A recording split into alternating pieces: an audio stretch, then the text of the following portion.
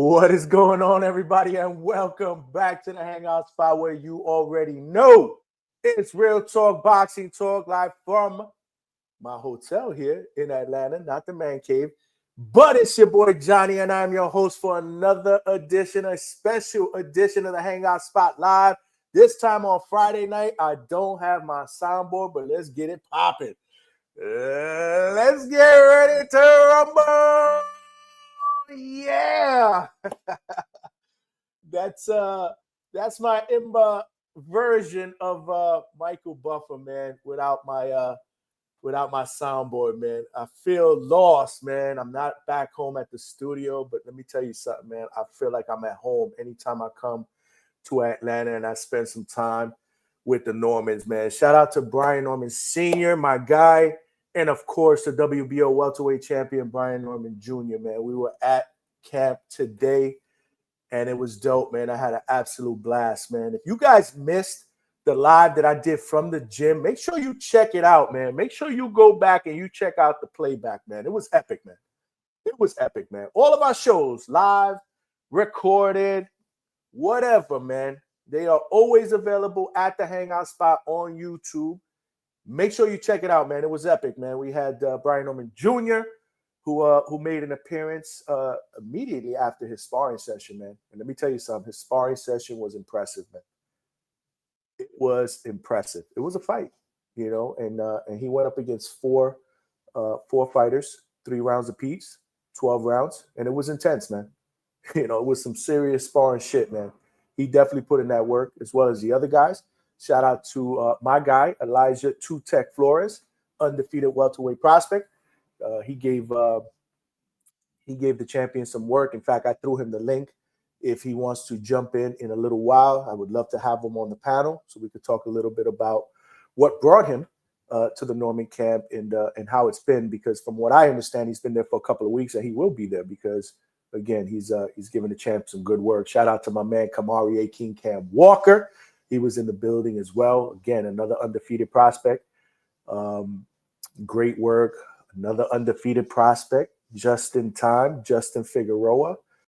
Common theme. All of these people that I've talked about right now, we've had on the show before. They are all DHS family members, and it was good to see all of them. I wasn't expecting to see all of them, to be honest with you. So it was a little bit of a surprise, but some good work with the champ.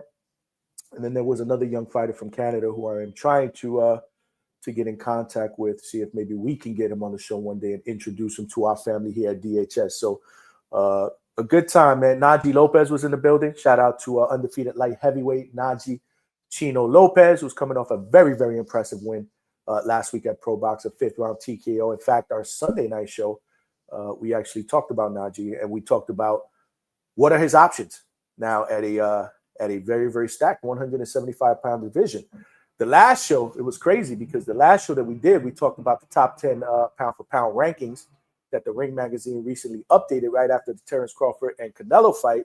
And 3 out of the 10 are light heavyweights that are in the top 10. You got David Benavidez, Arthur Beterbiev, and Dimitri Bivol. So very, very impressive. And let's not forget that Najee Lopez is knocking on that door, man. He was inches away from getting a fight with Arthur Beterbiev. Inches away from getting a fight with Arthur Beterbiev. Now, what's next? So we talked about that while we were at the gym. His brother was also there, who is also a professional fighter. He's actually 15-1 with 9 wins via knockout. Hakeem Lopez. He was in the building. He's going to be making his return into the ring in November, I believe he said, because we had him on. I'm telling you, man, today's show was epic, man. It was an hour long, so it wasn't long, but we had a lot of guest appearances from the champ. Obviously, Coach Brian Norman Sr. made his appearance, and he did not disappoint. In fact, I'm going to play a little bit of the playback, man, so you can hear what he said about Devin Haney. Because there was a couple people in the chat that were chirping, you know, that had Haney. I think it was David Garcia. I'm not sure if Stock Chasers was in the chat. I know Senior did mention him because he knows that Stock Chasers is a Devin Haney fan, a diehard. He's the president of the Devin Haney fan club is what I call him. But it was a good segment with Coach Kamari A. King Cam Walker. He made a quick appearance as well. So epic show. Make sure you check it out. I want to thank everybody who tapped in, showed support, send some super chats, man. It is always much appreciated. You guys are family. Hopefully you guys hear me well. Again, I'm not at the normal hangout spot. This is the Atlanta hangout spot. This is the hotel. This is a dope hotel, man. I stood here the last time. It's affordable. It's clean. And, it's good. It's good. It's comfortable. I feel comfortable here. So I'm working with the Kenichi Bears. Shout out to Kenichi.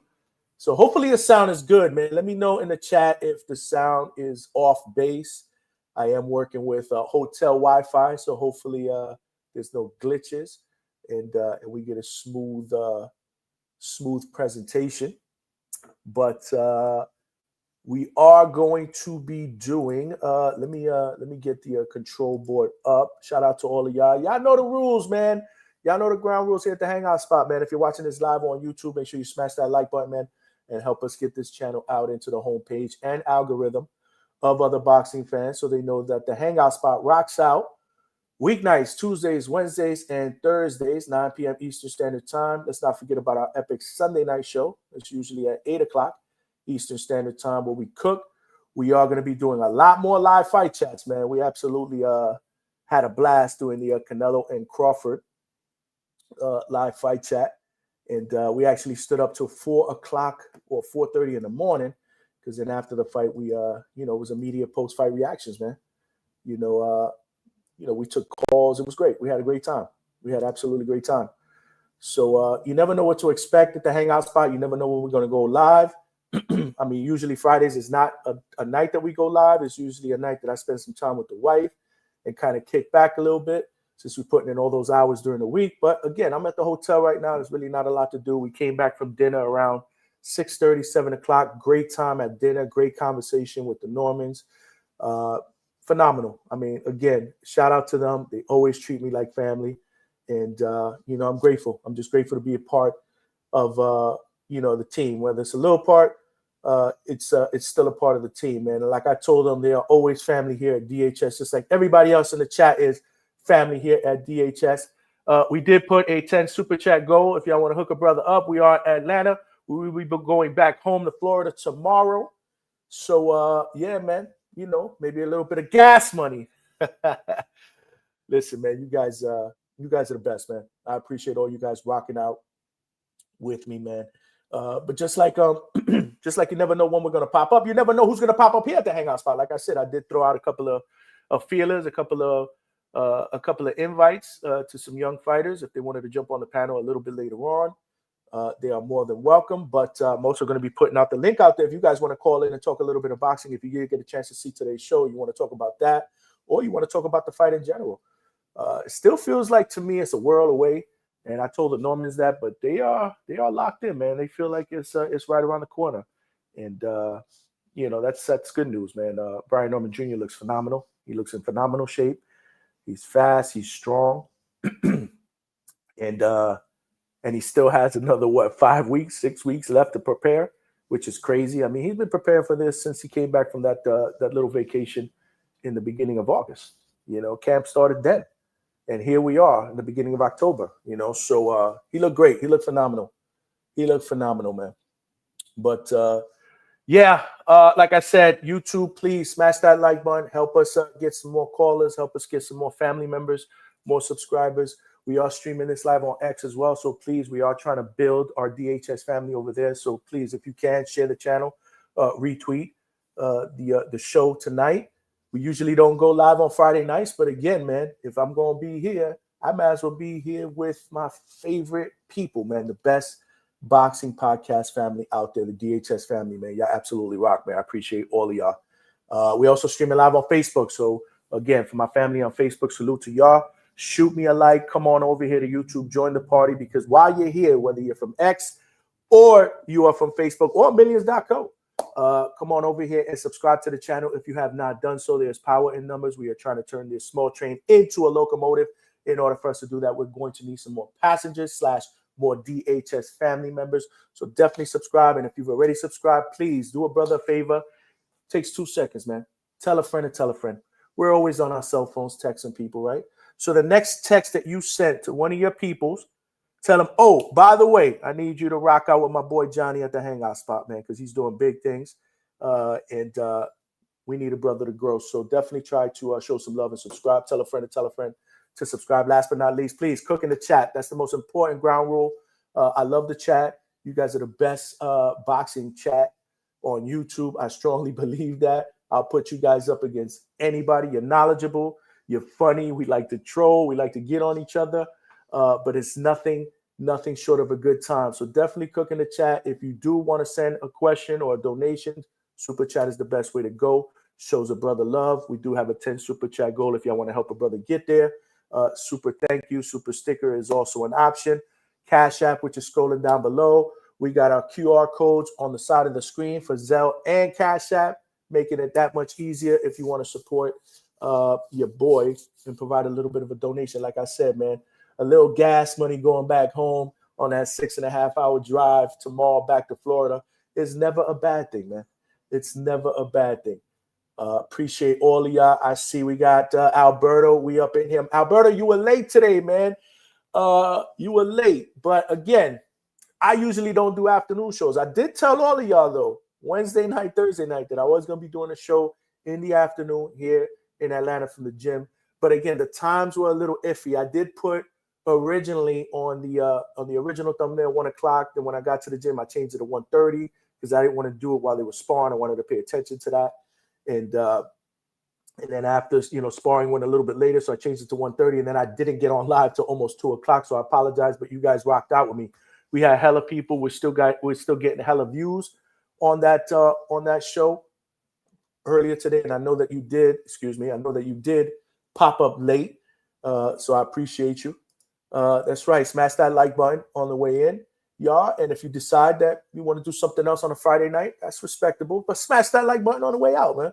If not, hang out with your brother, man. It's Friday night, man. Hang out with your brother here, Johnny, at the Hangout spot, man. Go get a drink, a beer, sit back, kick back. Let's talk that boxing shit, man. Big Balls Bandalorian, I saw you in the chat earlier. Where you at? I'm here. I was a couple of minutes late, but I'm here, my brother. Appreciate you rocking out earlier. My man Wax is up in the building. I think Wax was up there earlier. Appreciate you, Wax. My man GMT Sports. I'm sorry, guys. I don't have my my mixer with my sounds, but we'll pretend that we got the air horn here. What's going on, GMT Sports? Shout out to you. Make sure you guys follow my brother. He was on the panel the other day. Great conversation. Appreciate you rocking out, brother. Johnny and the telly with it. Fire. Yeah, we in the hotel, man. We in the hotel. We working off hotel Wi-Fi, so hopefully we get a clean stream. And we working off the Kenichi Bears. How's it sound, y'all? I haven't got anybody in the chat that has told me that the sound is either yay or nay. Let me know. Let me know if I sound okay. Again, these are the Kenichi Bears. So hopefully they sound okay. Johnny in a nice hotel. Fire, big budget shit at the DHS. I would probably play the scratch button on that one, Alberto. We gotta invest. We gotta invest into the business, man. But that's why all donations, super chats, anything that we make here at the Hangout Spot goes right back into the Hangout Spot, man. Equipment, better software, trips, obviously. We want to start doing more of these. Boots to ground, Florida is my home when it comes to boxing. So I usually do all the fight cards in Florida, Caribbean, Miami, Pro Box.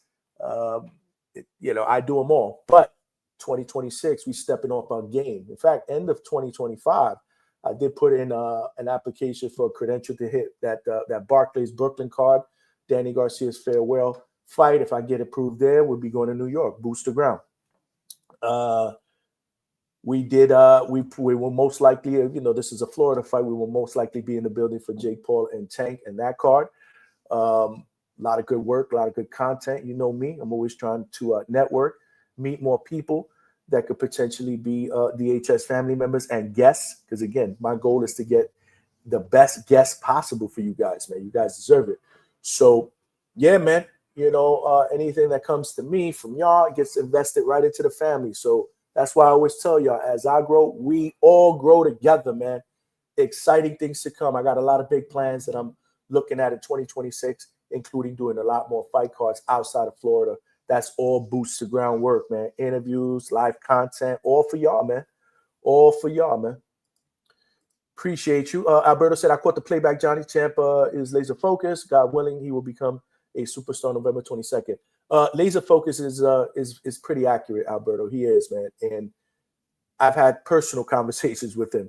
And yeah, man, he just wants to be great, man. He's taking this shit very, very serious. So rest assured, I know Discernment was in the chat earlier. My sister was in the chat, and she threw a chat out there that said, hopefully she's not going to get too excited because she's been disappointed in the past. She wanted to see Floyd and Shakur and Riyadh. That didn't happen. It got canceled. She has a funny feeling that something is going to happen that's going to, make this fight go away. I told her, nah, it ain't going anywhere, bro. And if it does go somewhere, it's not because of the Normans. They definitely want this fight. Trust me when I tell you, y'all, I wouldn't lie, man. I wouldn't lie to y'all in the family. If it doesn't happen, it won't be because of the Normans. And hopefully all goes well, because you never know, right? In training. The way Brian Norman Jr. spars, Lord, I'm hoping everything goes well. Or especially everything goes well for the guys that he sparred against. I ain't even lie. Johnny, you didn't set the super chat goal. I just set it, man. I just set the super chat goal, Alberto. And speaking of super chats, we got our first super chat of the night from my guy, the big boss Bandalorian. I don't have my soundboard, but we will clap it up for my brother. He said, Brian Norman, BNO said he prepared for Dev to hit a Tom and Haney. That's what's up. That's what's up. It's crazy, big boss. And then I told him, I said, I've been playing this fight in my mind over and over, man. And I just can't see any scenario where this dude's going to fight you, man. He going to move, man. He going to circle, man. Are you prepared for that? I'm not going to tell you what he said, but trust me when I tell you, I felt a lot more at ease after that conversation, man. I just don't see it, man. This dude's cracking. This dude is cracking, man. Again, what happens in the gym with sparring stays in the gym, but all I can tell you is he looked impressive. And we'll leave it at that. We'll leave it at that, y'all. Yep. So thank you, Bandalorian. We got the first super chat of the night. We need 9 more to go to get to our goal. Let's help a brother get there. We'll try to stay on as late as possible, but I do have to get up early in the morning to get my ass in the car to get my ass home back to Florida with my wife. I think we got plans tomorrow night. So again, I don't know, Alberto, if this will be a 5, 6, 7 hour show. Doubt it. We'll do about 2, 3, 4 hours, maybe. If the content is good, if the conversation is good, I'll leave that up to y'all. You know what I mean? Let me find out. I got my mans, man. My mans in them over at X, man. Adam's Boxing Show. We in here with Boxing of OG and the 100 OG. So y'all, both hands, man. I appreciate y'all. Great content at Adam's Boxing Show on X. If you guys ain't following them, make sure you follow them, man. And make sure you follow them. I'm trying to get them on the show. We will get them on an evening show. Love their boxing takes, their breakdowns. They are historians, student of the games. I mean, great stuff, man. We got to get them on the show so that we can talk that boxing shit. So I will be reaching out to you guys, and we will set up a date and a time where you guys can come on and talk that boxing shit, because this is how we do it up here at the Hangout spot, man. This is how we do it up, man. We talk passionate boxing. We share our opinions and perspectives in a safe place. At the end of the day, it's okay to agree to disagree. Ain't nothing wrong with that. We may challenge each other, but at the end of the day, we family, and we just talking about the sport that we love, which is, in my opinion, the best sport in the world, the sport of boxing, baby. The sport of boxing. Berto said, yes, we hear you good, Johnny. It's just a little echoey, but that's because there is not a lot of furniture. Maybe. Yeah, I can't really do anything about that. This is a hotel room. As long as you guys can hear me, again, this is not our normal confines here, right? We are out in the hotel and shit. But hey, listen, we get that working. Today we were at the gym. And, I was a little worried how, the Wi-Fi was going to come in because there was no Wi-Fi at the gym. So I had to do that show from my hotspot on my phone.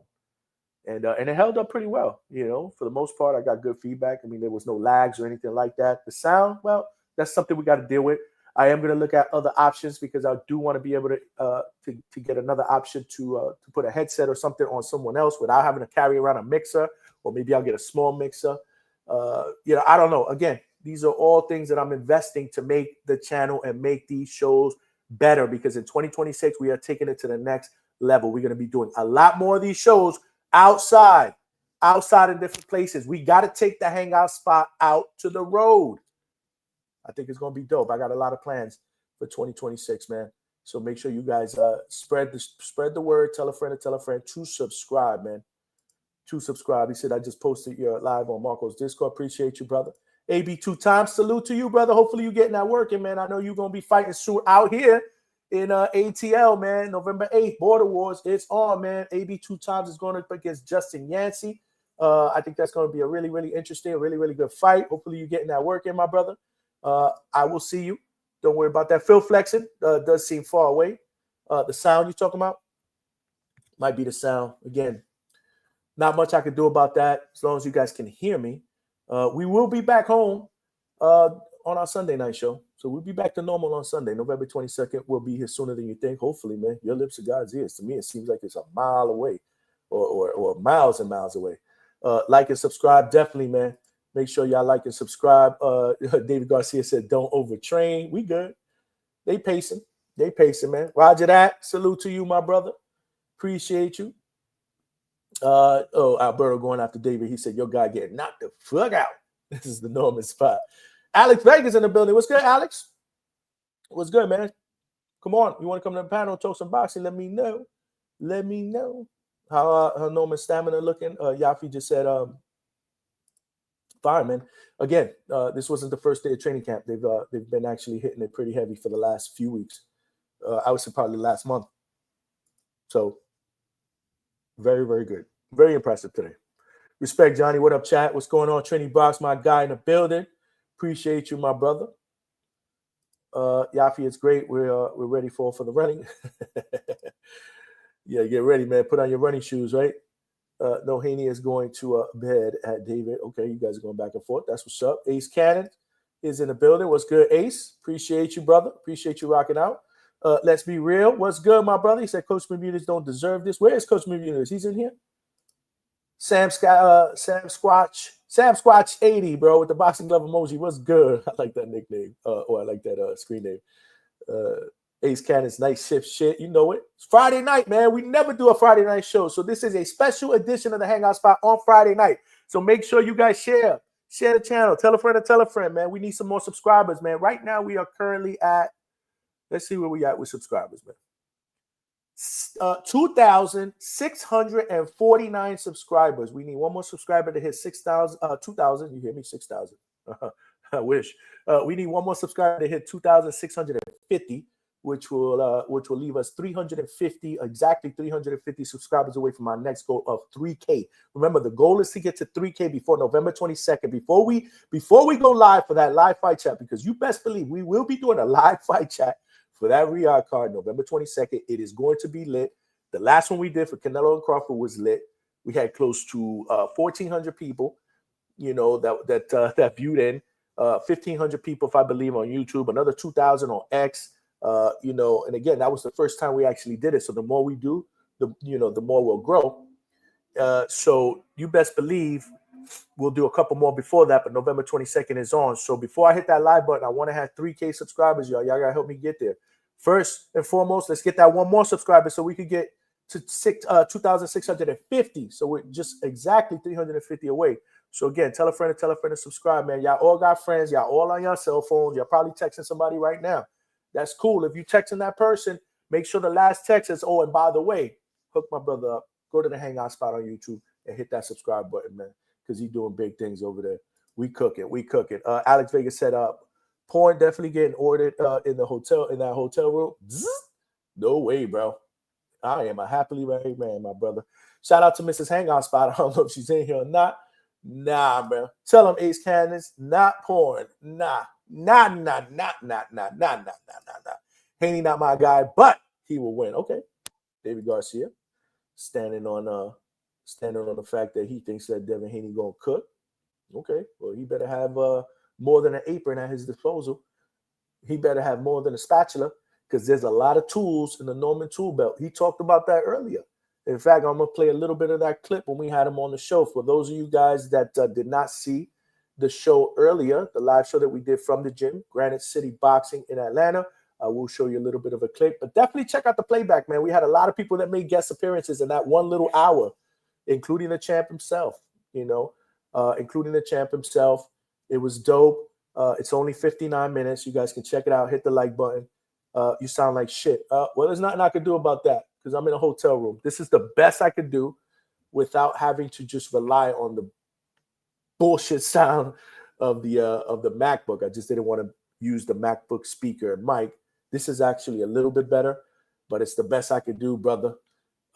Yeah, I did not bring all of my equipment. Vega corn free.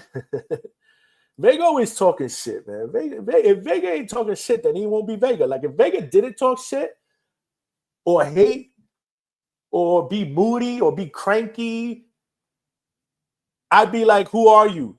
What did you do to my guy, Alex Vega? Are you an imposter? Did you hack my guy, Vega? It wouldn't be Vega. Let's be real. Say, why won't you go to the Firehouse Boxing Halfway House? Yeah, we're trying to set that up. Let's be real. We're trying to get up there. But we want to get up there when Rohan, Yo-Yo, and Bloomingfeld and Scooby are all there together. That way I can be there to see them all work. And we will be doing a live show from the Firehouse too. You know it. You know it. Hopefully by then I'll be able to get a little mixer or something like that and bring some of my equipment so this sounds better than the Kenichis. But I know y'all hear me. Dwayne Styles, what's good? Salute, my brother. Salute. I think so. Let me double check if this mic is on. Let me check. It says my speaker is external headphones. My microphone is external microphone, I believe. Let's see. Yeah. I think so. That's what it says here. Vega, listen. It ain't gonna be fucking perfect, all right? Stop bitching. Shut up. And if you want to come on the panel and sound perfect, then you come on the fucking panel. That's right. That's my rant for Friday. That's my bigger rant for Friday. Hit that like button, y'all. Smash that like button. What's going on, man? We got hella people up in here. We only got 37 likes. Come on, that's nasty work, y'all. We could do better than that. We do have a 10 super chat goal there as well. It's Friday night. Help a brother rock out. We going back home to Florida tomorrow. 6.5 hour drive.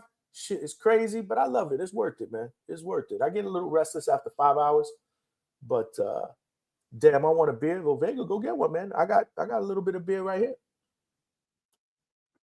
I got to rock out. It's Friday night. Got to rock out with my people, man. A little bit of beer never hurt nobody. Little bit of beer never hurt nobody. Alberto, don't listen to him, man. He just cranky. Listen, this is the best I can do. Y'all can hear me. I know y'all can hear me. The people next door, like, who the fuck is this next door talking loud as fuck? I know, because I feel like I'm talking loud because I'm trying to compensate for this shitty ass mic, but it is what it is. Johnny not gonna need porn. He just gonna rewatch that Norman workout. Oh shit! Damn, where's my scratch bar? This is nasty. Man, that workout, it was dope. It was dope. I know I sound good. That's probably Vega just being a cranky fuck. Johnny live from the Motel 6. We will leave the lights off. Yeah. Hell no. This is the Wyndham Garden in Atlanta, man. Pretty nice hotel, decent price. Again, I ain't rich. I'm on a budget. But this is all a part of the business, man. Again, I'm trying to grow this brand. I'm trying to flip this second gig into the only gig. So in order for me to do that, I got to invest and put that work in. That's what we're trying to accomplish, man. We've done a lot in 17 months. It's exciting what we can potentially do in the next 17, man. But like I said, I wouldn't be doing it without you guys. So I appreciate y'all. Appreciate y'all for sure. T-Mac 149, appreciate y'all. Appreciate you. Salute Johnny in the Hangout spot. Salute to you with both hands.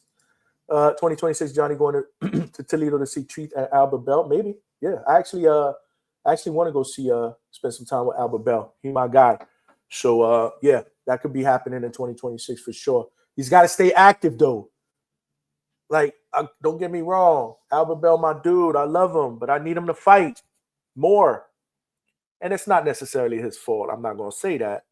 But what I also need is for the sanctioning bodies to stop fucking around and give my man a shot at the title, man.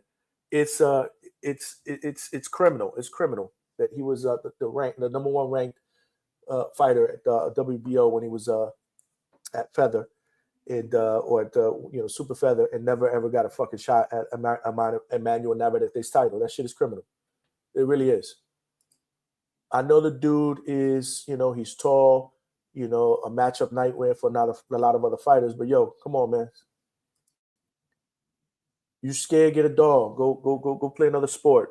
Check out the Hangout spot merchandise, y'all. If y'all want to support your guy, make sure you check out my millions.co page and get yourself a t-shirt or a hoodie, man.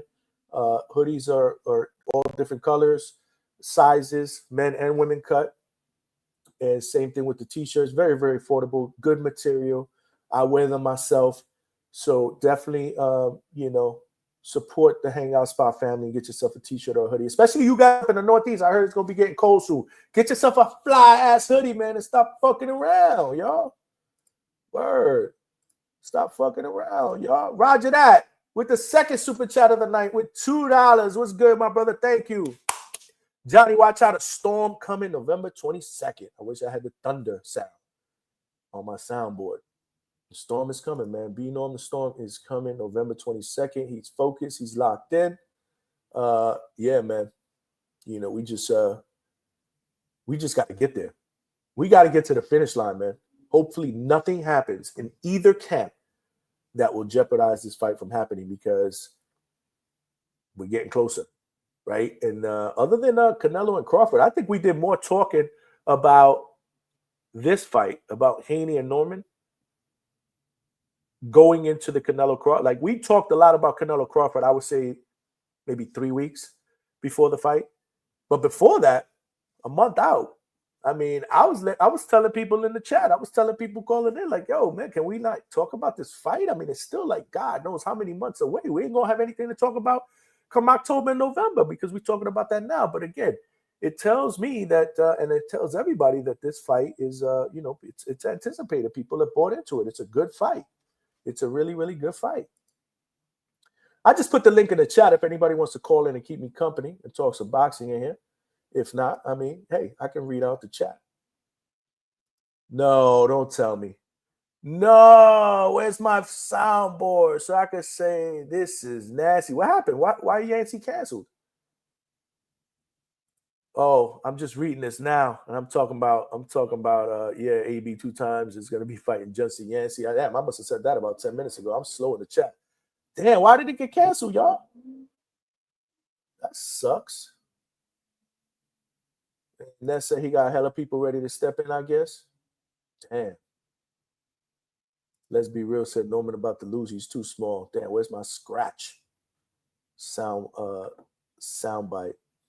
Mexican Boxing number 1 said we dominate boxing. Shout out to you, Mexican Boxing number 1. He said no more simps, only smoke free. Only free smoke.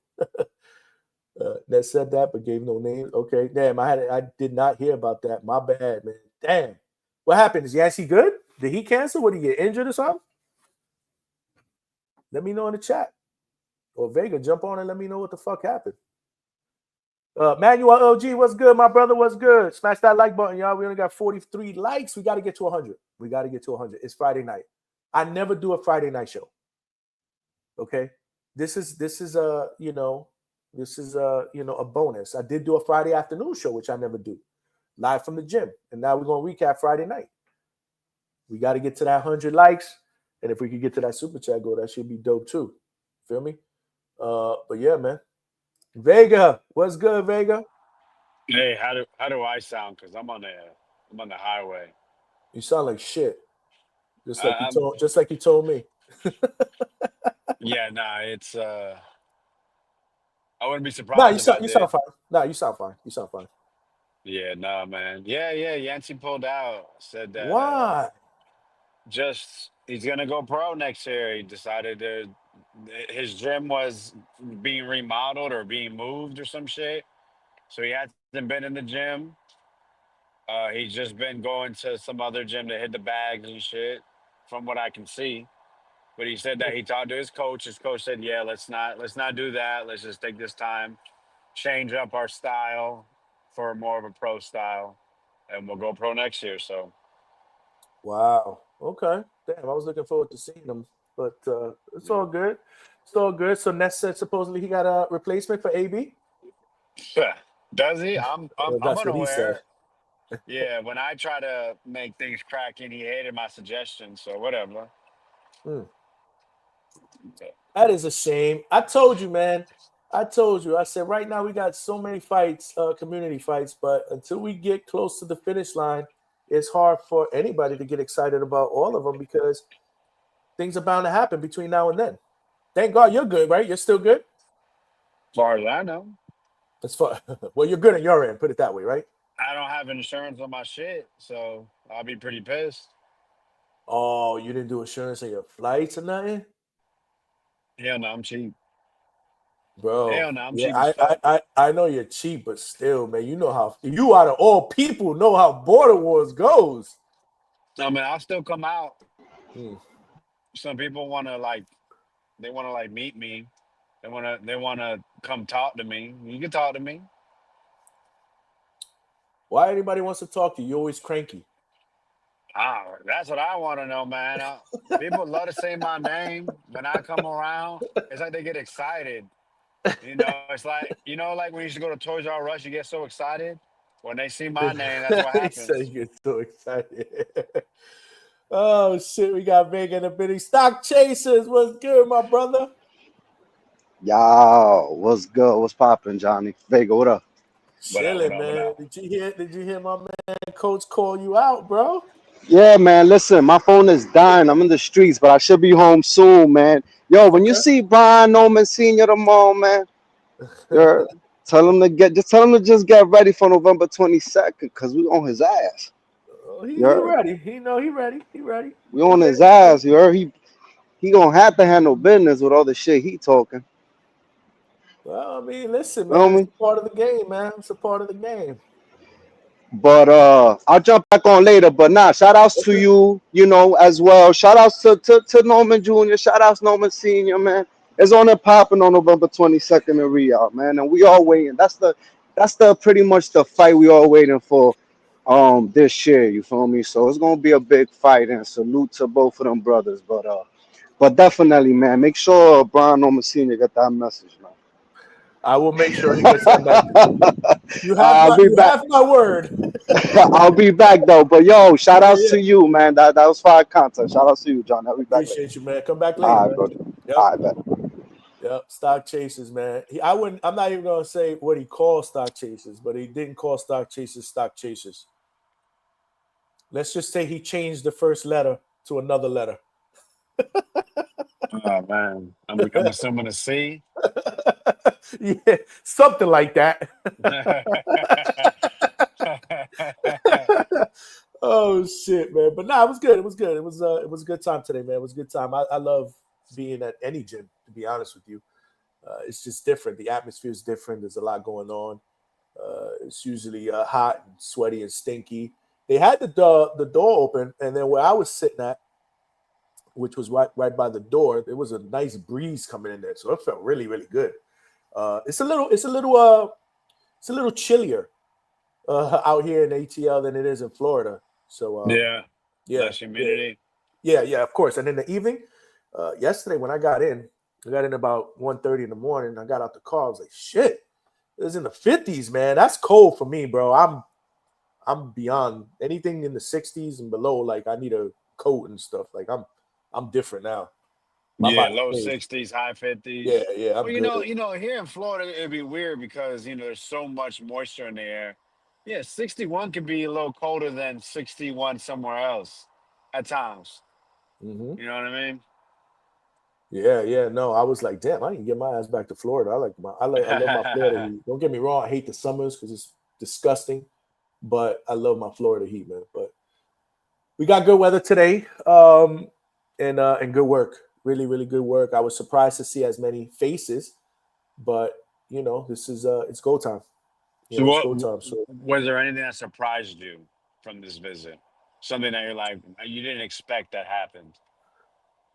other than the people that I saw there, no, nothing really surprised me. Nothing. Okay. Nope. Mm-mm. Nope. It was what I expected. what I've seen in the past. But this was it was good to see, because you go to different sparring sessions and it's some people, the deal, Vega, right? Some people are sparring because they don't feel you don't see them going in 100% because they're working on certain things, right? Right. This dude was going in 100%. I'll leave it at that. So it was good. It was good. It was fun. It was really fun to watch. From the outside looking in, put it that way. So, but yeah, man, it's this is what it is. It's go time. So they got a schedule that they're that they're working on. I think he'll be back. I think they'll be doing some more sparring on Monday, because I think they go 3 times a week. I think it's over Mondays, Wednesdays, and Fridays. Sundays, I think they're doing some other shit with Kamaria, because he came down for the weekend. Kamaria Walker, King Cam. So he was there. Yeah, he got some work in too, bro. Yeah. He got some work in too, man. It was good to see, because I had never seen him working either. So it was good. Good. I got to see Figueroa, Elijah. I love Elijah Flores, man. I think he has a really, really bright future.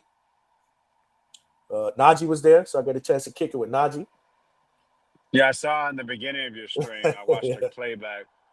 Yeah. Najee was there, so we kicked it with him. I was there for a few hours before I decided to go up, turn the camera on. I didn't want to turn the camera on while the sparring was going on because I wanted to concentrate on that. But it was good. It was really good. How was Coach Marcus, man? Y'all ain't go out?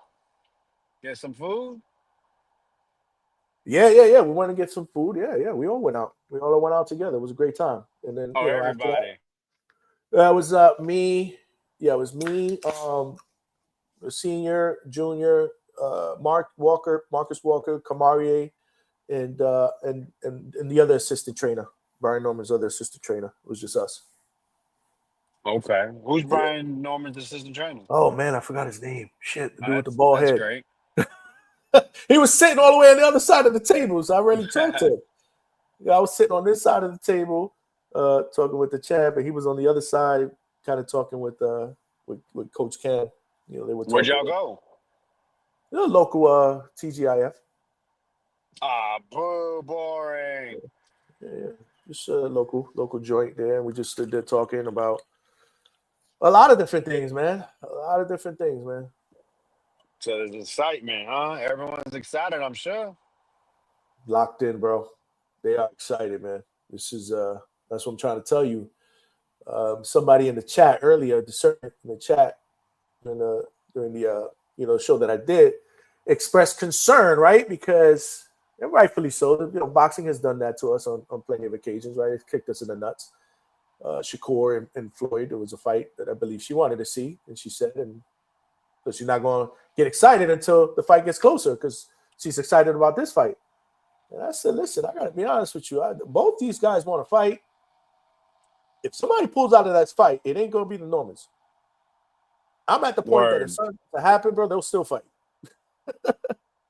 Well, that's not good. I just say that to say, but you know what I mean. If somebody was, they said it. They said, I said it to who was I talking to? I think it was senior, or it might have been junior that was there. I said, he was like, man, they pull out, it ain't because of us. I mean, if this fight don't happen, it ain't because of us. We gonna be there. Damn, so Brian Norman Jr. is hurt right now. You just gave us a little hint, so I'm putting everything on Haney. Okay, appreciate that. He's definitely not hurt. And if you heard that, then you heard wrong. He's definitely not hurt. Trust me. He's good. Giving out hurt, right? He's giving out hurt, man. He's in the hurt business, man. He cracking too, man. He can punch. I wonder what kind of work Devin's getting because he's over there in Miami at that celebrity gym. No, somebody. So here's what I just heard though. What's his name? Let me pull up the DM. Stuntman. Stuntman said he's in Colorado. Oh, Devin's in Colorado now. Yeah, I'm gonna tell you right now. Hold on. He shot me because he was in the chat. He was in the chat earlier in the day show. He was in the chat, and then he shot me a DM and said, "Bro, Devin was in my gym 2 days ago. He's training about 20 minutes north of Boulder. So Devin's actually in Colorado. Okay, which I did not know about. being in that gym in Miami didn't make any sense. It's just unless he was exporting all the work, which I mean, of course he can do, but I don't know Yeah, why cats are coming down here to Miami. I just don't get it. It's Miami. expensive, and it's Yeah, just it's inconsistent. These cats ain't used to traveling. These cats don't like to travel over here in Florida. They like to stay in their own little circles. yeah. No. So he's up there in the high altitude, right? Dev. Yeah, That's what because it they're seems fighting like. in Saudi, right? That fight is in Saudi, man. Hmm. Yep, it's Well, in Saudi, and they're leaving the Saudi the day after Border Wars. yeah, that's Confirmed. crazy. So we ain't really gonna see Norman Senior much. He said he's going to Border Wars. They ain't gonna say what's up and be gone. Yeah, he didn't say how long, but yeah, he did say he said he wants to stop by Border Wars, and then he said the next morning they are gone. Man, the Uh, only man I can't remember the last time I seen Senior, man. Like he don't fuck with us no more around here. Not here, around these not the parts, boxing boys. But I see him on Mill City all the time. bro. He was on Mill City this morning, and it was 12 o'clock, and I'm like, yo, you don't got somewhere to be? You're supposed to be in the freaking gym. There's sparring going on. Like, what's going on? Where are you? That's funny. Yeah, he was on Mill City today talking that shit, man. Shout out to Coach, man. I had a good time with them today, and yeah, man, it was just good to see that they're locked in, man. I feel good. I feel good about what I saw today. So we'll see. We just gotta let the chips fall where they may. I just put the link in the chat, guys. If anybody wants to call in, you can. Trini Bronx, what's good, my brother? Salute, salute. What's good? How you doing, man? Saludos. Salute, my bro. I'm good, What's man. good, You know, Vega? Yes, sir. living a What's dream, going baby. on? All right. Yeah, man, I watched it earlier, man. Chap looked locked in. Yeah, you look good. You look good. Yeah, it's Coach. I was Coach Cam with you too, right? Yes. He was there as well. His son, King Cam, was getting some work in too with the Yeah, champ. I was So it was trying to good. It was vibe good with to him the see. other night, but your man was twisted. I couldn't. Who? You took about I tapped out. I couldn't take that shit no more. The homie that kept dragging the UFC fan. Oh yeah, no, that was pretty rough. I try to help you out. So let me try to That jump was on so I pretty can hear rough. the The coach. chat, Let me try to get this guy out of here. But I the could. I chat had to was tap yeah. out. I'm sometimes I'm too nice. I gotta develop a little bit more of a Yeah, man. I could tell like homie a went for McGregor. mean I streak. think he's still hurt from the Mayweather McGregor fight. Yeah, because the chat was smoking him. So it was almost like sometimes I gotta learn when to cut the cord and change Yeah, the vibe. I wanted to hear the coach talk. That's why I jumped on. He I wanted to try cool. to get him out. He cool, now he cool, but I He's just wanted to hear, passionate, Coach man. He's Khan vibe a little passionate. more. He's Wow, now I can't passionate. hear you, Johnny. You That's can't what or it you is. cannot No, I can. When you yell, you sound perfect. when I yell. I don't know if the people that are staying next door are gonna agree with that. But but yeah. But nah, he's passionate. I give him that. But the funny thing in the chat was they were like, yo, let's put this round one against the TBV round one and see who wins. That's why I try to get. I try to tell him. That shit will be I try very to interesting. for real. I kept saying, y'all already know round one, bro. You round two. Mm-hmm. Yeah, I think he tried to go in on you or something. And he went in a little bit. Nah. It almost went left there. I Almost. tell him shut the fuck, let me talk. Yeah, But then exactly. he kept saying that I got triggered with the Mexican shit, like, cause I hate that shit, Yeah. bro. Like, I caught a lot of heat when I was younger with the older uncles and shit when I went for fucking Chavez over Camacho. You know what I'm saying?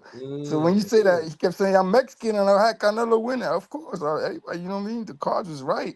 And then he tried to switch it to the judges, like that old argument. Everybody hates the judges. So I'm like, yo, Mm-hmm. this shit dragging. Like he's saying whatever I say. Then he's like, yo, we gotta look at the fight before. I'm like, nah, you gotta look at the progress. And then he's like, yo, you gotta look at boxing fans. But I said, yo, I can't no more. I gotta get back to work, man.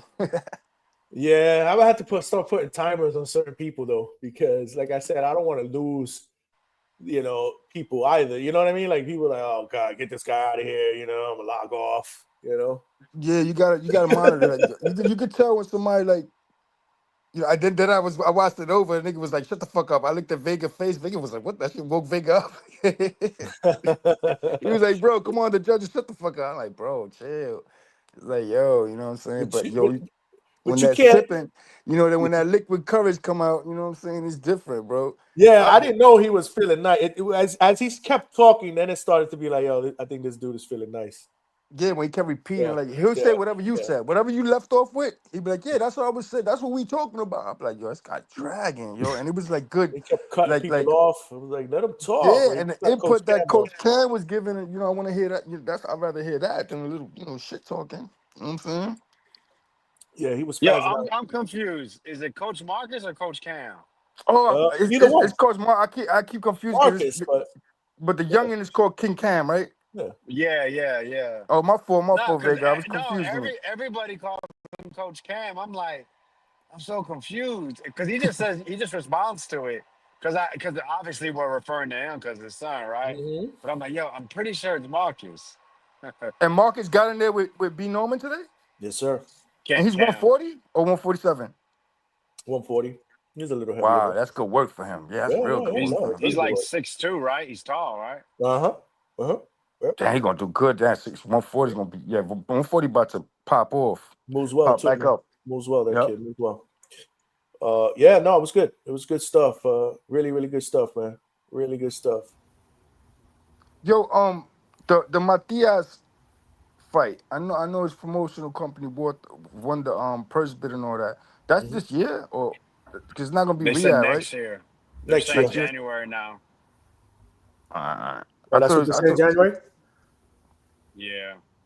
Mm. Supposedly, Xander Zayas is making he's fighting in Puerto Rico in January too, right? I mean, that's the last I heard. First quarter for sure. First quarter, but and I heard he's a big Serrano card too. Supposed to be like like a farewell to her in Puerto Rico. And I really. thought she wanted like a bunch of Puerto Rican fighters on Oh, it. I that's remember right. She's supposed to yeah. fight Erica Cruz rematch. And then I remember them talking to. I remember seeing like a live with them talking to Matias, saying that it'll be honor for you to come. This was when Turkey Al Sheikh was trying to have him on the 22nd card, but then they won the bid, and a lot of people saying the finance. But if MVP backs them to have that other Puerto Rican name there, you know what I'm saying? He won another fight in Puerto Rico to redeem that loss with Perro. That'd be big, and if Zayas jumps on that card, that'd be crazy. I don't know. I don't know what's going on with Top Rank and this supposed non-TV deal. I don't know if they're close to one. I mean, what's gonna happen? What's gonna happen with Zayas, man? I think too. I think Or the win or Zayas fight you're lose. talking about. I think win or lose, Fundора's gonna move up after the Thurman fight. And I think that's why Virgil Ortiz and then Virgil Ortiz will probably fight for email that belt or the winner him and Lubin to get emailed or fight for it or something. But I got a feeling Fundора's gonna move up after Thurman. Why do you think he'll move up though? Because I think 160's open. He's got the height and the way they've been moving, man. And I think it's some kind of affiliation between Ortiz and I'm saying manager or something. I don't know the facts, but it just seems funny how It's gut Ortiz feeling. never Gut mentioned feeling. that name. Gut feeling, you mean, right? Like a gut feeling. I don't understand why Virgil never tried to pursue the Fundora fight. I don't know why Zayas showed up to his fights. Like, you know what I mean? Zayas is 22, a new champ. Like, I don't understand why he went for Thurman and not challenge that. The only thing I can think of is he's going to drop the belt so Virgil Ortiz could compete for them and he's going to go to 160 was a little bit open. And I think he'll Yeah, carry but the weight good there. he can fight Charlo at 154 when Charlo come back. See, that's what I'm saying. Like, He's a Thurman should be PBC fighting fighter. Charlo. To me, Thurman should be fighting Charlo and Ortiz should be fighting Fundora or Zayas like that, man. Like, you know what I'm saying? Like, Yeah. but Charlo's Big. still the active champ, supposedly. Yeah. So we'll see how that goes. Xander's looking at a boss borough. That I do know as well. But Yeah, you're right, big boss. yeah, Unification. Yeah, unification. He just got elevated yeah. to a full champ, borough. It's not. Borough. It's not happening. It's not. That's not gonna happen. Why That's not? all. As the next fight, though, Why is is that? Hold on. What did I miss I'm something? telling you that. Not, I'm just telling you, bro. It's not gonna happen. Oh, you just don't think it's gonna happen, but not. It has not officially said it's not gonna happen. you Well, saying now as the next fight, though, Johnny? That's his next that's fight. that's what they were talking about. I mean, I heard that from multiple people close to the situation. Put it that way. At least two people. That's the dude that Yeah, just beat Top Rank Talaz, right? or Huh? That, Xander's people. Wow. I mean, I don't really know a lot of Baras's people, so I guess that was hard to conceal, right?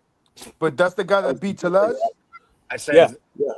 Oh yeah. I'm He did saying say he wanted to Xander's win. people or Top Rank people were saying that. Xander's people. Exactly. Well, I mean, hey, I'm just reporting what I hear. Vega, you don't like that fight for Zayas? I love that fight for Zayas. I love it, but I just don't think Top Rank for Xander's first defense is gonna do that. Yeah, that's what I was thinking. I was thinking they would get a tune up there. Fuck a tune up, man. Bro, Y'all gotta stop with this shit, bro. Fighting in Puerto Rico is not. It's gonna be a lot of pressure on him, bro. For a Damn, he's championship, Newport, bro. Exactly, He's and fine. he's What's wrong young. with No, y'all? I'm telling you, it could no, backfire. That's why I don't no. know Listen, why I Ortiz love, ain't go there. If I was Ortiz, I would be on the. Oh, If I was man. I Ortiz, love I would that have took Xander that wants a fight. tough fight, but business Exactly. wise, Like, Top Rank. No, but listen, Xander could be the face of Puerto Rican boxing. He loses now. Now you got to take 3 steps back. but, I just don't see but, Top Rank doing but, it. what, I'm not saying but I here, don't want him to. It's just Yeah, I want reality. it. I so want you it. don't, I just don't. They so won't you do it. don't think Xander could beat a Boss Barrow? But like Trinity said, to go to it's It's a going to be good fight. so much pressure. Yeah, No, I'm telling you. Xander I should think have that boxed that the could shit out that of could him. get the edge. Yo, Man. yo. What they say, I think pressure burst pipes, bro. What do they say that? What's the saying? Xander just Go young, man. ahead, AB, jump in here, man. Talk What's some what's sense to what's these AB. going guys. on, man? Hey, Johnny, welcome to the ATL. Can you hear me good? Yes, sir. This is the best I've ever heard you, actually.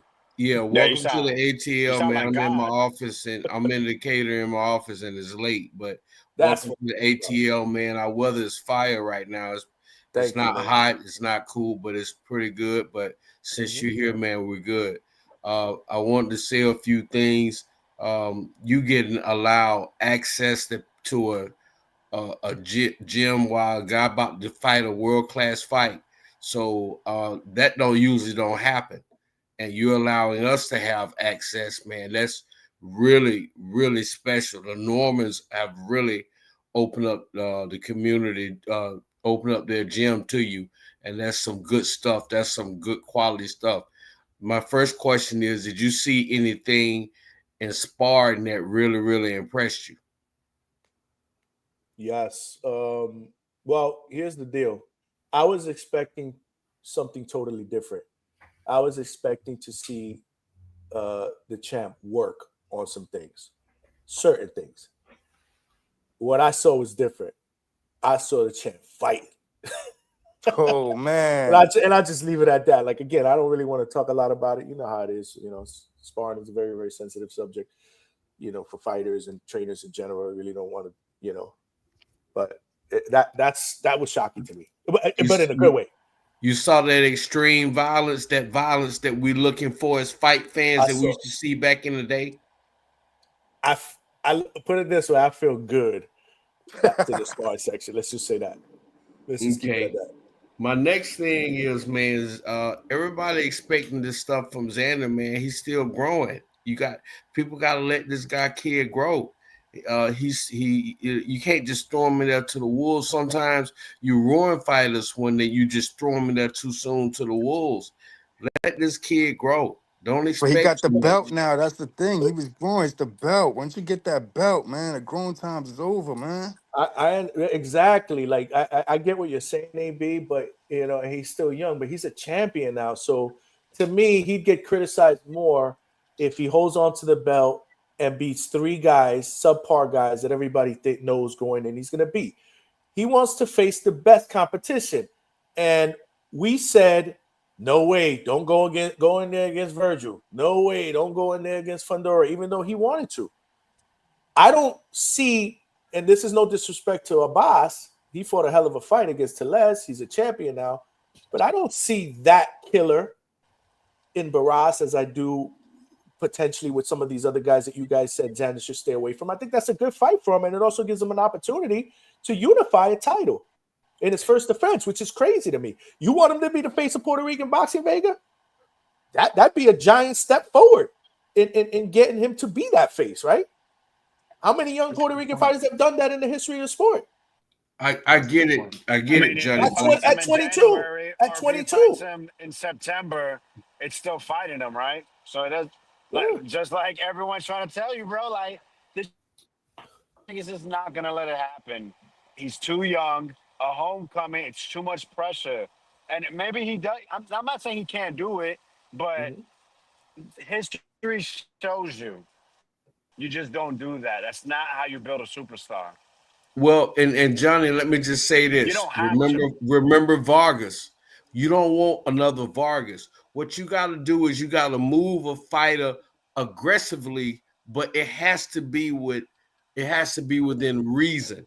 He has to be Totally able to agree. get that dog in him, but you can't get the dog knocked out of him early. Good So point. he has to be But able to be moved aggressively, competitively while he's learning. You can't give him soft fluffs like that. What's the American heavyweight till he faced McCauley? You can't do that.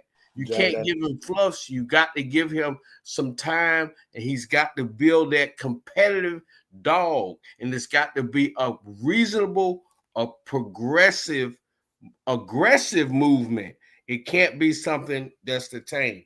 I got Lubin for the upset, Johnny. I Me believe too. Lubin Oh, shot okay. people. You heard it from me. Fundora versus Thurman is gonna be a war. Styles make fights. Thurman is kind of hasn't been fighting, so it's gonna be surprising to see what he got. But Fundora is got he ain't one of those that's gonna try to box you. That's Yeah. gonna be a war. That's gonna be a war. Somebody going out on their shield, and if I route with Thurman, but if I had to place a bet on it, you just haven't seen enough of him. So I'm going with Fundora slightly. Johnny, I got Fedora stopping him with a body work. I don't know about that body stuff, but I know Fundora better get his hands up and bring his hands back because he fighting a seasoned guy. But then again, I mean, he's not active. And when you're not active, you kind of, you kind of, you're not battle tested or you're not battle ready. Fundora is. Mm-hmm. Even though he don't have the technical, and Fundora missing a lot technical, man. Don't let him fool you.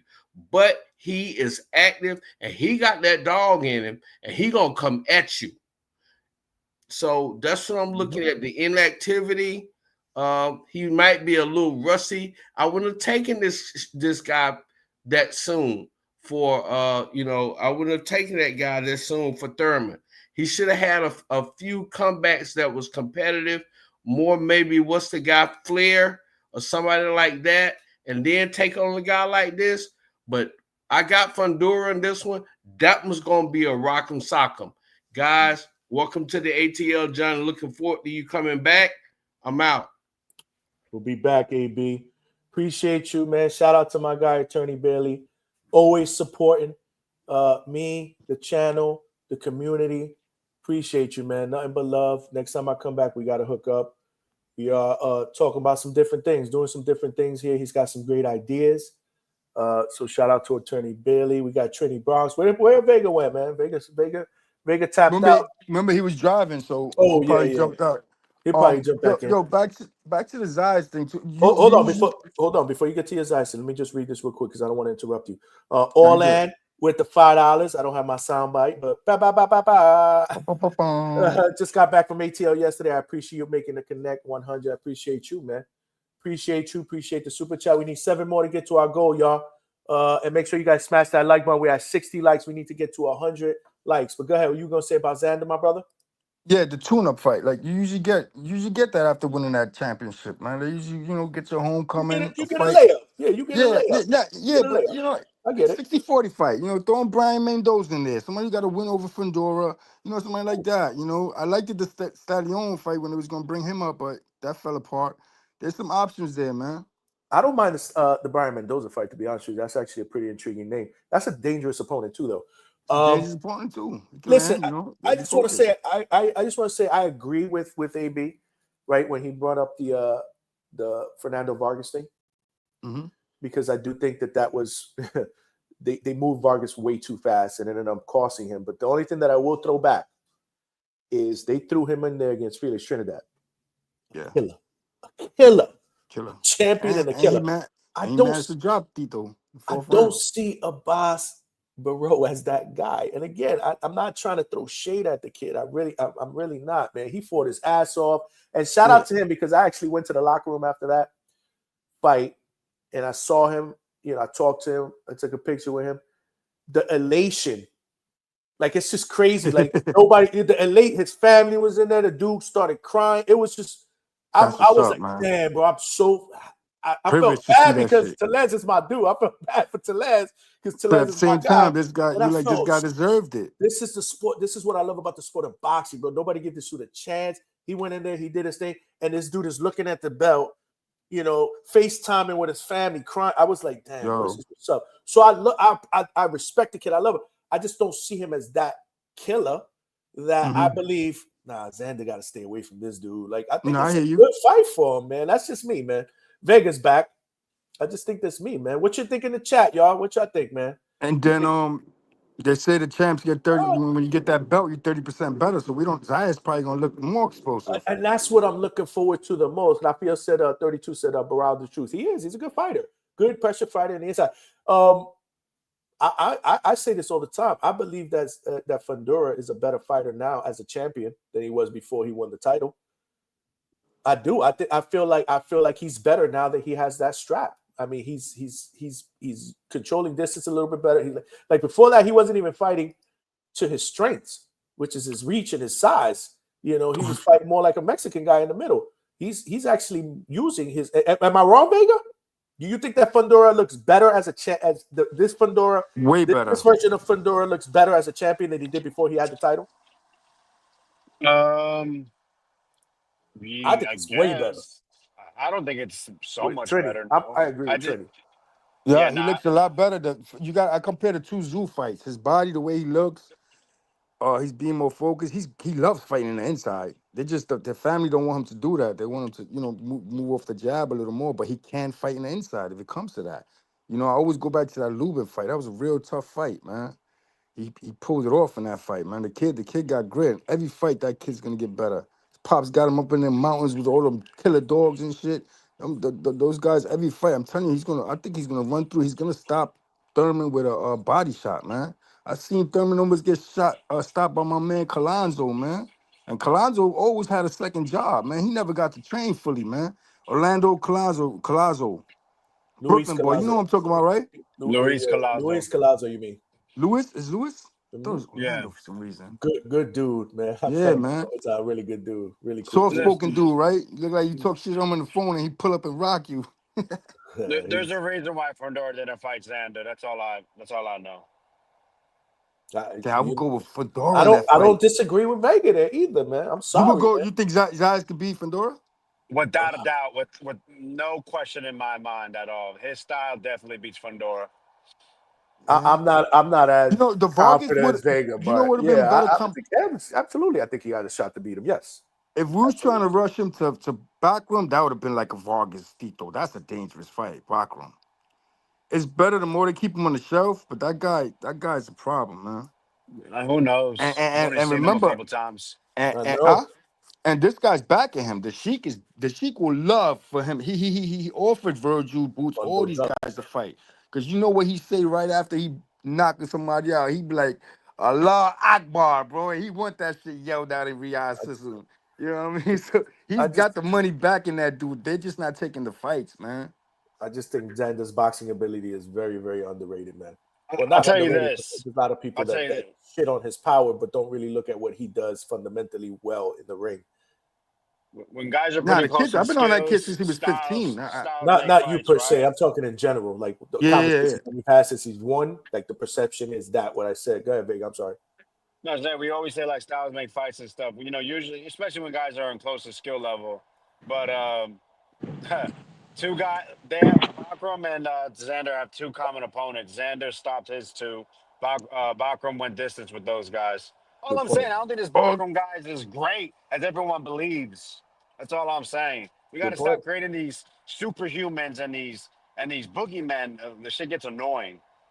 Well, your problem with that, Vegas, we live in a what have you done lately for me world. And the last time we saw him, we saw what happened. You know, Yeah, and but it's also all the money that they was paying to duck him. Like, remember, he was supposed to fight Charlo for years, like 2 years. So a yeah. lot of that adds to that. You know what I'm saying? It's like, yo, why? You know what I'm saying? We It got adds to that. yeah, no doubt. We got my man, Big Boss Mandalorian in the building. What's good, chat? Yo, you know we brought you up today on the show, right? Yeah, I seen it, Johnny. I was watching it Okay, live, man. yeah. The I was Decatur hyped, man. Decapitator. The Decatur Decapitator, man. That's what's up. What's going on, I'm my ready, brother? ready for my boy to handle up in November. Stockton is gonna be sick, man. That's a cool name too, man. Shit. Yep. Bro, I give everybody nicknames. Was that mine for Xander? I call him the Puerto Rican Predator. So I Okay. literally got nicknames for everybody, What you bro. got for my Tias? Matias, I think I can't remember because I definitely got one for him too, though. I can't remember. El I don't know Martillo. what it was. It El was like the Martillo Puerto Rican. I Martinez. don't know if it was the Puerto Rican Mauler or something like that. But literally, I got like for even for Edgar. Like I told Edgar when I seen him when we was there, Johnny, in May. I told Edgar, I said he the Puerto Rican, the Brooklyn Bully. You know, I was Okay. like he the. I was like I got one for literally everybody, bro. So Decatur Capitator. That shit gonna stick. Man, they it's stuck already, man. He did an interview on a news network and they brought that up. Yeah. Yeah. Shout out to you, big boss. Where you I at? don't You on know the how road, they just ain't how they ain't think about it. Yeah, that's why I'm still up right now. Yeah, I'm actually down here in I'm in your area right now, Johnny. Cause I gotta go deliver the Disney Walt Disney at midnight. Oh, so So you in Florida? Okay. yeah, that's why Yeah. I'm still up now. Home tomorrow. I'll be back home tomorrow. Yeah, I was over here. I'm agreeing, man. That's why I'm like, I get what Vega's saying, but no, man, I seen Xander say that. Xander said he turned down Sention and he said me and the boss in negotiations. Love it. I'm with you, Johnny, all the way. Man, that's the fight I want for that. I'm with you, Johnny. If that fight happened in Puerto Rico, we there. Shit, I'm Oh, that's going. dope. That's Yeah, Yeah, I'm dope. I will going. be in the building for that. Trust me. I'm Yes. telling you, I'm going if that happens. Listen, Unify the state. I mean, his homecoming. Well, has he fought in Puerto Rico? But it's been a I long, long don't think time. he fought in Puerto Rico Nah, I except don't so think he yeah, fought I in Puerto think when he Rico. was younger. Yeah, I think when he was When he real was younger, younger, he probably. did. But this is gonna be epic, bro. Yeah. First time in the first match, Unify, it'll be epic for him. I But don't it'll be even a lot of think pressure, Top though. Rank had him fight A lot of in pressure. Florida. Actually, I don't think because Top Rank they've been selling him at MSG. Just been having him fight up there really. So Mm, yeah. I got Yeah, I him need though, an man. excuse to go to Puerto Rico. That's a good excuse to go. That's what I'm Absolutely. saying. It'll still be hot down there too, so we ain't got to Yeah, worry about the cold and stuff. always hot, man. Bernard Banks, salute to you, my brother. Killer Cam in the building. What's good? We rocking out here Friday night. Smash that like button. Yeah, man. Listen, I'm all for it, man. And the thing about it is if he thinks he's ready, who are we to say he's not? Fuck it. Oh, I think he ready anyway. Yeah. And his age. It won't be a bad loss, man. I've never I said he's think my not thing is ready. too though. That's the I thing. think it's the It's Top style though. Rank is not gonna do it. That's all I'm trying to tell you guys. Right, Like right. No, they're I know not what you're gonna put saying. him I know in what you're Puerto saying, Baker. Rico in a unification against a guy that because they just did a guy for upset loss. So listen, people So, don't usually upset people back to back, right? But like I said, it's the like Attorney Bailey said, it's the pressure, man. That's a lot of pressure. Unification in the hometown, a place you haven't been, in the biggest fight of your life. I just don't see it happening. Usually, a hometown fight is a layup. He turned down one layup. They're gonna convince him to take the second one. Watch. But he was there scouting the fight though, to fight the winner. he So got so into the ring after that if and Tellez would have told him, I fight, want you to fight next. I interviewed him. He said the live that's what I'm interview. He saying. said, yeah, Yeah. we went in there. I want my team to So begin negotiations nah, on but even still, Johnny, from this Saturday at the Najee fight, both Xander and the boss was both there. That's what I'm trying to tell Oh you. He shit. told Okay. me Okay. after Damn. the fight, the plan was after the fight, he was there, get in the ring, regardless of who the winner was, Tellez or Barral, and lobby for that. And he told me, he said, I want my team to start negotiations with him immediately. Yeah. Even Abbas said right. it Whether it himself. happens or not, I Abbas don't know. himself But that's said what he it. He told said, Abbas said if he don't fight, he said if he don't fight Xander, he said he actually wants to fight in the UK. Conor Benn if Conor Benn will fight him in 54. He didn't even say nothing about boots. So that's why I'm like the only way I feel I'm agreeing with you though, Vega. I that fight couldn't happen, but only if soon as Boots win, say that very next day, Eddie go and send Gilberto a letter and then send an offer to Abbas. I think that's the only way they could get in the way of that. So I mean, they can meet, they can talk now, and they still both can get one fight in and still meet up. Like, I don't understand why that's out of the realm of possibility in everybody's mind. Oh, I see what you're saying. So you're saying fight each so that he can get his first defense, he can get it, and then build it up for like, unification. it's not. I don't know why you guys are interpreting what I'm saying. Like, he shouldn't fight a boss. It's not No, what I'm no, saying. but the thing I'm just is, saying him in Puerto Rico and a boss. I just don't see a top break I, letting that happen. no, I hear your I point. get what I you're hear your saying. point, Vega. I totally get your point, Vega. Yeah, totally get your point. I just don't How think. I don't think personally. I don't think Xander gonna be at 54 much longer. I think that weight getting tough for him, man. That weigh in with Jorge Garcia Perez, he looked it horrible. Like you see, that's why he said he was like, I agreed to everything Fundora asked until they asked me for a 10-pound rehydration. He said I couldn't do it. I said exactly. It's crazy that Fundora even tried what to the put hell was that him on about? the goddamn rehydrate. That was nasty. That was Like nasty. With Fundora, your height, now you that did was that? nasty Come by on. Fundora to even pull that one out of the hat. Say I'm gonna put him on the rehydration. That's nasty.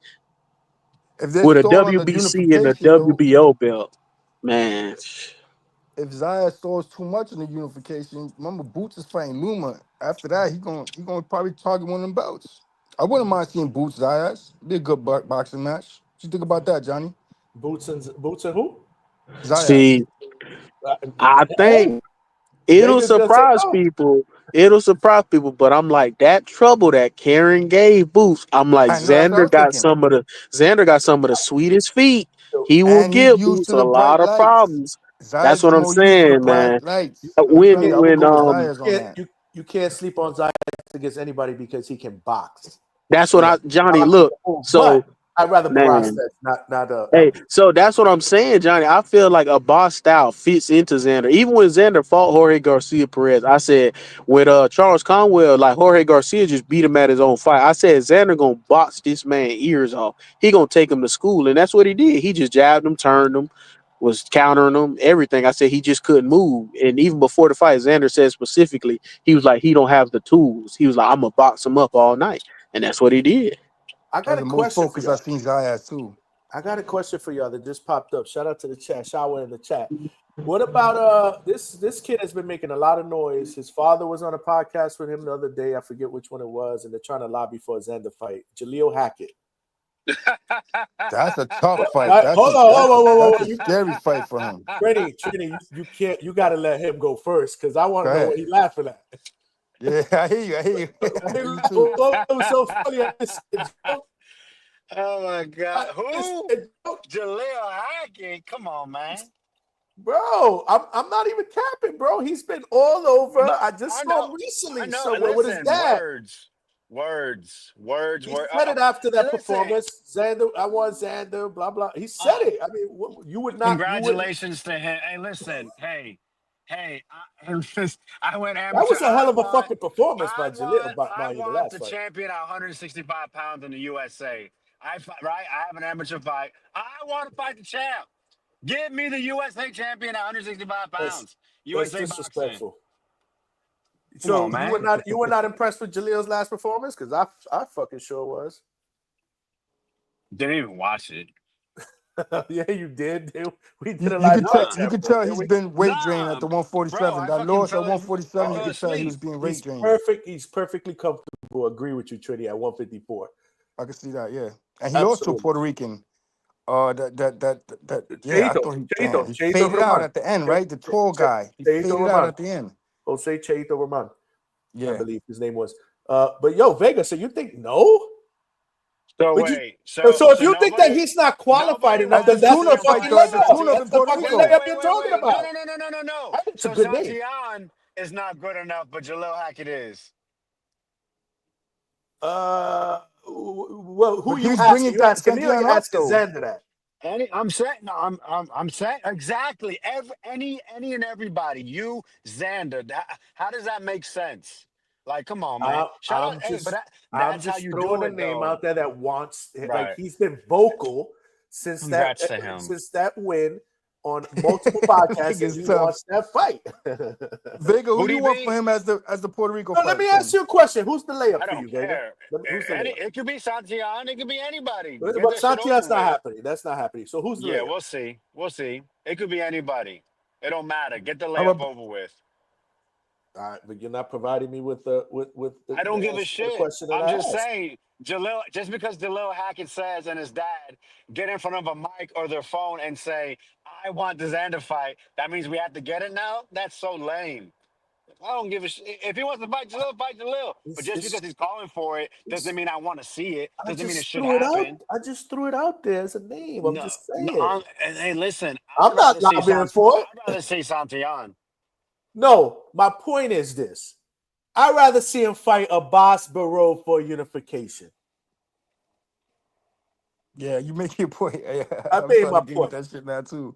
You see what I'm saying? Yeah, I see what you're saying. If he If can you get that don't title want that, shot, you don't want it, then give me Abbas Barrow, which I believe is a winnable fight yeah, you convinced me. with something on the line. And it'll be a Another tough title. fight. It'll look And good for the optics. it'll be really good fight. And again, I don't want the chat to misinterpret. I don't think that's a layup at all. It's going to be a really good fight against a tough game opponent. If Xander can beat this dude and take his strap, it's just enough for all of us to be able to say, wow, okay, it wasn't a layup. He went in there, he had the balls to fight another champion, whatever, and he ended up beating him. So that's what I'm telling you. I think that's a win-win situation. And then your next fight is Then your next fight, you fight. for undisputed, right? No, And then the he'll next go up fight to is Jaleel 160, Hackett. and then he'll go up to That's the 160. layup. Then your next fight. And then he No, fights Johnny no, Beck, Lada winner, and then he fights Bud, right? no. He fought two. I thought we're doing video game stuff back here. My He bad. won 2 titles in a row. Now you give him that fucking layup. Like I Now said, you give him that layup.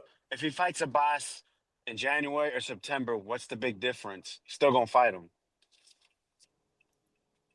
Well, again, you're not telling me who he should fight in January or February.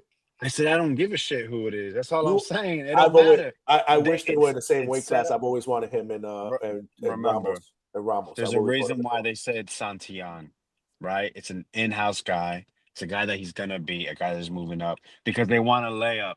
He So you doesn't said want that. I give him kudos. It's great. He's trying to jump in with Virgil, but we all know he wasn't gonna pick Xander over Madrimov, right? He tried to do the Fundora. I mean, we see what Fundora's about when he dropped that belt. Not even that. When he fought Cordell Booker, that was pretty obvious, right? Then, like I said, he's fighting Keith Thurman, who's got one fight in like 4 years. Yeah.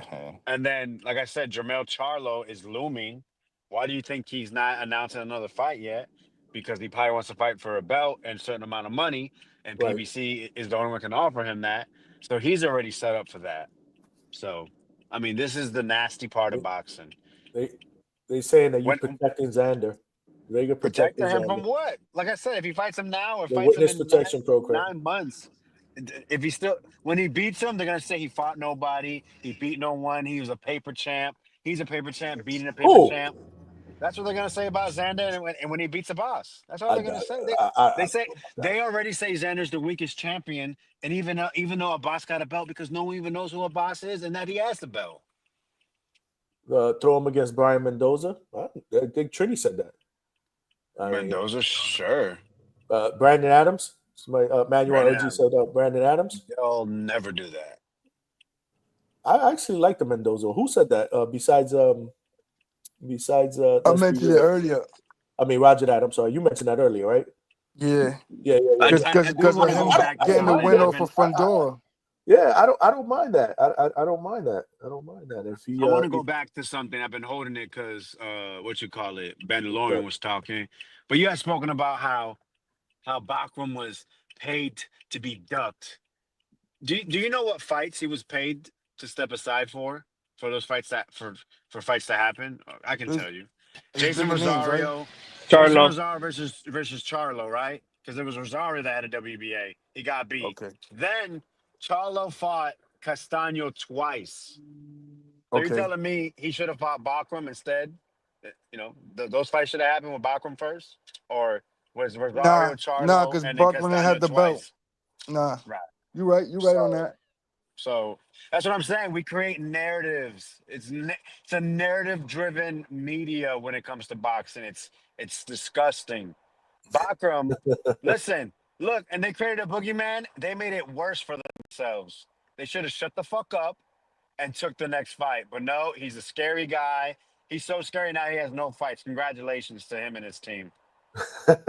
Yeah, he's getting older too. Hard to disagree with that. Alberto, what's up, man? Yo, what's good, Johnny? Good, Vega. Good, Yo. who's on? What's up, Trini. Birdo? Trini. What's going Yo, on? what's up, Respect. Trini? Yep. Salute, salute. Johnny, I caught the playback. That was a phenomenal live at the camp, man. I think we got some good insight. So shout out to you for hitching up north to ATL, man. Appreciate you, man. It was fun, man. I had a good time. It was great. Yo, what the fuck? Johnny, you sound sick now. You good? No, I'm fine. It's just I don't know. It's the Kenichis. Nah.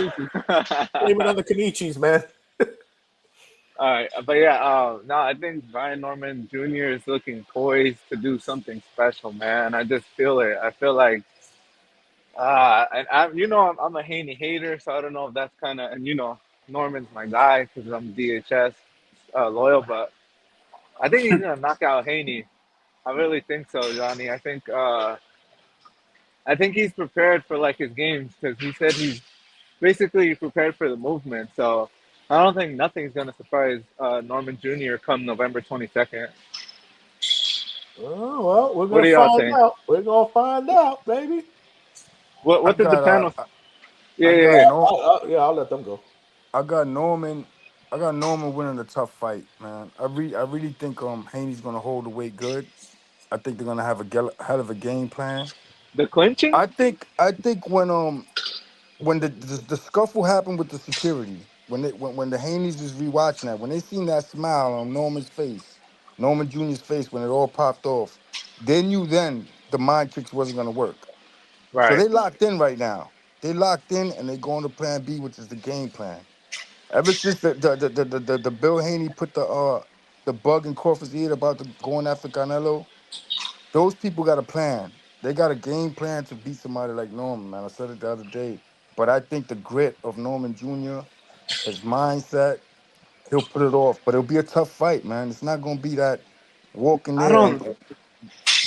go ahead. I disagree, Trini. Let me tell you why. Have you all noticed that the all of the fuck shit antics from Bill Haney has stopped now that the fight's right around the corner? Remember, he Yeah, was like yeah. on Twitter and I on think panels every I day think talking about Bada testing, Bada this, and now they're real quiet because yeah, that was that was mo- that was before. If you think back to what I just said, that was before the scuffle. They seen that kid right, smile when the scuffle popped off, and they let him know this not gonna work with this man. Let's just exactly. let's just pack it in and train and get ready for a tough fight. The mind tricks ain't working with this kid, man. The pops who paid him for that. All that Jedi mind tricks, that shit ain't working on this guy, man. So they locked in. I'm telling you, it's gonna be a tough fight. I hear your point, Alberto, and the knockout could happen at any moment. And they keep saying this kid don't got no footwork, but I think that's the first thing Senior taught him. That's what I think. And he'll tell you quick, yeah, I got the power, but I got to be able to land it. So he knows, he understands positioning himself. And what King Cam's pop said the other day about B. Norman being the most athletic person Haney fought, not necessarily. Lomachenko's a hell of an athletic dude, bro. That father had him like some robot shit, bro. Swimming and doing all kind of tricks and all But kind of like memory tricks. And his training was crazy. That athleticism, maybe not the strength of Norman, but athletics wise, the footwork and stuff, yeah. You know what I mean? but Yo, ask Johnny when you get with Junior again, because I know a lot of people overlook the lightweights. And the guy I'm about to mention, man, if he was Mexican, he'd be a household name, man. But Roman Gonzalez, man, Chocolatito, man. If Roman Chocolatito Gonzalez was Mexican, he'd be a lot more out there, man. But he's from Nicaragua. He ain't got the support like that. But he's another one. I'd love to see him 10 years. He was 10 years younger in there with Bam. But yeah, man, I can even knows about him. Tell him to check out his footwork and shit like that, man. Just pick his brain and see if you know about that guy. For sure. For sure. Can you guys hear me? yeah, Yeah. Yes. Oh, is this echoey or you sound kind oh of nasally? God. It's the hotel room, man. Nothing I could nasally. My allergies always happens in the evening. Always Nah, happy Oh, you're wow. to good, you. I don't know Johnny. if you guys But I hope you're right, Alberto. Hey, let me tell y'all this. This is why I think it's gonna be a easy fight because this is the first fight that Bill Haney doesn't get to manufacture tailored guy for his son. You know, his whole career, he's fought what Lomachenko, Jojo. A lot of people give him credit, but I don't. Regis got the worst feet in boxing, man. Him and Matias, those are like the Mm. worst feet we have seen, you know, recently. So this is the see. first fight. Go ahead. I said Senior had, told me at when we were together that Regis even admitted in an interview or something like that that he doesn't have good balance feet. I mean, we've seen that video, Johnny, with him and Roberto Duran. That shit, like, man, Regis' feet are bad, man. And it's also, and think back, and remember, he got into Regis' fucking head with the coach. He had the Yeah. coach all over the place, the streets within the coach. You can't do that shit with Senior. He gonna shut you down. He called him a beige smurf. I remember that shit, bro. And that shit killed him. That shit killed him, bro. He went in there, that shit fucked him up, bro. You're Called not him doing none yellow. of that shit with B Norman. That's So that nasty, mental, man. Oh man, mental's more, that's mental's funny. 80% of the game, bro. That's why I Yo, said, that's why I looked at the crazy when I said the whole Mount Crawford talk. yo, shout out to my guy PYP Boxing, man. He said MVP now coming to Texas, my backyard specifically. I met you in Orlando at the Cordova fight. Yeah, I remember you, brother. Appreciate you, man. We chopped it up a little bit. Keep working, brother. Keep working, man. Speaking of working, we need 26 more likes to get to 100, y'all. We need to get there, man. What's going on? 7 more super chats to get to our goal. Yeah, that was funny when you said that. Hey, but this is the first guy, Johnny and panel. This is the first guy that Bill Haney hasn't like tailored towards his son because if you think about it, Bro, they didn't want this you fight. must have heard what Senior said today on the daytime show. Yeah, no, at the end he was You popping heard it, it. right? That's why I'm saying it. Yeah, I I gotta caught the play tail that end. back for the people that did not hear that part, man. I gotta play it back in a little while. I'm gonna share my screen and play it back. But go ahead. I'm sorry, man. No, yeah, no, facts, Johnny. Like this is the first guy that Haney doesn't have a arm reach advantage or he doesn't outweigh by 40, 30 pounds on fight night. This is the first time, man. Like I'm excited. We're finally gonna get rid of the Haney. Say get rid of the I, Haney. I I don't. don't I think the think he's. Haney's are I going still nowhere, say. Alberto. I think he'll come back. I think he'll come back and they'll unify Nah, after the this is loss. I'm telling you. nah, I'm telling you, man, he's gonna because be a that tough. He's gonna hold the weight that just as you said, 30 pounds over. He's gonna be comfortable at that weight, man. Just because you ain't see it doesn't mean he can't do it. Just like so with B Norman, we ain't see the footwork. Doesn't mean he can't do it. Just because your father could finesse it that you could get them easy fights and shit, don't think he ain't prepared to fight in the pocket for a minute and move when he has to. I'm telling you, bro. I just got a feeling it's gonna be a tough fight. But Norman gonna pull it off. Haney gonna bounce back. And I'm telling you, if they don't go to 154, they might just unify. Because I could see Haney coming back and getting a belt off of another champ, whether it be Rolly or well, Barrios. I think Haney beats both of them at 147.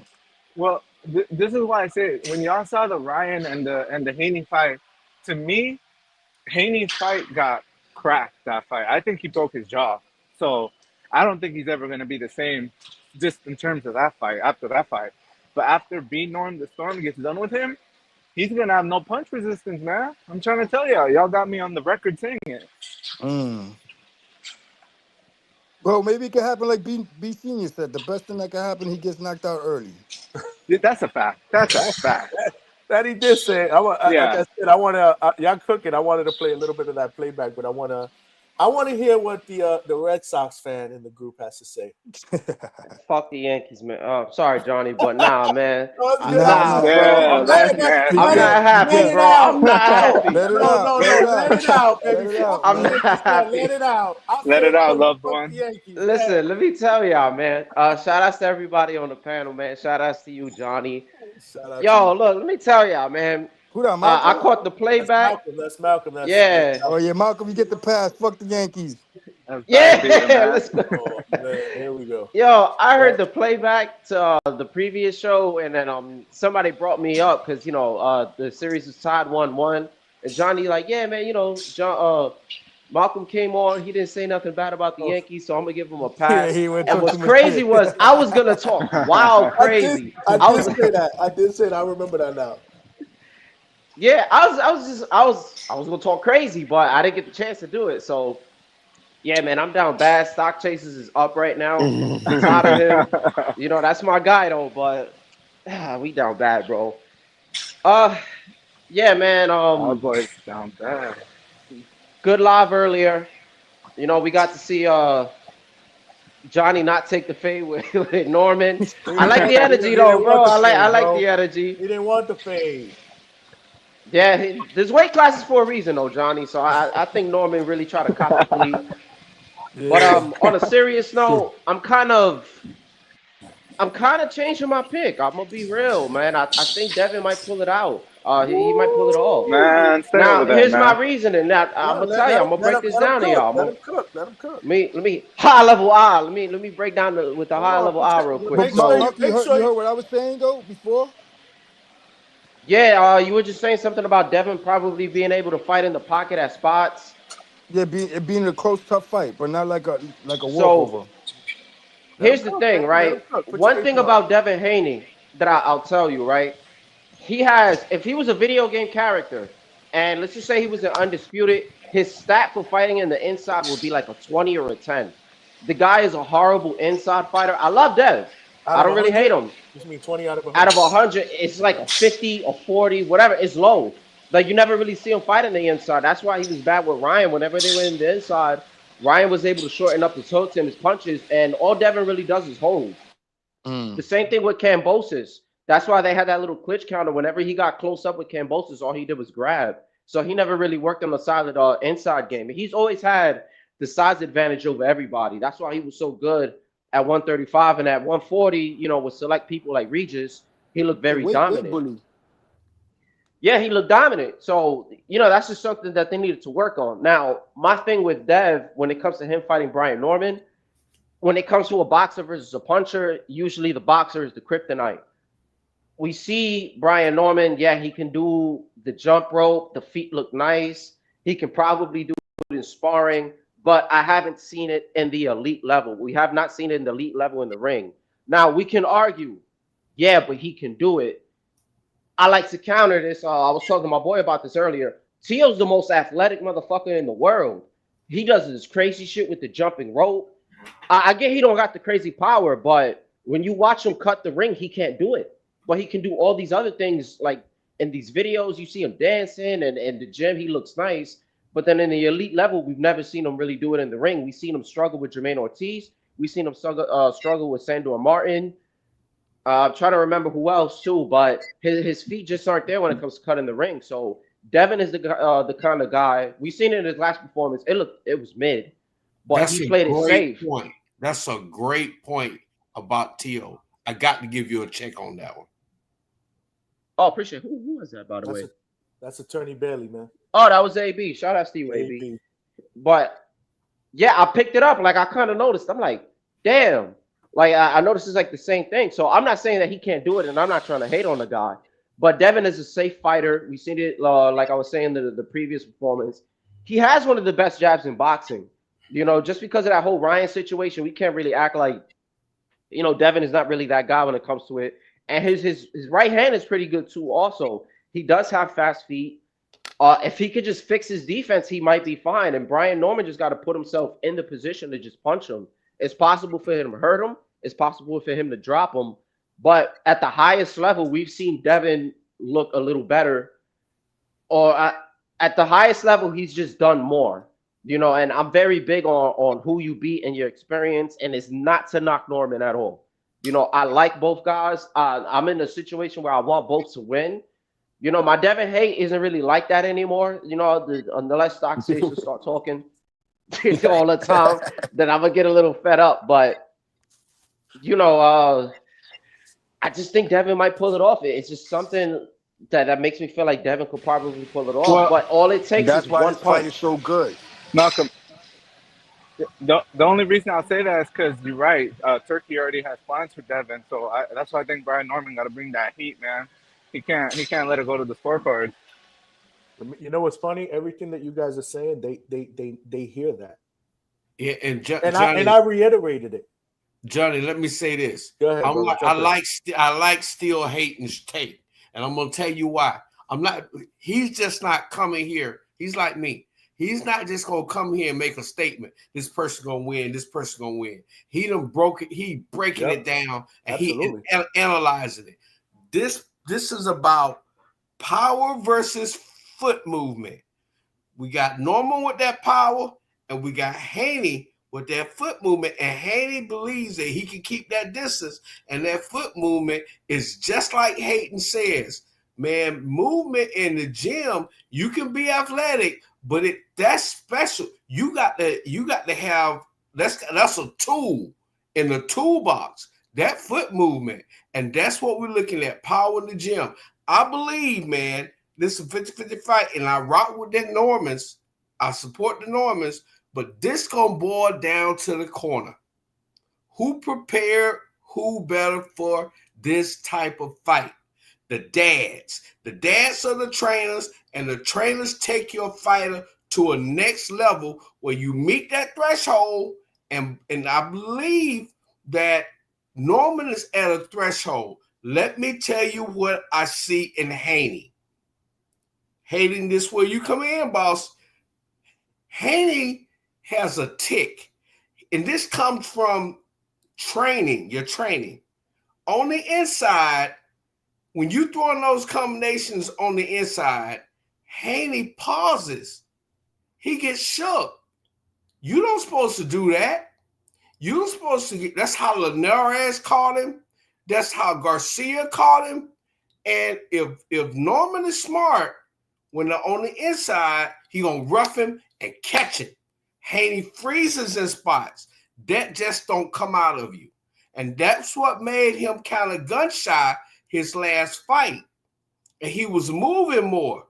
Hopefully, they adjusted to that, because with Norman's a dog on the inside. He just got to catch up with the footwork. If he gets that footwork and he throws them punches and bunches, and Haney starts freezing, man, you're going to see a knockout, a vicious one. A vicious one. Bad one, yeah. Now, another point real quick. I made the point on this fighting style in the movement. The fight's going to be in the corner. This is what I see in Xander. Still hating. See if you agree with me on this. When I was watching Xander, man, I noticed something. This kid is good. He's very good. He catches the angles and he moves, but he doesn't punch. He don't punch off the angles.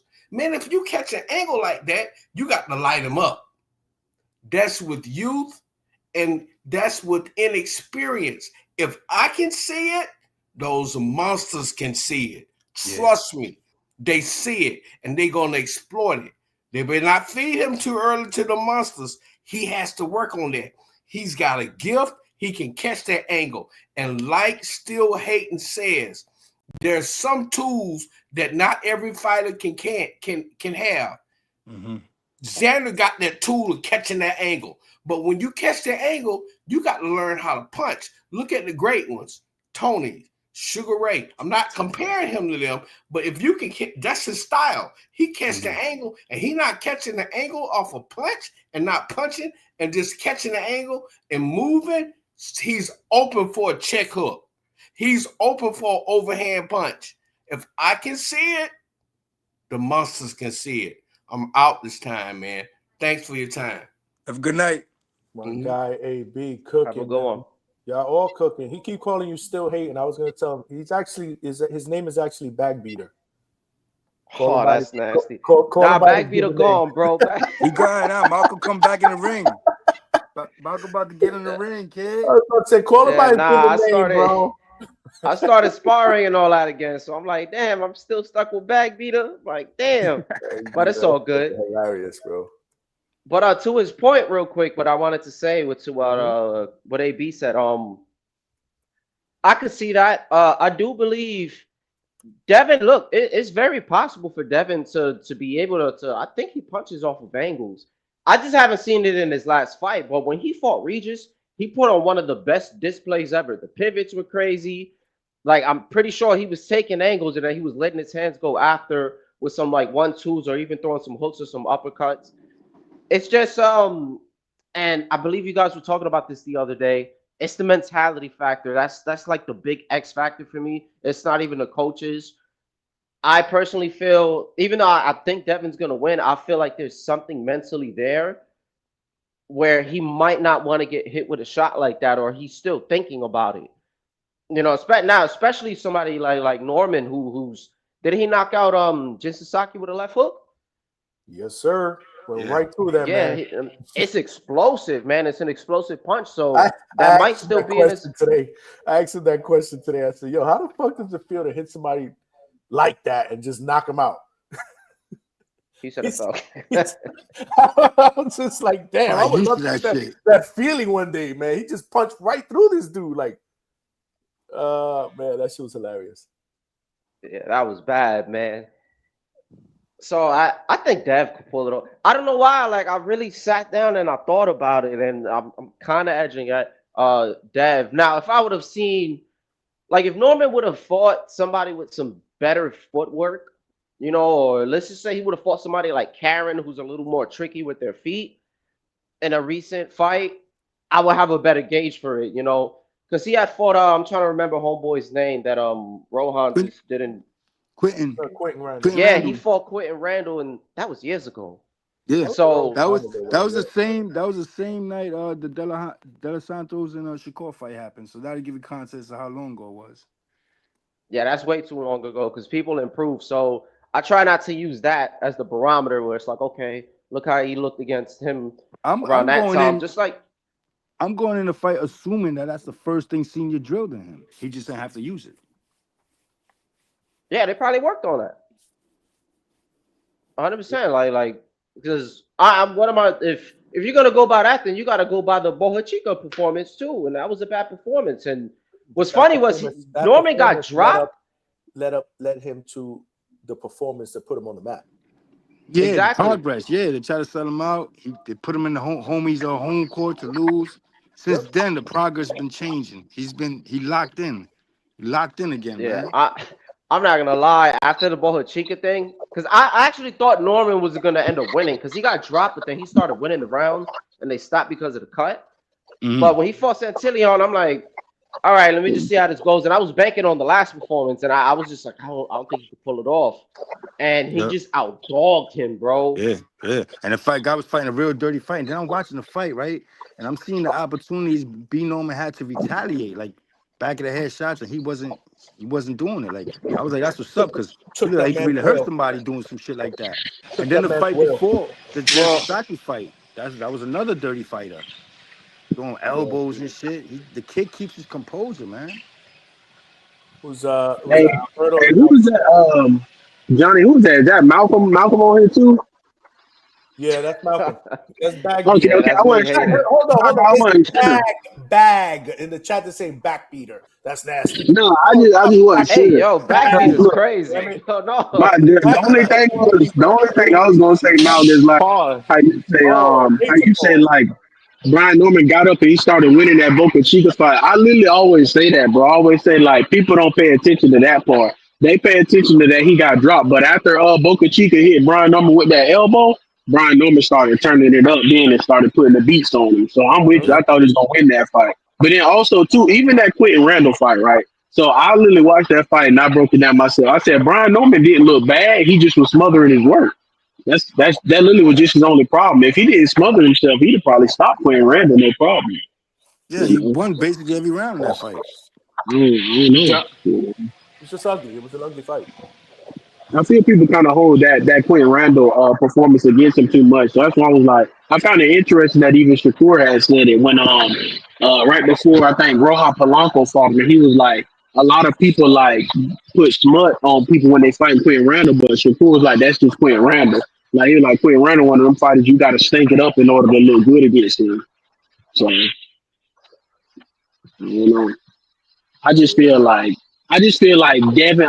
I've been saying it though. I just feel like Devin and them, they underestimate Brian Norman Jr. so much to me. I feel like they counting on is him loading up on every shot and then throwing the left hook. That's what I'm like. I feel like he gonna be so worried about not getting hit. That's how he gonna end up getting knocked out. You know, that's because what Attorney Bailey was saying was right. I feel like when when you look at that Jose Ramirez fight, it was plenty of times Jose Ramirez got to Devin, and Devin literally just closed his eyes and just was throwing punches like his cover fire. Like, if it land, it land. If it don't, shit, I just need to get out of here. I don't think that's gonna work against Brian on the junior. Man, for sure. Yeah. Go ahead. I'm sorry. No, yeah, like Jose Ramirez is he's a shadow of his former self. And then, you know, there was also the argument, I'm not trying to bail out Dev here, where everyone was saying maybe he The was trying to payday. play it safe. Yeah, he was Payday. trying to play it safe because they already got a fight lined up. And they're doing it again, which I don't like. I don't like people lining up fights already because you Yep. see these things and it's like, oh, I might have a big fight, and you don't think about what's ahead of you, like what's right in front of you. But something's telling me that that's Big Boss, right? That's Mandalorian. Yes, that's Big Yeah, Boss. that's Okay, me, bro. yeah. All right.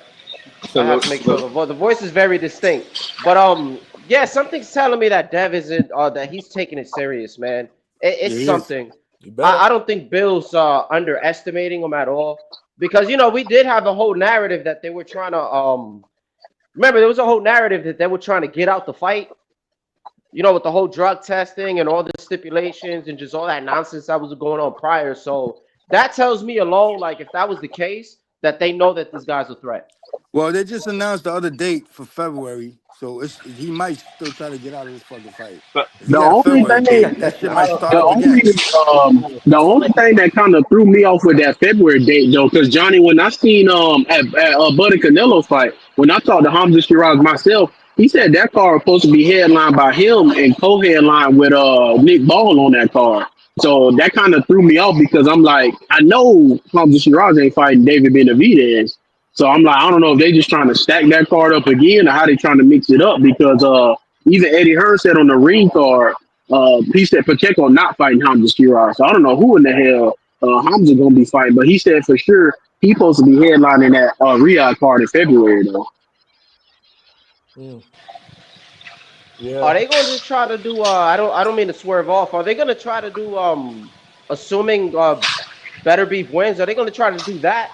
And Benavidez, are they going to try to get that Alphataya smoke? Because I just seen he called him out. Joe Alphataya called out David Benavidez. I think so. I think it'll be better because I seen that too with Jai Opatai. Like, because he said after McCallion they reordered it, so him and McCallion and Badu Jack got to fight. And then of course Jai Opatai he got to fight Hussein Sin Cara, which I'm not even tripping on that fight. I seen a lot of people mad at it, but I think a lot of people forget like a year and a half or so ago Hussein Sin Cara was already his mandatory, but he had got hurt though. So I think Better Be is gonna come back and he gonna fight the Conor Wallace and Michael Eifert winner because they fighting on the Jai Opataya undercard. So I think that's who better B-Ball will come back and fight because I think after that back injury, it's no way he goes straight into a Better Be at 3 or even a Benavidez fight. So. We got Coach Hector B in the Oh, they're building. gonna come check the Bermudez in here, yeah. Coach was what's good, Coach? good with it, indeed. Indeed, Indeed. emphatically. We in the house. What up, Coach? Hey, that's funny. Hey, that's funny, Johnny. You always said Coach had to always get on here right at 11 o'clock sharp. It's literally 10:59. You out here at 1 o'clock in the morning. What you talking about? Actually, I'm a little early right now. Actually, It's 3 in the morning. 10:59. Yeah, Coach don't get here till midnight. I'm actually a little early here. I'm with Making an my early young appearance. young boys here, doing a little bit of film study. Okay, that's what's up, And, man. we Shout out to was going through some things that they need to work on. I'm gonna introduce you to them. You ready? Yes, sir. And anybody, the young boys, anybody who wants to follow them. My boy right here, his name is Rodrigo Maite. Right? Okay. I think he's 6-0. He's a 2020 Olympian and gold medal at the Pan American game. Nice. 6 and gold. Rodrigo Maite. I'm gonna put his Instagram on the chat. Yeah, put it in the chat, man. Make sure you guys shoot a follow, man. For real, man. We got to support. I'm gonna introduce you to another. And I'm How old is he, Coach? I think he's 28, right? Yeah. But he's Dominican, so you gotta be careful with them ages. So you said what I was thinking. You really come off as a nice guy, Coach, but you know what I really, but you really, you know what you really are. But was he the ones? Because I saw you put some IG posts on somebody that was you was doing mitt work and body work with. That wasn't him though. No. These guys got a little more to go before we get to that stage. And this other kid here, ven acá. No, thank you. This other kid, Junior Alcantara. Junior Alcantara is a ¿Cómo está? ¿Cómo está? Todo bien, gracias a Dios. he's not pro yet. He's a bronze medalist at the last Olympics. That's a Okay. See, Okay. he's a monster, young boy. He's a young kid. He's 20. ¿Cuántos años tiene? 21. 21 years old.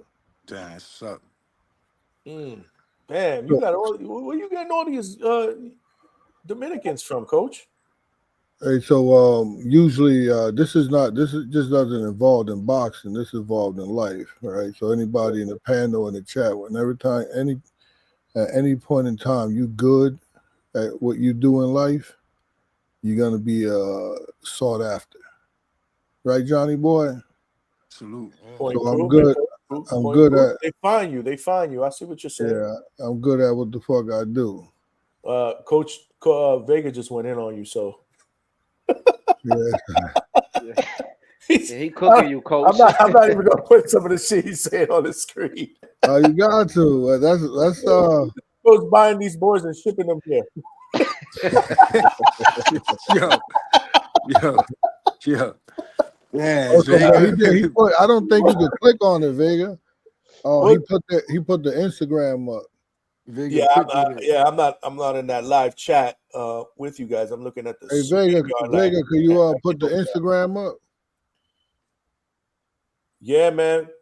Shout out to Coach Hector B, who you got a lot of good young Hispanic talent, man. Is that because you have Hispanic fighters already? So, all jokes aside, is it because the Hispanic, the Dominican community, you kind of developed that? Well, I had two world champions. I had 2 world champions that are Dominican. So that's what I'm trying to tell you. So you've developed that perception out there that you handled Hispanic Dominican fighters very, very well.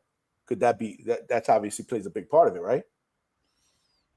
I guess so, but just not anybody could come here. You definitely had to have some talent, and because I could, and you had to have the cojones to be able to withstand just the regimen that goes on around here.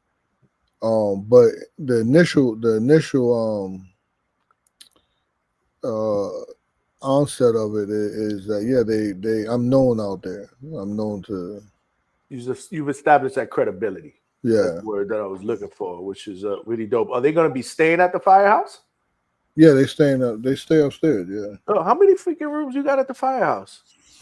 1, 2, 3, 4, 5, 6, 7, 8, 9, 10, 11, 12, 13, 14, like around building 13. camps out there. That's what's up. Wow, that's crazy.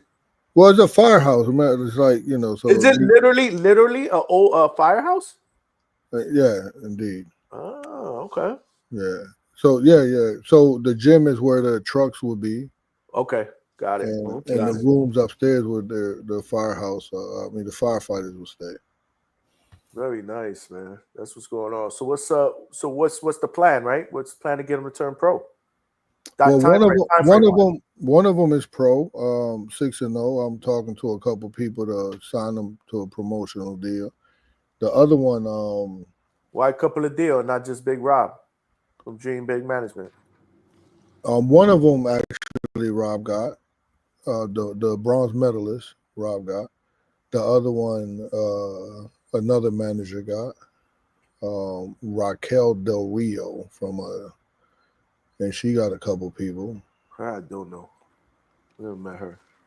Yeah, Coach, with the whole sofa promos that's coming out with Dana, do any of those guys ever reach out to you for like to like acquire your young for the contender series and stuff like that? You Good I you don't. haven't been approached by them? Very Yeah, good. I don't want you to think that like Dana White himself or someone like that approached me, but yeah. So I mean, they approached me for Thomas Blumenfield, yeah. stuff like that. I'm not interested though. You're not What, interested? Yeah, because I what, was what, thinking like that. I was seeing another podcast that was talking about the demographic that they aim. It was actually the boxing voice, the demographic that they're aiming for, that look they want. And your man Thomas Blumenfield, like when I was hearing, he popped into my. I'm like, yo, that guy got the look and the fucking skills according to coach. So that's what I was thinking if anybody reached out. But you say you're not interested in it. No, I'm not interested in that. so The aspirations is to just stay with what's been here. The norm is How to about the get. pro box for the young guys, the contenders? You fuck with that? Um, you would have to. yeah, there's so there's if I have the talent that will fit pro box, it had to be the right fit. I would do it. But the talent that I have, But you do have you have a lot of guys that like to fight. But I get what you're saying. I don't know. yeah. And this So is right what- now, I don't know if Thomas would be a pro box fighter. yeah, I rather go with the top guys. I'd rather go with the top guys than But like the pro. 6-0 guy you just showed us, that's a good. Because what you feel about the pro box blueprint? No, I think pro box is awesome. I like Daniel. Yeah, I think it's pretty awesome. I And the think they got. matchmakers and stuff, the way they put up the matches, like you don't know who's really gonna win. It's like tough fights or veterans trying to come back. Nah, you know who's gonna win. You know who's gonna win. But it's just they match you pretty tough. I'm not a good proponent of fighting tough early on. Okay. Until they're like well developed. This is why I say Yo-Yo and Rohan, they ready to fight the world. They'll fight whoever. They will never say no to any fight that come across the table. But these kids here, no, I'll say I just said no to a guy now that I think we could beat, but it's gonna be a tough fight. I don't want him to have a tough fight. He got a career after this. Yeah. Man, Vega's really going after you in the chat. Shit, what did you do to Vega? And this is That's my supposed guy. That's Vega's supposed to be your mans in them, bro. And look at how he going in on you, bro. He said, All right, this is my guy. Where is he? He should be on here. Good famous in the DR. He was on here. He was on here a little while ago. Yeah. He was hating on my sound. He was hating on my sound because I'm actually at the hotel. I don't have my equipment, so he was hating. Okay. No, that's Vega, you gotta hate. We appreciate the hate. If he come on here, said the same thing. I'd be like, "Who are you? Who are giving you?" someone credit is like, no, we need him. No, I appreciate everything he said. Hey, listen, everybody, man. There's no such thing as good or bad publicity as long as you keep getting out there. For sure. For sure. Right? For sure. Because that's the name of the game. You have to be known. You got to put asses in seats, whether they want to see you get beat up or someone to cheer for your victory. True. Yes, go ahead. I was just gonna mention real quick that did y'all see that Vito Milnicki left Top Rank and he signed with Zupa? It might make sense over there, coach. I saw that.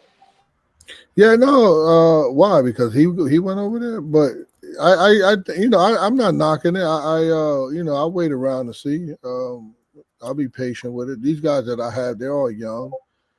So yeah, I'm patient. I have a whole new. My motto was like I always had a world champion. Something happened where I got disconnected with a fighter and he left me, and he was going to be my next world champion. And I think he would have been world champion right now, probably would have lost it around this time now. And then Rohan would have came up behind him. And that's always been kind of my trajectory through my boxing career as a trainer. I always had a world champion and somebody's coming up to become one. Nice. And if that guy loses, then this one steps up. And then I had a gap. I had a little gap there because one of the guys that was up next left me because he thought I didn't believe in him, and I wouldn't take the fights that I didn't think it was right for him. And I mean, I tell everybody here would know Abraham Nova. So he was supposed to be my next world champion, and he would have been. The Rubasi fight came across my table. I said no, and I said, why would we fight? Why would we give a Cuban guy the opportunity where we're number 4 in the world, number 3 and number 4 at the time? We're like up next, you know, and. You know, I said no to the fight, and he found out. I said no, I don't believe. Blah blah blah. He left. He took the fight, and then I don't know if everybody saw what happened. But he just lost to was it Ford, Raymond Ford? Yeah, he had a really close fight with it. So yeah, his just trajectory went straight downhill after that. He had blown his Achilles. He never really recovered right. So he was supposed to. So that left me a gap where now we're just the guy that's up next is Rohan and Feliciano. Whether they become world champion or not, we'll see. I'm about to head out, guys, man. Thanks for the chat. Cool thing. Coach, can we get an early pick on the Haney Norman? No, definitely not. All right, respect. You guys have a good night. I tried. He had to be messy right before he left. I tried to skate out of here with a win. All right, good night, y'all. Good night, Trini. Yeah, appreciate you trying to sneak that shit in there and Coach shut that shit down real quick. Definitely not. Emphatically not, indeed. I was expecting him to say Rohan beats them both. I was just waiting for that. Oh, he said it on cash shows. What are you talking about? I don't think. It's a tough fight for Rohan. Both of those guys. Tough fight for everybody. Yeah, man. 50 more likes, y'all. Go ahead. I'm sorry, Coach. I didn't mean to cut you off. No, I just wanted Vega to put their Instagram in there, Vega. Man, I want somebody to kick Vega out of the chat. He pissing me off. He going in on me now. But I do got some bets though, because there is some fighting today. Was Friday, and we didn't do nothing yesterday. Did you you didn't do the early bets to get Brandon Glanton and Marcus Brown? No, because I had to study the Glanton guy, and once I studied him, man, that was an easy bet to bet on. I would have picked Glanton too. I didn't get it in time for the show. Somebody's background. I can hear a lot of noise. Might be you, Bandolo. My bad. Might be mine, Johnny. My fault. Hold on. Yeah. Well, who you got? What bets you got this weekend? Well, I'll give you a long parlay, right? And then we'll go into what I think is gonna. Hold on, let me. I gotta pull this. I gotta type it up. So if I get asked, go ahead, shoot, Coach. Daniel Barrera. Okay. Hey, but Vega, you keep doing the same thing. Nobody could I don't think people could tap on that, right? On the Instagram. I'm not sure. Maybe no. And the live. No, you can. I tried it earlier. The live chat on YouTube, you can. I think you can. Yeah. I can't where I'm at in StreamYard, but so you can. My bad. I didn't know that. Yeah, they're both up there. Rajigo and Alcantara. I think that's the second name. It's in the live YouTube chat. And while you guys are there, we need 12 more likes to get to 100. His name is Alcantara. Alcantara, yeah. So I see his last name, Alcantara 03 or something. Yeah, 03.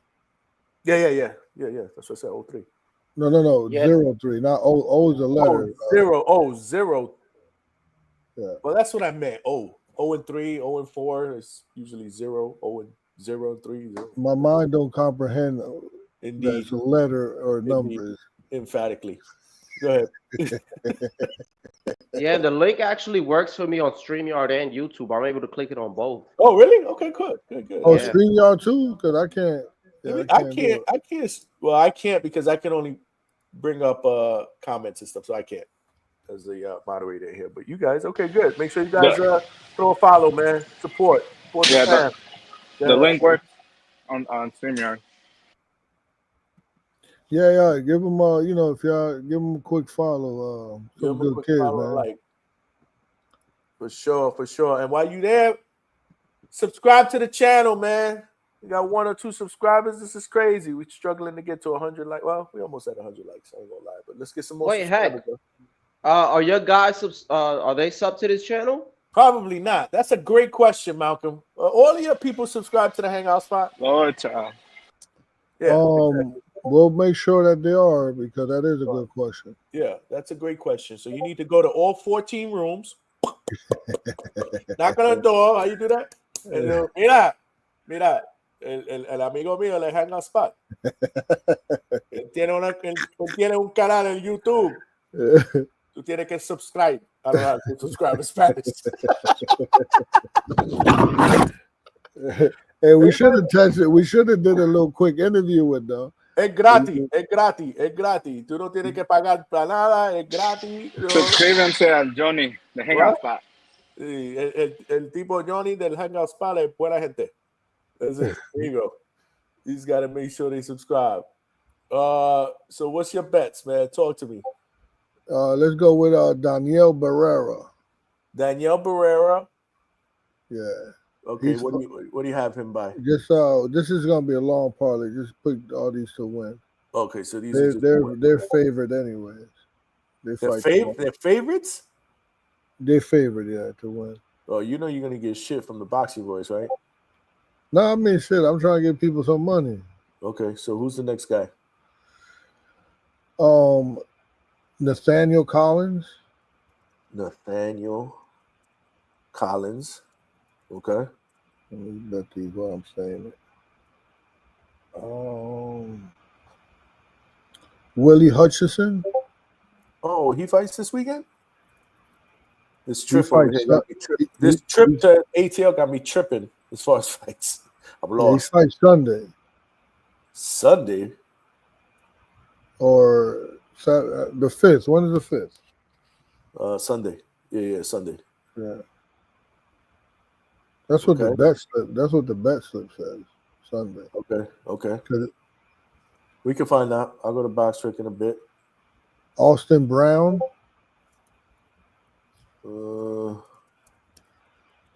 Okay. Is my guy Malcolm on here? No, he's not on here. Yeah, he's on here.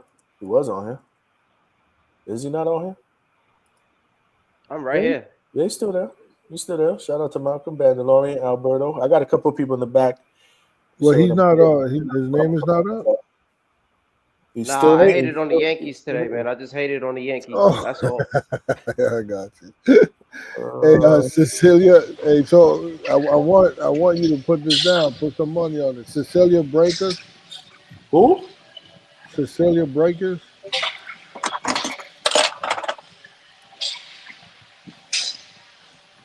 Johnny, I'm gonna hop off so you can bring on some other people. All right, brother. Appreciate you, man. Appreciate y'all. Have a good show. Okay, Brockus. Got it.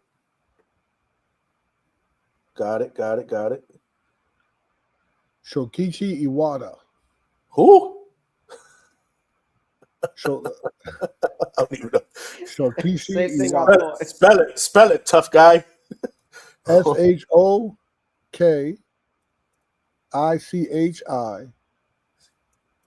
Okay. IWATA. Okay. Iwata. Is that a male or a female? That's a male. Oh, wow. And these are all for the win. This is a long parlay, right?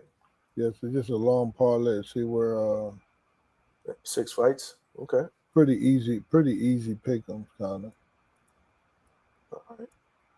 Not a lot going on. Oh, wait. There's 6 on? Let me see. 1, 2. That is 6. You got Daniel Barrera, Nathaniel Collins, Willie Hutchinson, Austin Brown, Cecilia Baracus.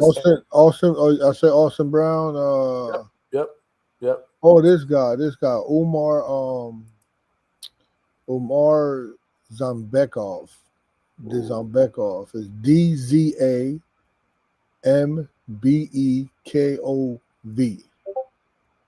Zambekov. Yeah, Zambekov. Umar That D is probably silent. Zambekov. Got it. Kane Sandoval. Damn, Sandoval. Cain Sandoval. what's the first name? Cain. C-A-I-N. Kane. Oh, okay. Got it. Got it. So how many is that? 8. What, Vegas still on here? He's somewhere in the chat. I want to see what that get us. I can bring him on the panel. That's 8. I'll bring him on the panel in a second. So now we'll go with so that the side bet. The side bets would be wait. Let me go back here. Side bet, you said? Yeah, you could bet Willie Hutchinson by decision, and you could bet Nathaniel Collins by knockout. Willie.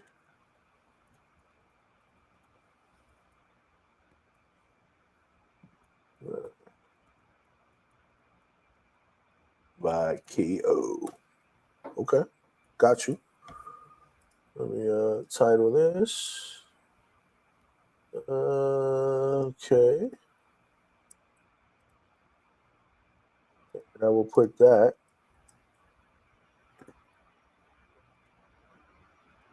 All right, got it. Got it. So that's 10 bets actually. Yeah. Long parlay with 8 and then 2 side bets. Am I right? Yeah. But those same bets are in the long parlay, but just that's right. Yeah. So this is the side bets are the type of bets that Jake Bellinger likes. Exactly. Yeah, exactly. That's a 2-legger. Willie Hutchinson by points and Nathaniel Collins by knockout. That makes sense. Okay, got you. All right. So you guys, let me share up so you guys can take a screenshot for whoever wants to take coach's advice on this. Yeah, I'm gonna actually do it this time. So I should just do that regular side bet. I should have added to the parlay, right?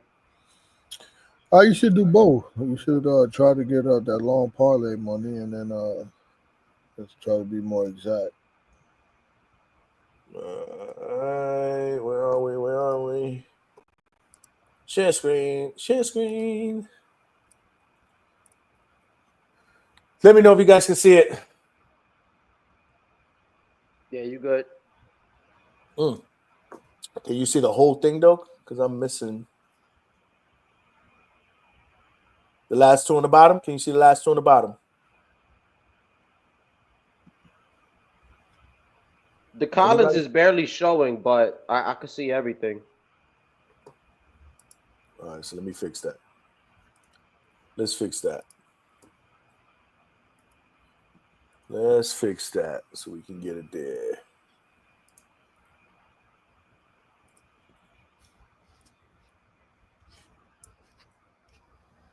Should be good now. Let's see. There we go.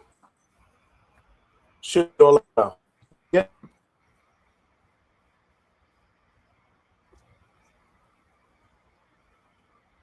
Throw me a yay or nay in the chat. Yeah, it's or on Gucci. the panel. We G to G, good to go. For those of you guys that want to do a long parlay or side, make sure you screenshot this. Those are coaches' picks for this weekend. Are those fights going down tomorrow, Coach? Yeah. I know Nate Collins fight tomorrow. That's what I'm saying. That's interesting. You got him by knockout. Okay. Which one? That Nate Collins. I know Nate Collins. I think he in line to get that. Like he in line to get like that 21-26 shot. So like he might end up fighting probably Shuku or something if Cool Boy end up vacating. Somebody's I hear somebody's TV in the background. Coach Cam. I'm gonna Johnny. look on Hard Rock. I hear somebody's TV in the background. I hear somebody's TV in the background. What up? What's good? What's good, Coach? Not much, man. How y'all doing? Chilling. Bermudez, what's up, man? How you doing? Okay, what's up? Eddie, what's up, man? Vega, what's up, panel? What What's up, Coach going on? Marcus? Yeah, man, we're doing a little bit of bet talk here. Yeah, I took a snapshot of it. I'm gonna go on my bookie and get some in. So see what Coach Bermuda is talking about. Yeah. Let's try to make some money. If you win, don't give him anything. If who wins? I give him credit. Yeah, you got a thumbs up. Well, you know, Hey, I tell you what, hey, if he hit that long parlay, I'll throw him something. No, don't throw it in the super chat. Okay, definitely.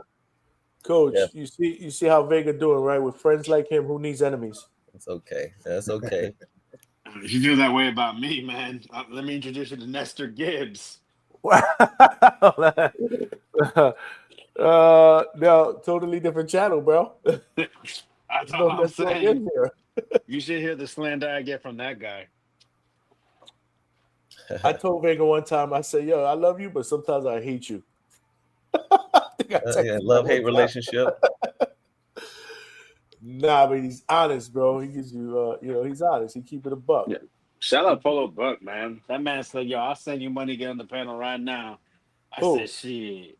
That man sent that bread quick. Send who money to get on the panel? Bro, Polo Buck, man.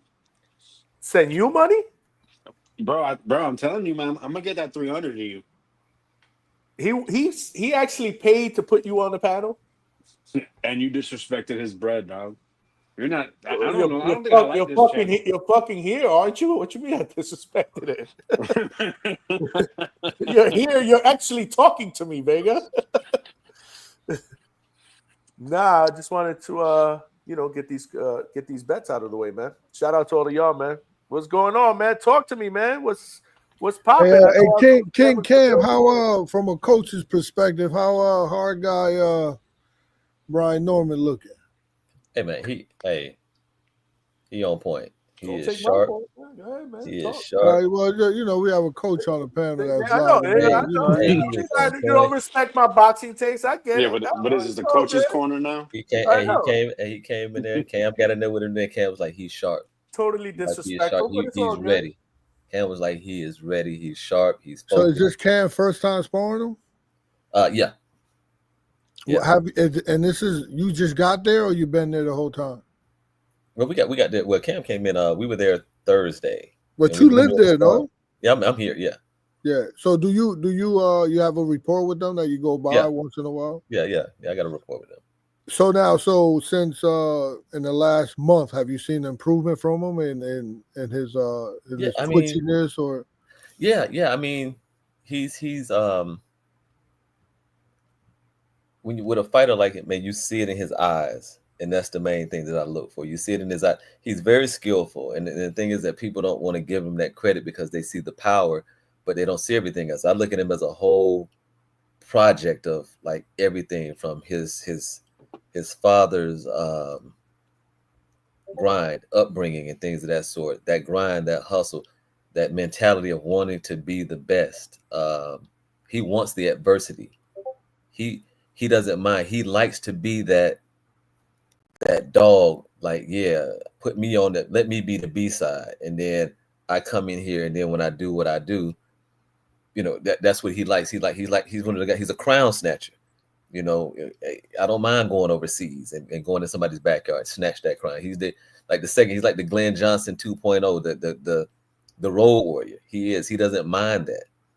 So, but just looking at him, I mean, his eyes tell me a lot of how he's focused. Even like besides him, just other guys he's sparred, just watching him and what he's looking for and the certain shots that he throw, that he's sharp. You see the style that he could dominate Haney.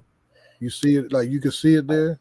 I don't think, honestly, I'm really not giving Haney much of a shot in this fight, because not the fact is I think skill for skill, that and I talked about it the other day when we were that it's not the fact of skill for skill.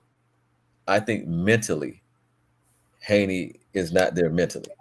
Like I said, my point being that when what happened with Ryan Garcia, and then you turn around in your next fight against Ramirez, you do what you did.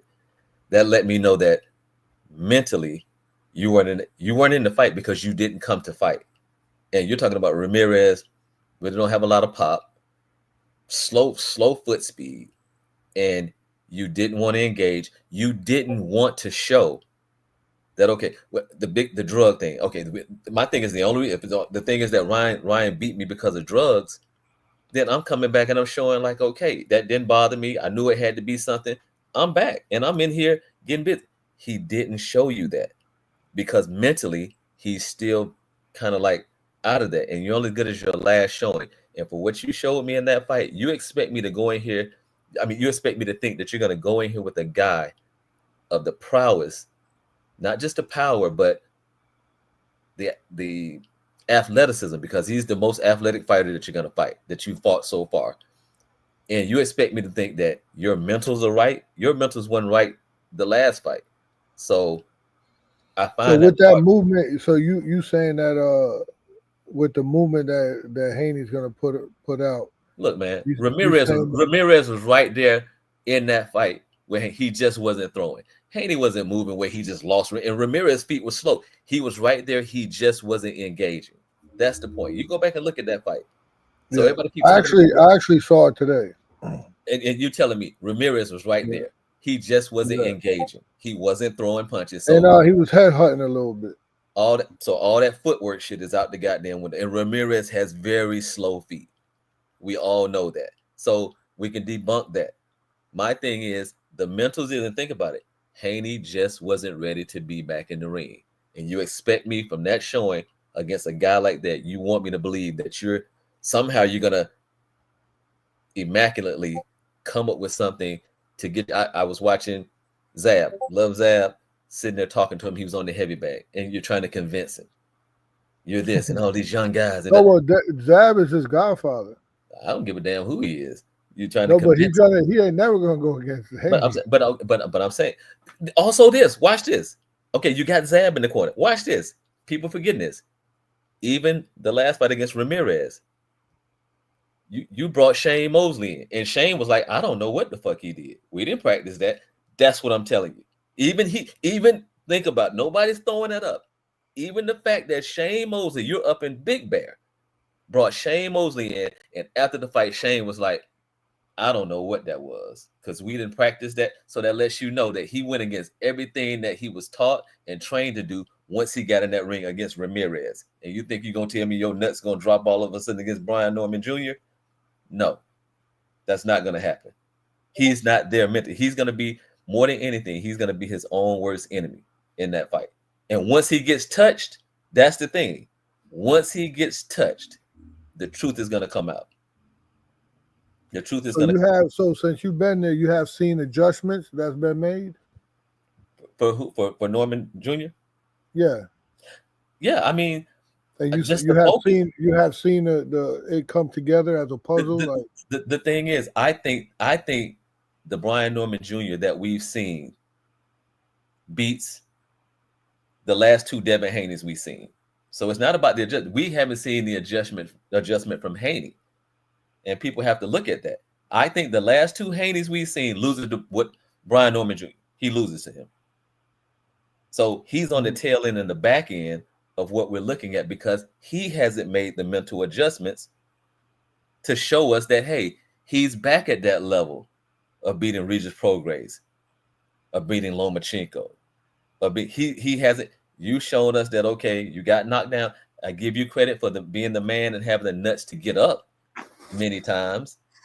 And then you say, okay, the guy was on drugs. Then when you get back in the fight when you get back in the ring against a Ramirez, you show why. And you didn't come nowhere near because you were not mentally there. And what's his what would you say his how can you describe B. Norman Jr.'s mental state? Focused, and he's already won. He's victorious. He trains victoriously. He speaks victoriously. So he's already there. His mental state is, okay, I'm coming off my showing of what I showed. Regardless of what you tell me, who the guy was, Jen Sasaki, and you try to, okay then. You can't tell me nothing about that showing that I put out here. So he understands the mission, he understands the goal, and So you don't think there's gonna be a pressure fight time comes? I'm trying to tell you, the only thing you're gonna see is the fact is that I think once he gets touched, and it don't have to be a knockout blow. That's the thing about the mentals. Once you get touched and you know, like, okay, here we go. That's gonna set the precedent. Now he can get on his bike and run and things of that sort, and that's fine. But I just don't think he has the footwork and the athleticism to just stay away. And the point is, when you see him run, the judges are gonna have to take that into account. The fans, the crowd, the same thing with Canelo and Bud. Once you saw what the hell was going on, all the fans in there, 70,000 plus, there to see Canelo mostly. And once you saw what was going on, you had to accept it. You had to. So, you know, and I like Haney, but I just say. So have you been there? How often you go there? What with I've been there a few times with Brian Norman, with Norman Jr. and Senior. So, and you have you seen a difference? I'm telling you, I have. I'm just his when I look in his eyes, the closer it gets, I look in his eyes. Oh, that's what I'm saying. That's what I'm asking. Yeah. I'm just saying I see it. I see it in his eyes. I see the session. Even when like today, I just watched him and I just saw. And have you seen how is the father taking this? I mean, he's doing what he's supposed to do. He's steadily coaching. He's steadily coaching him, even when certain things that, he's saying, hey, you can do more of this. He's letting him know that you can do more of this. So he's steadily coaching. He's steadily building him up. And that's the biggest thing that I can say, that they're ready. They're ready. I'm trying to tell you, they are ready. And the thing is, and how do you see the dad instilling confidence in them? I mean, just the steady coaching, just the steady coaching on certain things that they see. Like, if you're inside, like I tell certain fighters that I help train and things of that sort, that when you're inside, if you work to get in there, work your hands, let your hands go. Or if I figure you throw a 1-2, then why don't you come back with that hook? It's just little things like that dad is picking up, and Junior is like, okay, I hear you. When he goes back to the corner, I'm watching him in the corner, and his dad is talking to him and say, okay. And he's like, okay, yes, sir. And he gets out there, but he listens on the fly. He picks up, he reacts. He's one of those guys. And you as a coach, what have you gained? What knowledge have you gained from this camp with them? I mean, just the more than anything that I would tell my son and anyone else, that mental fortitude. Junior has a mental fortitude that no matter what, he feels like he's going to overcome it. That's just where his mindset is. He's going to overcome it. He's going to fight the fight, and more than what people think, he's going to fight the smart fight. He's going to pick his shots, and it's not all about. And it's not all about power. I'm trying to tell the dude is just heavy-handed. It's hell. So even when he just touches you, it's a touch where like, okay, I can. If he touches you, and it don't have to be a clean shot, even on your arms or a nice little body shot. The thing is, what bothers you is what I think you turn your offense into defense, because once you touch him and you're like, I can only imagine if he sits down on this shot. And that gets the person like, okay, if I felt that little and he just touching me, what happens when he sits down? Now they're more on the defensive end, even on their offense, because are you going to throw that shot out there? You're going to let your hands go? If you mess around and overextend and miss a shot, you're leaving that body open. So, I mean, I think it's going to be a good fight. But I think for mentally where Haney is, I think he reached out there and he grabbed something. It's like reaching out there and grabbing a hornet's nest. And once it starts stinging, it's on you. And is your son specifically trying to fight like Haney, or is he just doing him? It's what now? Your son, the way he's sparring, is he emulating Haney, or is he just I mean, it's just certain. fighting the way No, he he's fights? just doing him. He's just doing him, and but it's certain things that I know that as far as working the jab and certain things that he can take that Junior can take into account and things of that sort. But I mean, it's just it was he's on point. Ain't nobody we're here to support, help, but I'm no lies, no, and I was like, yeah, he's ready. He is ready, and it's one of those things like we telling you, I'm telling you, and when it happens, people are gonna sit back and be like, we don't want it. I told people when we were on the line, but when I told you about Bud, it's not gonna be that hard. He's gonna frustrate him, and he's gonna fight inside, and the main punch is gonna be the uppercut. I told you, and we saw everything that came to fruition in that fight. Norman Jr. is ready. And like we said earlier today, if this fight doesn't happen, it ain't on the Normans. It's not on the Normans. I guarantee you that. Yeah, I can see that. Coach Cam, can I ask you a question? Yes, sir. Are you a good chess player? Am I a good chess player? I'm okay. I'm not good, but things that I lock in on, I like to know what I'm talking about. I like to study it. I like to really just like I delve into things pretty deep that I pretty much can put my eye on, and look at things from a different angle and certain stuff. Like I said, I can tell in the eyes of certain bodies when they're focused, and his twitches. I can tell his twitches have picked up. He's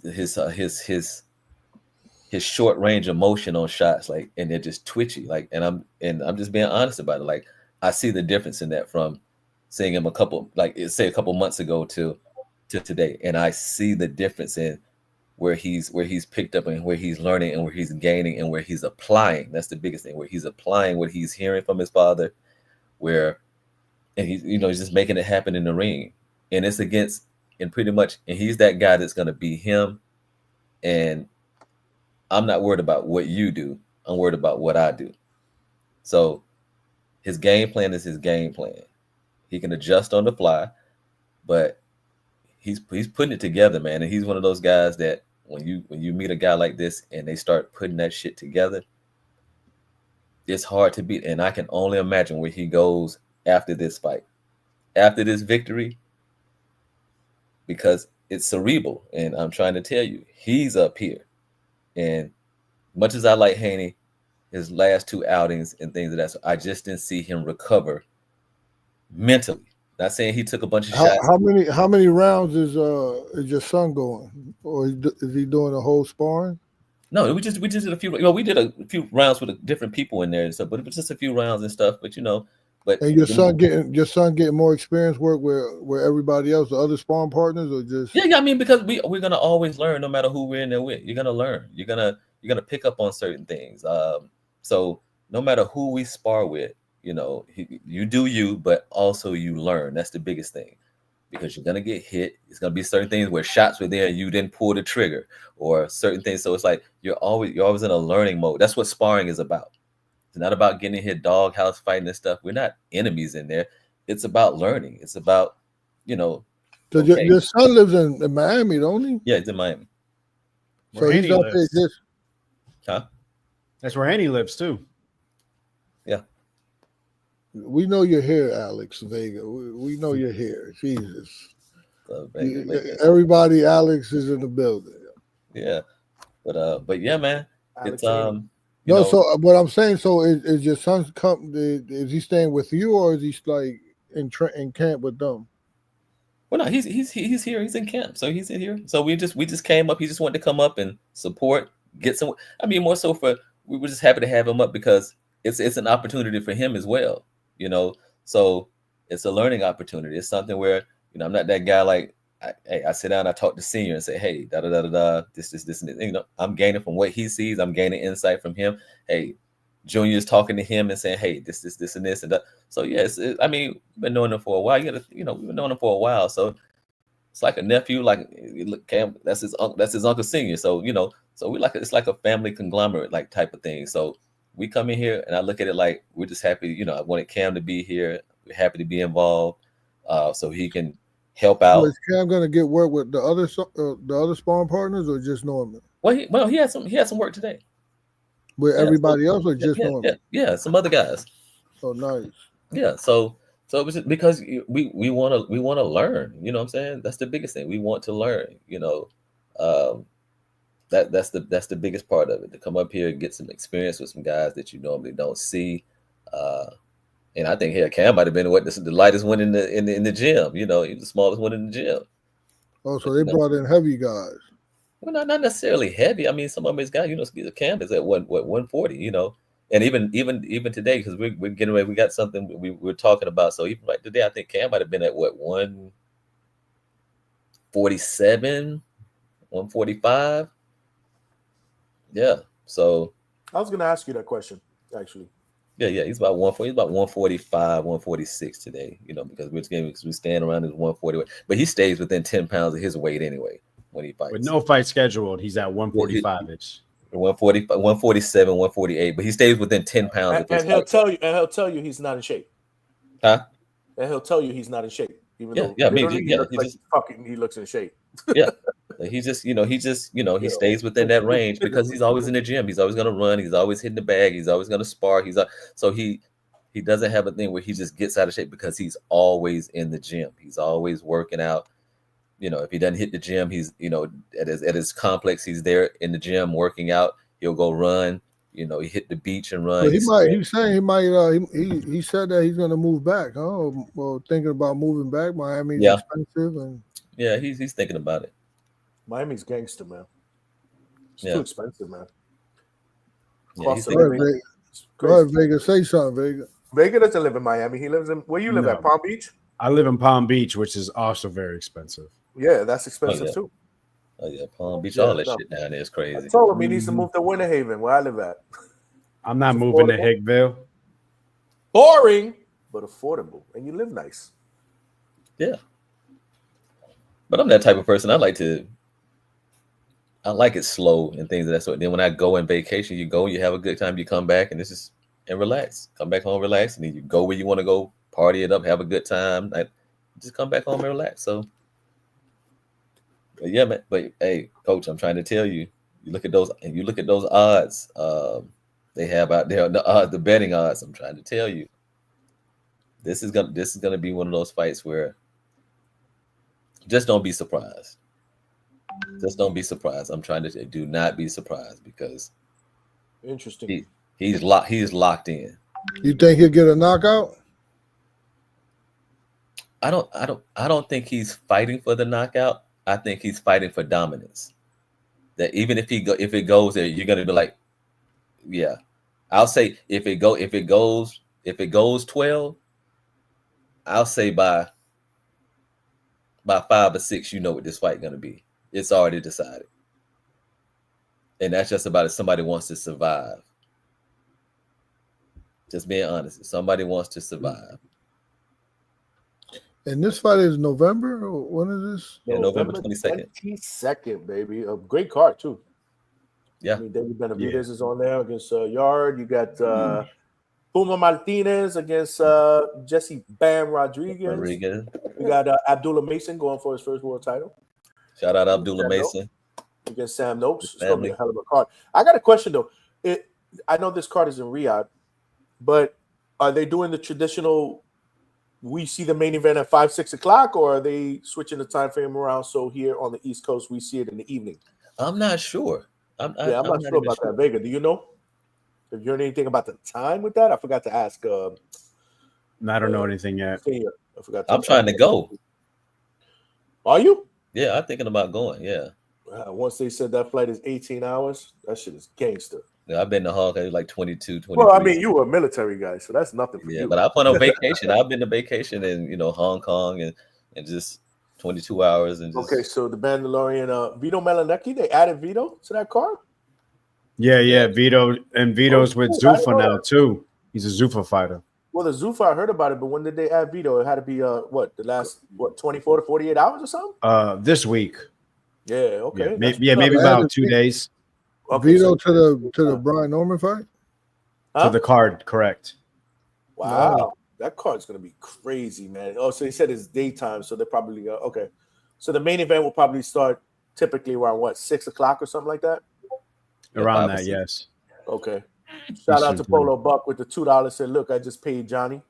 Is that for you, Vega? And Manuel G with the $2 said 8 more likes to reach 100. Let's get it. Word. Let's go. Well, actually 7 more likes. Let's get it, man.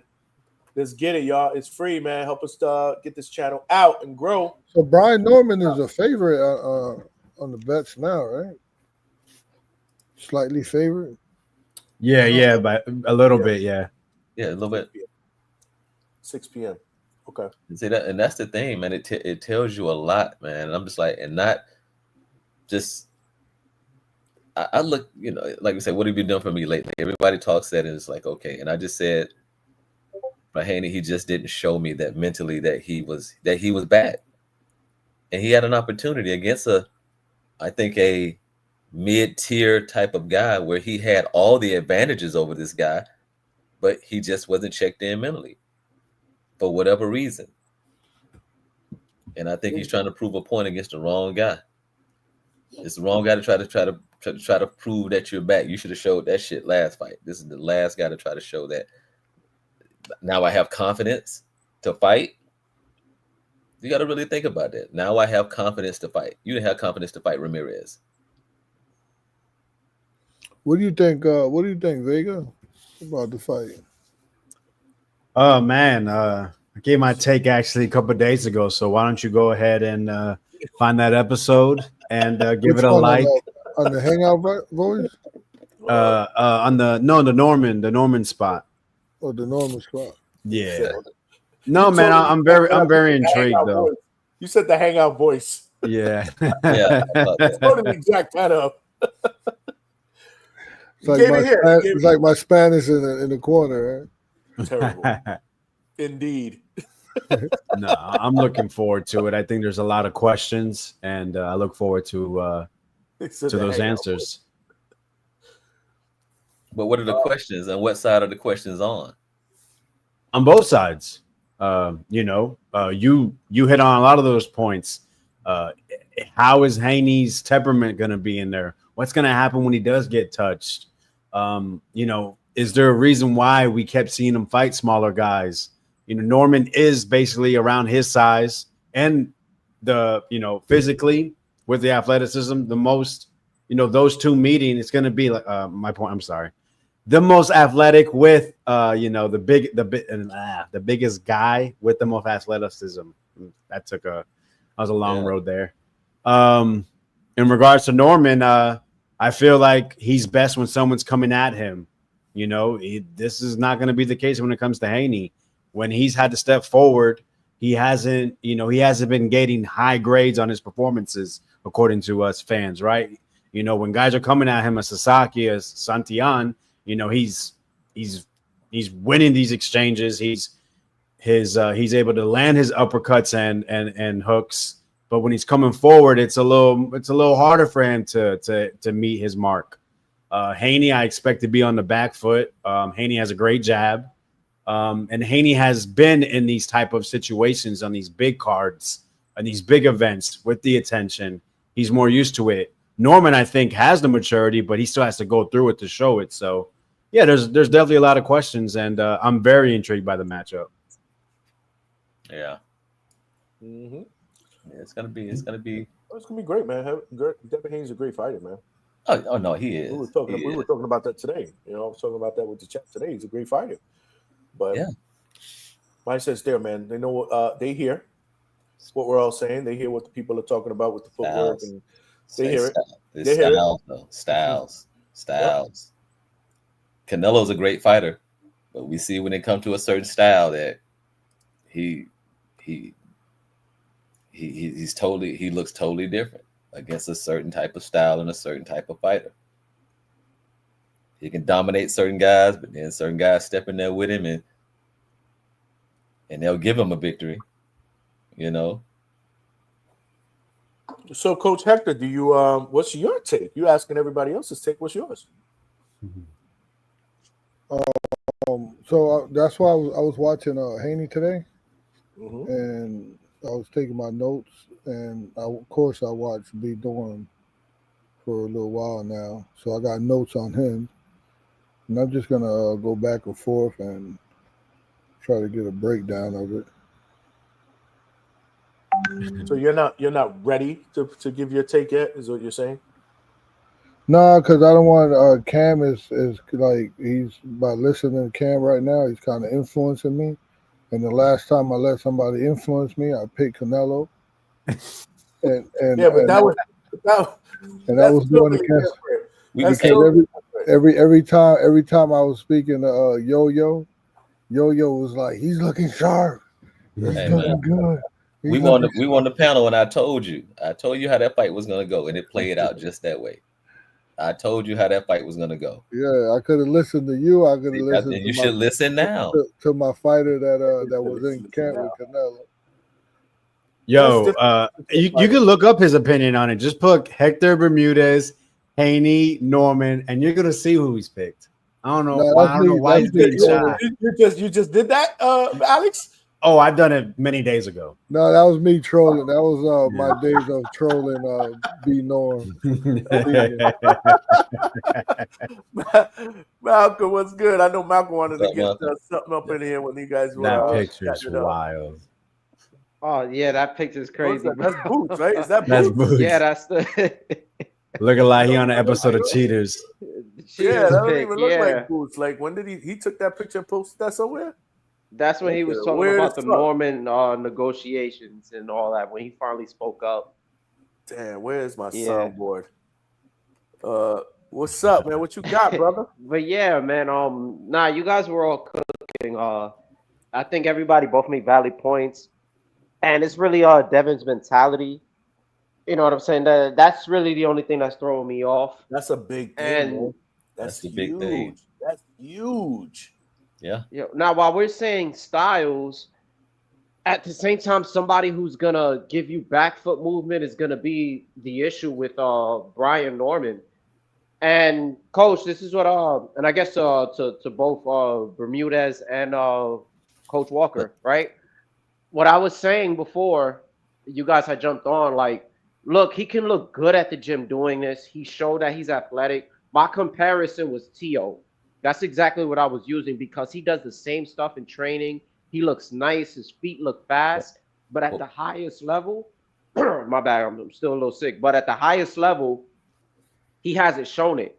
And he just shown he couldn't really cut the ring, and possibly, sorry, my bad. No. But if he's possibly even able to do it, I personally feel like Devin might frustrate him. His best work is in the inside. Devin is not going to fight this guy on the inside at all. I'm trying to see. This is where we get confused, and this is where coaching comes into play. Is it the footwork because you're trying to do it stylistically, or is it out of fear? That's the thing. We know against Ramirez, he wasn't engaged. He should have washed Ramirez. He was not mentally ready to engage in fight. He shouldn't have been in the ring like that. So that's what I'm saying. I understand he fights off the back foot when he's fighting. He wasn't mentally prepared to fight. And everybody saw it. And we just have to, you got to call a spade a spade.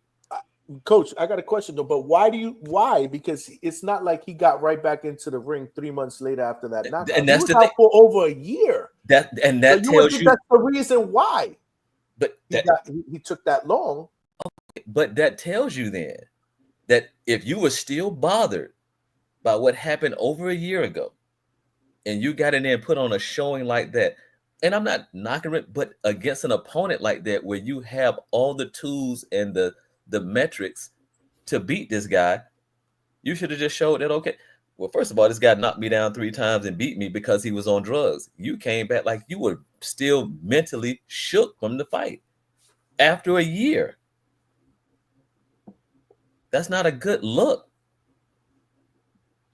I mean, the pros of Norman, he's definitely a knockout. He got knockout power. It looks potentially could end the fight quickly, and I think he's going to instill fear and make his opponent hesitant at times, and and I think he could strive in close range, which I don't think he's too sophisticated at inside fighting too much.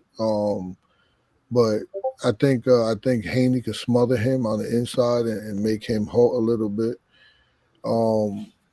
But I think the cons of I think he out of both of them, I think he lacks technical skills, making him vulnerable to Haney's boxing abilities. And I don't know. I think you say he's going to be in phenomenal shape, but throwing a lot of power shots could kind of exhaust you a little bit. Y'all keep thinking like he's going to go for the knockout. I don't think he's just going to go for the knockout. And his risk of the risk of being outmaneuvered and outpointed strategically. Let me tell you what. You know, as a coach, you know what drains you more than movement is mental fatigue. So you get that mental pressure, especially you putting pressure on. I just don't think that. I have yet to see Norman his high guard and him coming forward with a high guard and cutting the ring off. I've seen him jumping into things, and if you know Haney, which is he has a superior footwork and defensive skills, and he's elusive. Apparently he doesn't, because I don't give a damn what drug somebody on. It doesn't keep you from keeping your hand down to block a left hook. At the end of the day. See, and let me chime in on this. He's gotten clipped in the past. He's gotten clipped in the past too. Right. So I don't give a damn what. Like he makes mistakes. Well, why is this guy like being considered like Floyd Mayweather defensively? Right. I'm like, bro.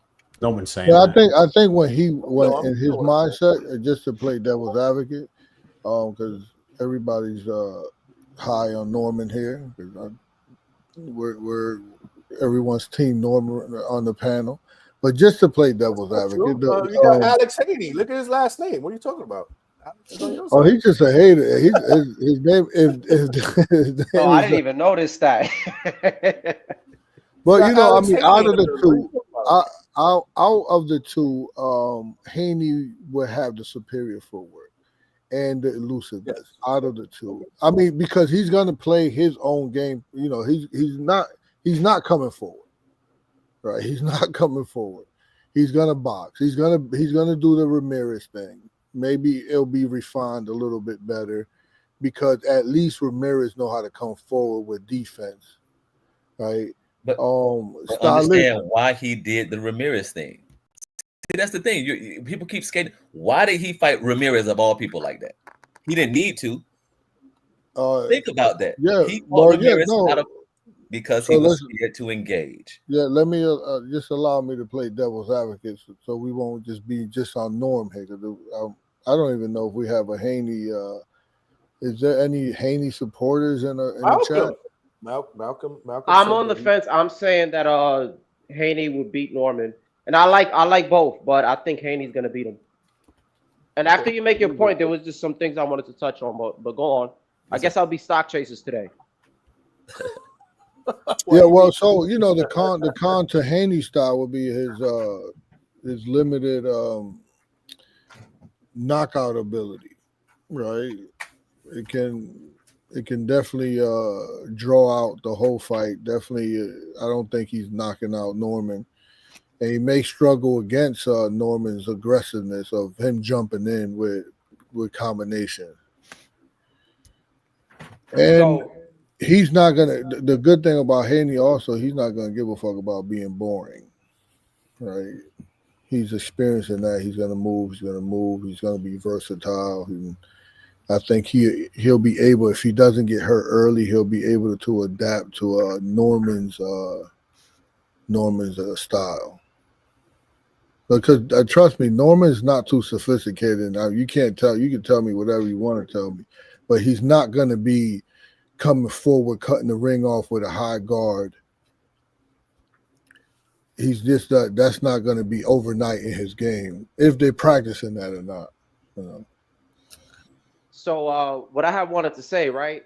We were talking. It's two things. We were talking about the whole left hook situation with Ryan, right? Definitely, I hate the bow and arrow jab that he does. I don't look at that as some kind of weapon. That is a flaw. That is a distance flaw. You're never supposed to really overreach. That's all that was. He got hit. Now, if you really watch the fight over, if everybody want to watch it in slow motion, there was times where Devin actually adjusted to the left hook and he started to roll under it. Ryan changed his trajectory for the hook.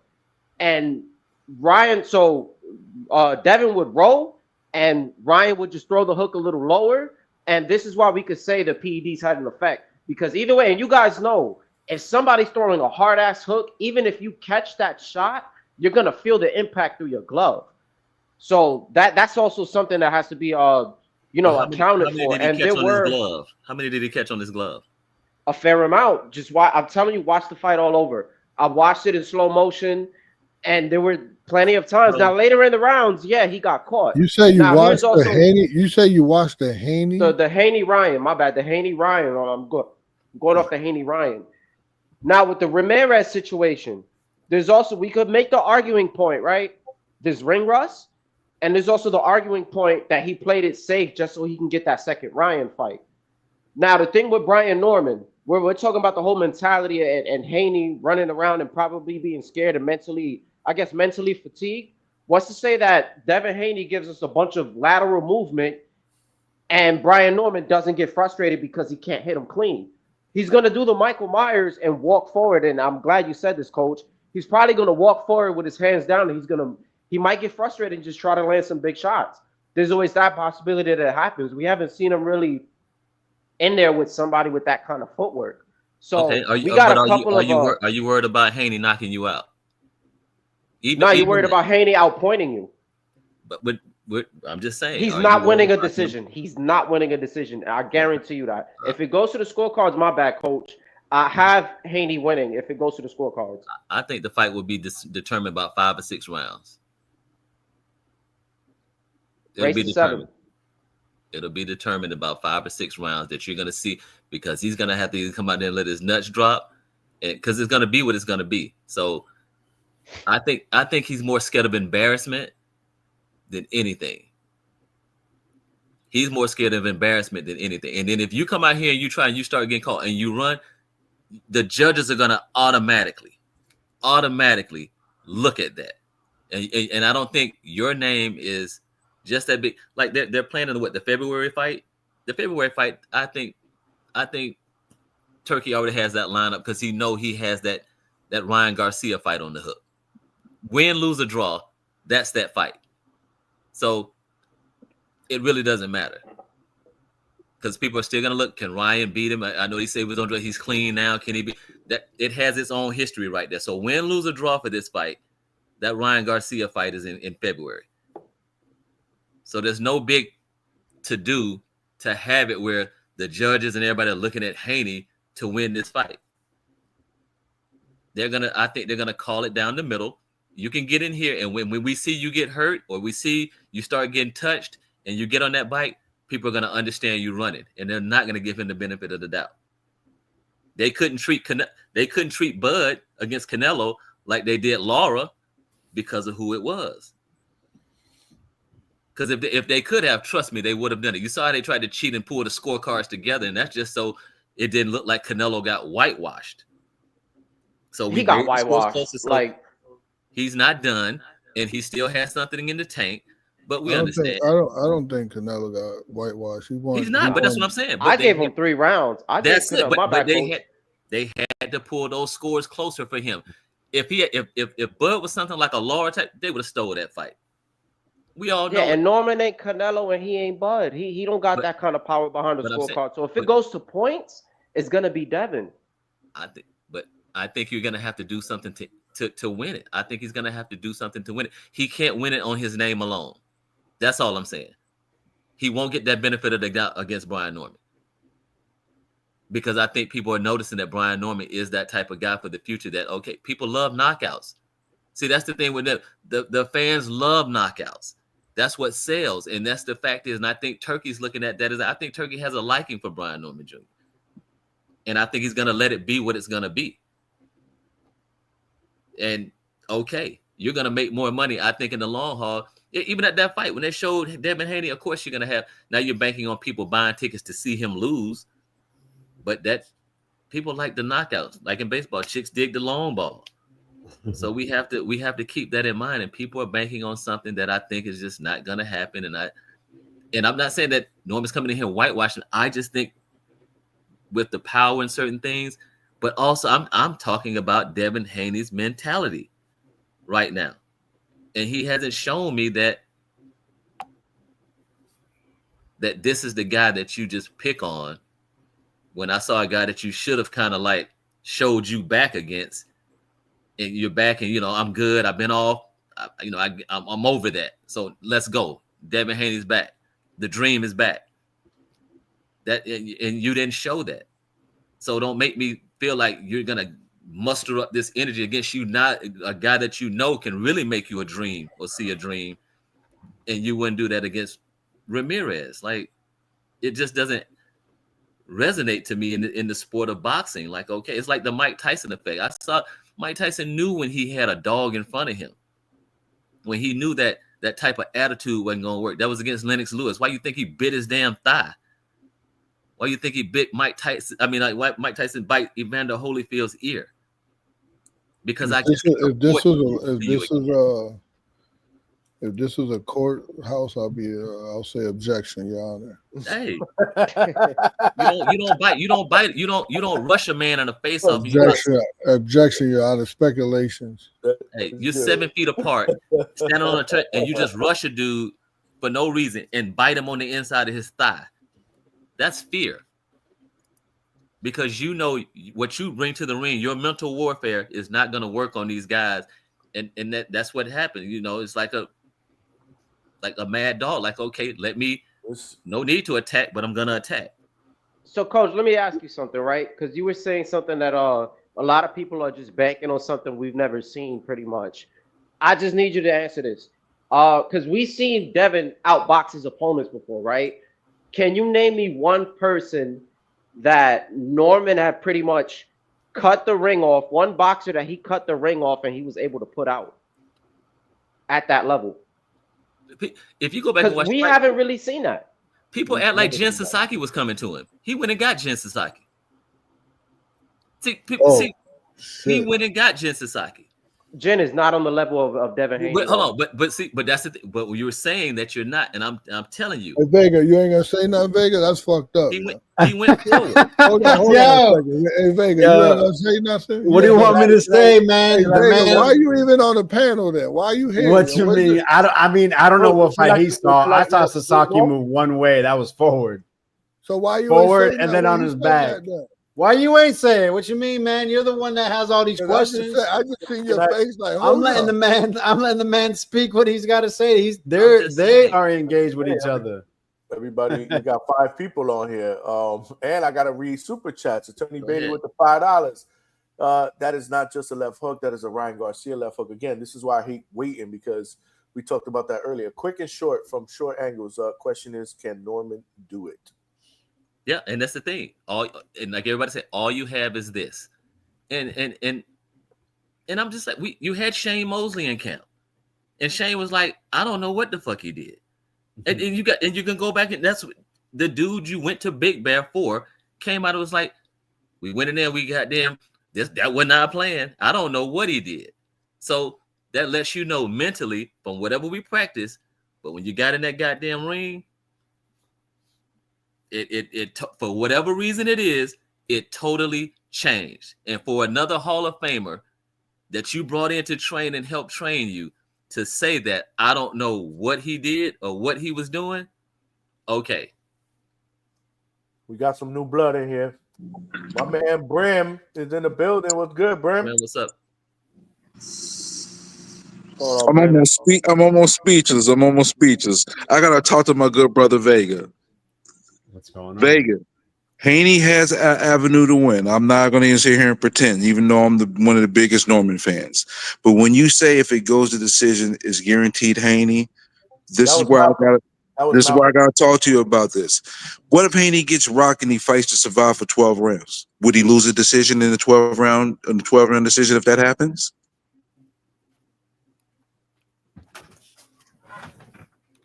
Vega, that's for you. That's Well, what I for was Malcolm. saying. One I of didn't y'all. say that tonight. It was Malcolm. It was Okay, Malcolm. now Yeah, in the Malcolm. event if I that's thought you said me, that. I thought you said that if it goes 12 No, rounds, Haney's gonna win. I that thought was that was you, Vega. that was Malcolm that said Oh, that was Malcolm. Vega. I'm sorry. I apologize.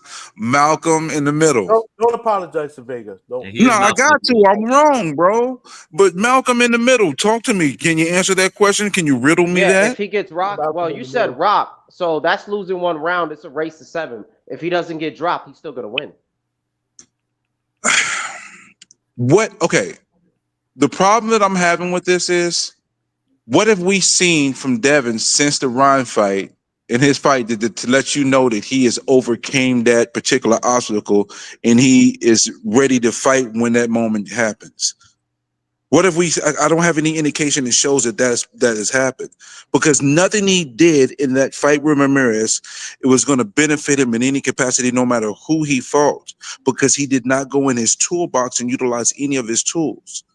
So Brim, nothing in that fight is going to benefit him in this fight. I think it actually hurts him.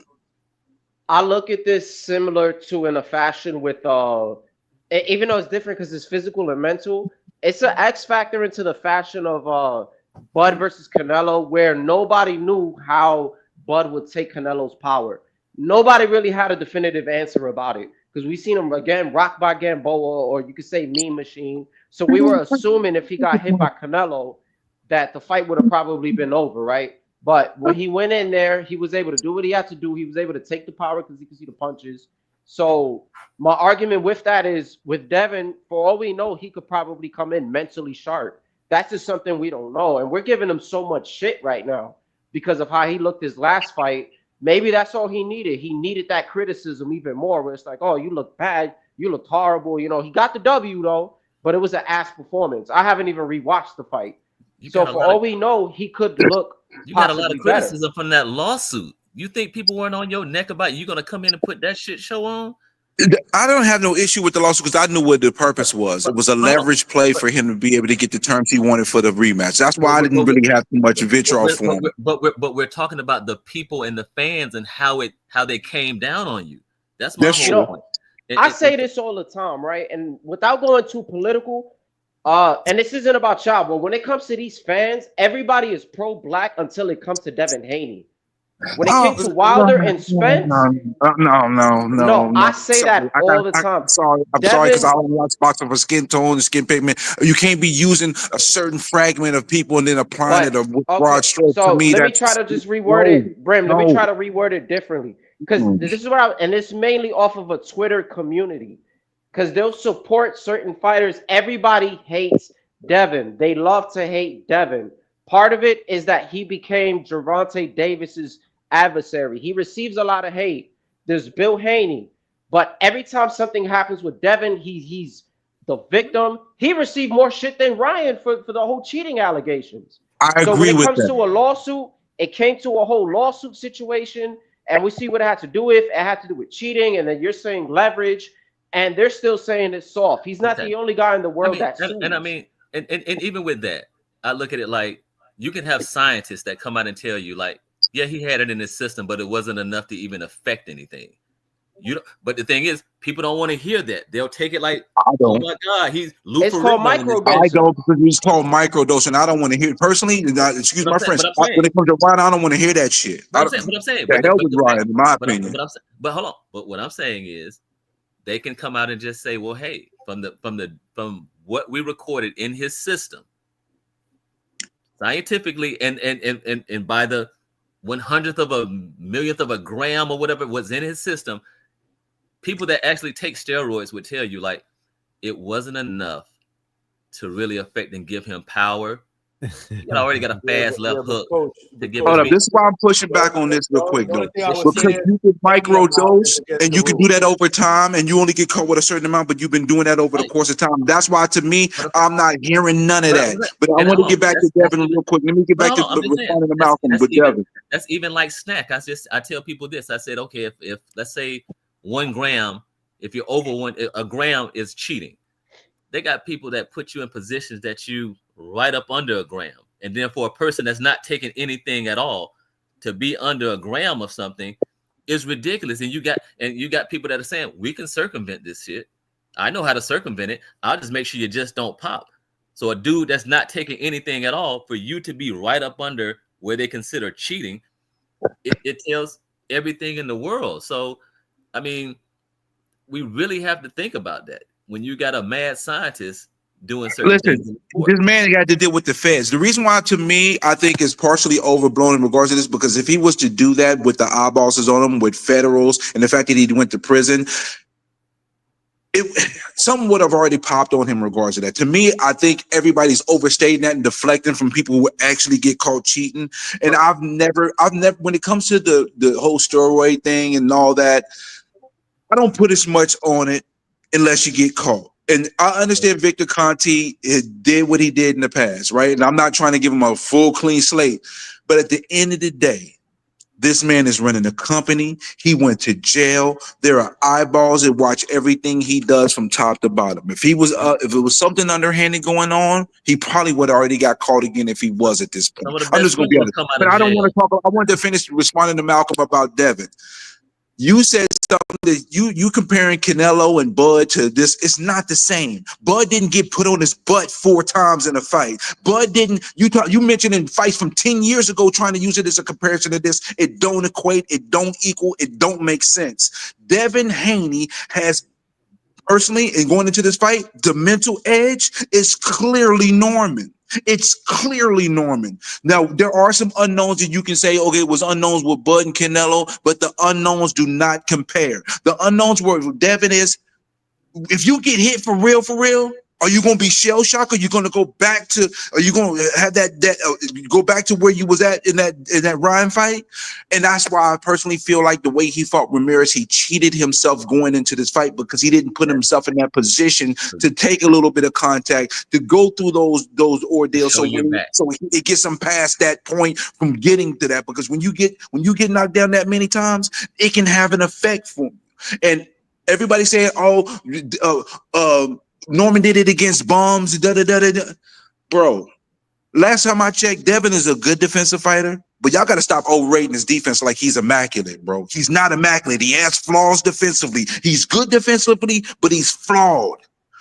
All you got to do is be patient pressure. And I've said whoever dictates the term of this fight wins the fight. And I'm going to tell you this. And excuse me, I'm sorry, Johnny, but I'm going to say this. Pressure. Brian Norman's going in this fight. He's not going to give a fuck what Devin Haney's going to do in that ring, because his goal is to make him uncomfortable at all times. Patient pressure to make him uncomfortable, because if Devin is able to be settled and get comfortable and box his match, he's going to win the fight. Hey, John, and you see, hold on, Coach. Hold on. Beating me in chess, man. You just seeing that right now? Yeah, because these guys are really talking about nothing. So can I read a super chat before you go? Yeah, because I got you, man. Polo Buck, $5. Appreciate you, my brother. I ain't got no soundbite, but if your girl cheated on you, and this for I'm assuming this is for Coach Walker. If your girl cheated on you, would it be different if it was just a little bit? Is she paying the bills? It was just a little bit. It was just What's she doing? What's she doing for me? What's she doing for me? I mean, shit. It just depends on what she doing for me. Like, okay. Oh man. Shit. Appreciate you, Polo Buck. Go ahead, Coach. Bermudez. Yeah, well, listen, I'm gonna get up out of here. Brim is very, very emotional. He's starting to make me nervous. Wow, you got he's starting to curse. He's saying he don't give a F about this and that, and so which I'm watching. See what I'm watching right now. What Norman fight? Okay, I knew it was a Norman fight. So Norman in this fight, I mean, remember he was stalking who? In this fight, what he have to adapt to, he have to know how to come forward with his defense and not just offense. And here, every time he came forward, it was when he hurt the little Japanese off a counter. Yeah, off of counters, and that's when he came forward. Other than that, he's on the back foot, and whenever he comes forward, he needs offense. So he has to change that going into the Haney fight. But anyhow, listen, Johnny boy, my chess ability is a gift from God. So I'm gonna learn how to play, and I'm gonna play you. no, I don't play people. I don't play people because God forbid that you ever beat me, then I'll give up boxing and everything. I go back to studying chess. And I have fighters that's in the house that needs me, and I train more than one fighter. All right. So listen, peace and blessings. Hey, Brimstone, relax, man. You might catch an aneurysm. Relax, brother. I'll reach out to you tomorrow, Hey, Coach. King Can, peace, man. Vega, brother. he's a real sleazeball, Vega. Coach. How am I sleazeball? You better stop with that BS, man. Hey, WBA convention. WBA convention for Yo-Yo, man. Yeah, I got another fighter fighting already on there. Actually, 2 fighters fighting on there. No, and one making a debut. but one should not be fighting on there. He should be fighting somewhere else. Where? I can't. What country? What place? It's just my assumption. Where's that convention at? I got Orlando. Orlando, Caribbean. Okay. Oh yeah. So my backyard, baby. Why don't we get Cam on that card? Elise Soto is on that card. Elise Soto. So big shout out to Elise Soto and her family and things. So she's one of those up and comers young females, and she's gonna be serious. In the building. Y'all need to all come down. I'll be in the building. All right, so I'll catch y'all later, man. When is it? When is it? What date is it? All right, Coach. December, in the middle of December. Appreciate you, Coach. Okay, all right, Coach. Hey, win some money too, man. That's some good picks. I got you. I'm gonna bet it. Right. Yo, Coach, where's my package, man? He ain't sent me my shit, man. My fucking Senor Sabor. Oh, he had sent you the peanuts. Yeah, well, I'm not home, so maybe they are there. Yeah, KKO said Vega is a sleazeball. I agree. Oh God, I absolutely agree. He's a sleazeball. Disrespect. Damn, nobody like Vega. Wow, Vega. They love me. I hate Vega. I can't stand Vega's him. pretty cool, man. I like the Vega. Appreciate you, Coach. Vega. Brim came in with the fire. Brim, are you working? You are working. Okay. Yeah. Let me grab some ice. I'll be right back. You got it. We got our 100 likes, and I ain't got my damn soundbite to be able to say bye bye bye bye bye bye. Yeah, that sounds like nasty, man. You need your stuff. Hey, man, I'm going back home tomorrow, man. We'll be back live on Sunday night. Back home, but this has been amazing though. Coming out here, I love coming out here to ATL, spending time with the Normans, and obviously Coach Cam was there with his son Kamarie. Good work, man. He was actually first up. He batted leadoff in the Norman sparring session. I don't know if that's good or bad when you go first. No, that's good. You get him when he's 100% fresh, so you getting in the hardest work.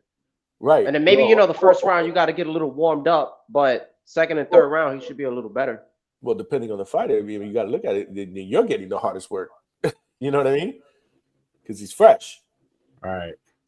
So, but it was good. It was dope. It was dope. This is crazy how we're having these type of conversations and we are still 6 weeks away, bro. Isn't it crazy? At least the Bud fight's over because they were doing this during the Bud and Canelo hype. We had to stop it. We had to be like, yo, can we talk about something else until we get to fucking at least mid-October? We haven't even made it. It was pissing me off. It was pissing me off. But to Brim's point, what I wanted to say, Dan, I lost a lot of momentum. I was trying to say something and coach something there. Yeah, my bad. Nah, it's all good. Look, the one thing everybody keeps banking on, and I keep saying it, end of the day, Norman has to put his feet in position to be able to hit Dev. And we have not seen how good his footwork can be. I feel like he's going to try to walk him down. Everybody's basing his footwork off of some clips of jumping rope in the gym. We were all doubting it. And then the moment he started doing all these tricks on the jump rope, everybody was like, oh, man, you see the feet, the athleticism, they're fast. But it's not like that's going to translate into the ring. Like, that's my main point. And that's kind of what really steered me off and kind of put me into the direction of Devin. Because, go on. Malcolm, this is what training is for. This is what training is for, right? To be able to prepare for the opponent that you are going to face. They've been training for about a month. This is why today, and I said it earlier when we were live. It was like he looks phenomenally. He looks in shape and the way he was moving in the ring. But it's not like that was the first day he hit the gym or the first spot. They've been doing this for weeks already, and we still have more time, before the fight. You know what I'm saying? You train for each opponent. You train for each opponent. You do, and it's that we just haven't seen that with his feet. His feet always look flat. A good example, in Wilder fight. with Wilder when he had the second Fury fight, didn't he train differently? And you know what I'm saying? He didn't have enough time to just do that in the big stage with somebody else, and then he got cooked. Everybody's. Well, I mean, I just in the Wilder. I always say this about Wilder. Like I say, I make this example. You have your toolbox. You got all this stuff in your toolbox. All he has is a hammer. So how come when you get in this fight, all you worried about is one hammer? He has to worry about your footwork, your ratchets, your sockets, your hacksaws, all your Phillip head, flatheads, metrics. He has to worry about all this stuff. And then that hammer. That hammer, that's it. That one hammer that he has, that's all you have to worry about. And still, he defended that title. Not saying against certain people like that, but more than Muhammad Ali, more than Mike Tyson. And all you have to do is worry about one thing from this guy. So I'm just like, hey, man, I mean, if I can get in position to do what I do, why you want me to have fancy feet? Why can't you stop my flat-footed ass from doing what I need to do? At the end of the day, why can't you stop it? And if I do it, then okay. Nothing wrong with that's just my style. There's nothing wrong with flat feet, I guess, if I get the job done. So if he beats Haney, then what's going to be the excuse from people? That's all I want to hear. What's the excuse then? Oh, I'm giving them credit. Winner's getting credit off of my end. If somebody's a hater or a glazer, then they're not going to give whatever fighter credit. I'll tell you that much. Yeah, of course. Like my thing is like, why take a tool out of the toolbox that you don't need to use? If you don't need to use a power drill, don't pull it out of the toolbox. And if I don't have it, then okay, fine, I don't have it. Yeah, I'm not understanding. Casual Jerry, appreciate you, brother. $2 for the go. We need 2 more for the go, y'all. Appreciate you. But I got you right here, Johnny. I mean, I gotta show y'all something. I gotta show y'all a clip of what he said, Malcolm. I don't know if you saw that. Malcolm? Did you watch the playback? The first joint? Yeah, I watched the whole first joint when he was sitting down. Did you hear what when Junior said about the tools in his toolbox? You're gonna have to refresh my memory. Damn, let me see if I can find that. I gotta find that. And then did you see the part where Senior came up and he grabbed Norman Jr.'s hands? He was like, and this hammer right here, and this. You didn't see that part? Yeah, I seen that part. Hold on, I gotta show you what he said though, Junior. Shout out to all of y'all. Hold on, I gotta find that.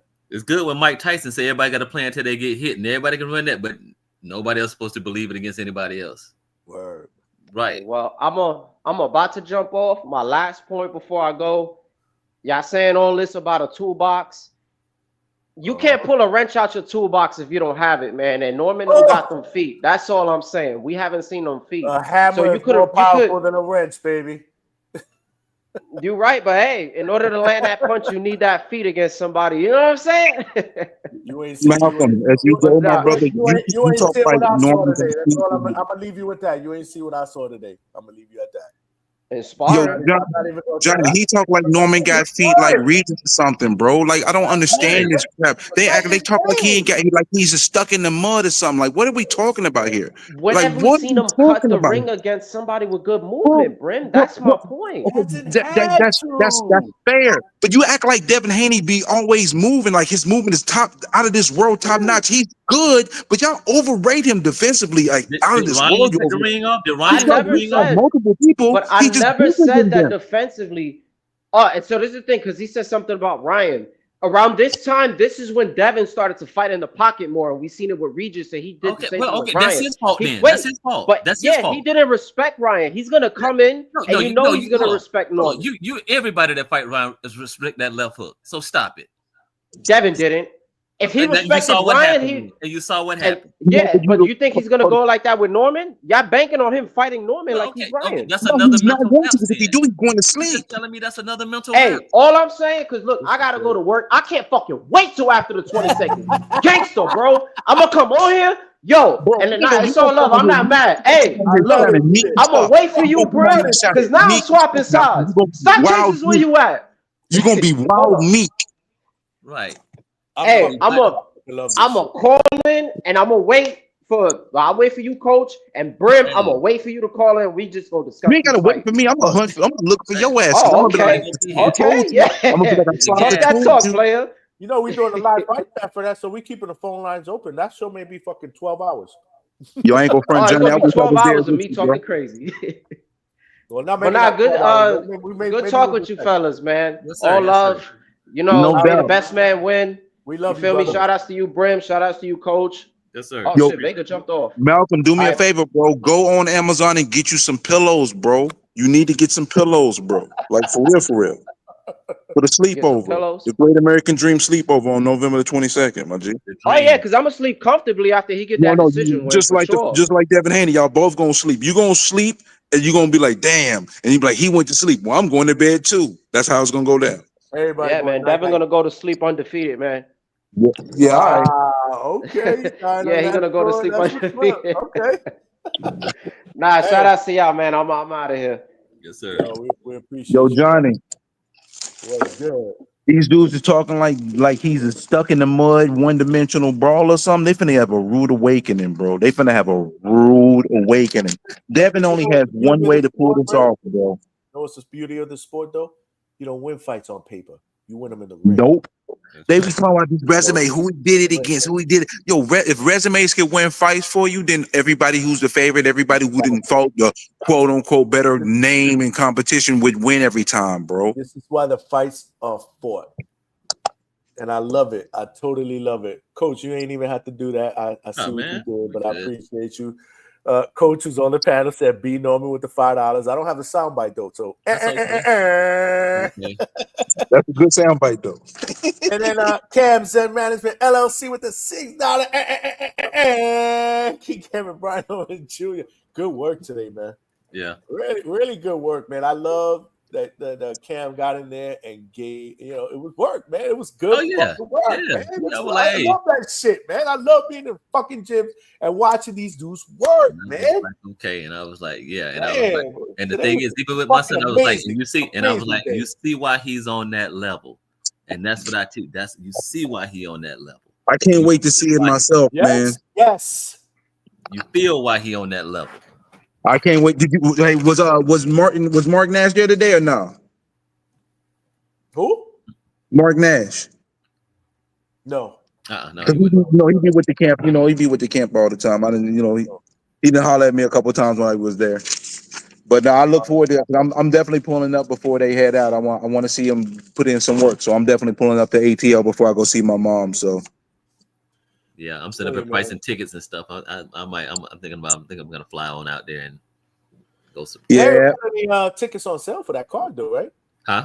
Tickets for that card hasn't went on sale yet. No, they haven't went on sale yet. Oh, I'm just looking at I'm talking about just going to see Junior put in some work. I just want to pull up to ATL to go see Junior do some work before he head to Saudi. Yeah, because I think he's leaving November 9th. Yeah, I'm pulling up October to like 19th. I'm pulling up. Okay. Yeah, come on here beforehand and let me know I come out there and check you out, man. Yeah, I'm coming back out here to ATL as well. I got you. This is when you coming back out there? I'll know for sure this week. I'll let you know. Let me know, because I'm gonna be, because the thing is I'm pulling up to Atlanta, right? I'm gonna stay for like a day or two, check out Norman Junior, meet Senior. Then I'll go drive to Birmingham because that's where my mom lives. So I'm gonna chill with my mom for the week, and then before I fly back out, I'm gonna head back up, come back to Atlanta, chill for a day again, and then fly back up here. So I look forward to it. Plus, I need to get away from this job. This job crazy. Yeah, man. Nah, I hear you, man. Yeah. We'll TB. We'll touch base and figure this whole shit out. Atlanta's been amazing. Like I said, I love coming out here, man, because they treat me like family, man. Yeah, man. Amazing. Good, I don't like driving in Atlanta though. Yeah. Start dealing with them 8-lane highways be throwing me off, bro. You better know what lane you getting into before you get into it. Don't try to do it with a half a mile. You in trouble if you try to do that. You in trouble. Where I stay out here, it's literally 15 minutes from the gym, and it's it's a quick ride. It's it's nice hotel, it's clean. It's right by the airport. So every time I come to Atlanta and spend time with the champ, I stay here. It's dope. And I spent time with obviously Coach Walker. It was good to see King Cam today. Oh man, it was good to see you, bro. Dinner was great. We had a good time talking that shit, man. It was dope. Man. And I saw you get a little in depth with Junior and stuff, and have some, when we were still over there talking. But yeah, man, that's good because you get a lot of insight, bro. I was picking his brain. It's funny because a lot of the shit that Malcolm was asking, I was asking those questions. Yeah, but I just keep it between us. But I was asking him all those questions. Man. Oh yeah, because but then the thing is, like I said, like when Coach Bermudez was asking me and things of that sort, and I was like, I see success. He speaks success, and I'm looking in his eyes, like when he's training, and it's just like, okay, like in the heat of certain things, and I see him thinking, I see him, the movement, I see him, and people just do not, and people wilding, and I'm not saying that he will, and what's going to surprise people, that jab battle is going to be closer than what they think it's going to be, and people, and I'm trying to tell you, that jab battle is going to be closer. Again, like Coach Bermudez and other people will say, like, "Oh, this is Pearl Haney." Listen, we give Haney props, but I love Devin Haney. I think he's a great fighter. My thing is, I don't see him, like to Brim's point, I don't see him as this Floyd Mayweather type defensive fighter. Right. I think he's good defensively. I mean, you know what I'm saying? He's solid. He's a solid defensive fighter. Solid. Right? But he got flaws. His footwork, his movement, great. But defensively, he's gotten clipped. We've seen it. And then you're used to coming in being the bigger guy.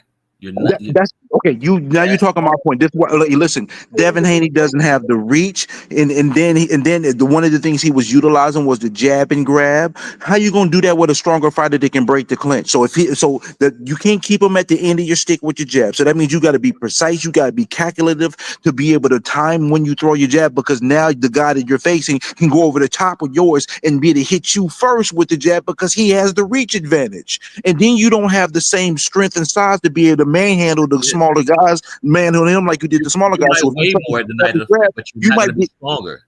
Yeah, because if Norman if he tries to jab and grab him, Norman breaks the clinch and then catches him in the inside, because that's another thing. Devin Haney does not fight well on the inside at all. So that means if Norman breaks the clinch, it's a different ball game. It's trouble in Little China, bro. That's it, man. I'm sitting up here and I'm like, and I'm telling you, I'm all for Devin Haney. I like him. I like his father. I like just the grind, the father-son team, where they come from and how they built this thing. And you already know how I feel about that, Coach. I love it. And I love it. And like even when he was, I gravitate towards it. Yeah, even when he went on his run past Lomachenko and certain things, and I was like, and I saw him just come up and I was like, because I was like, his resume speaks for itself. And at that point in time, I was like, his resume is better than Tank's. And certain things, I was like, it's better than Shakur's. I was like, okay. And I was like, you have to give him his props. So, and I did. But I'm just thinking, like, I keep going back to the mental fact of how he took that loss a year off and then he came back and fought. And that lets me know that here he's not there against this guy. You need to show me that you're willing to engage. He showed no proudness or anything to engage in this fight with a guy that you had all the acumen over him. You just didn't want any parts of anything. It's like you're just trying to get by and maybe makes to the next payday. Let's just call it what it was. He could have cooked Ramirez and he did it. That's it. Right. For whatever reason.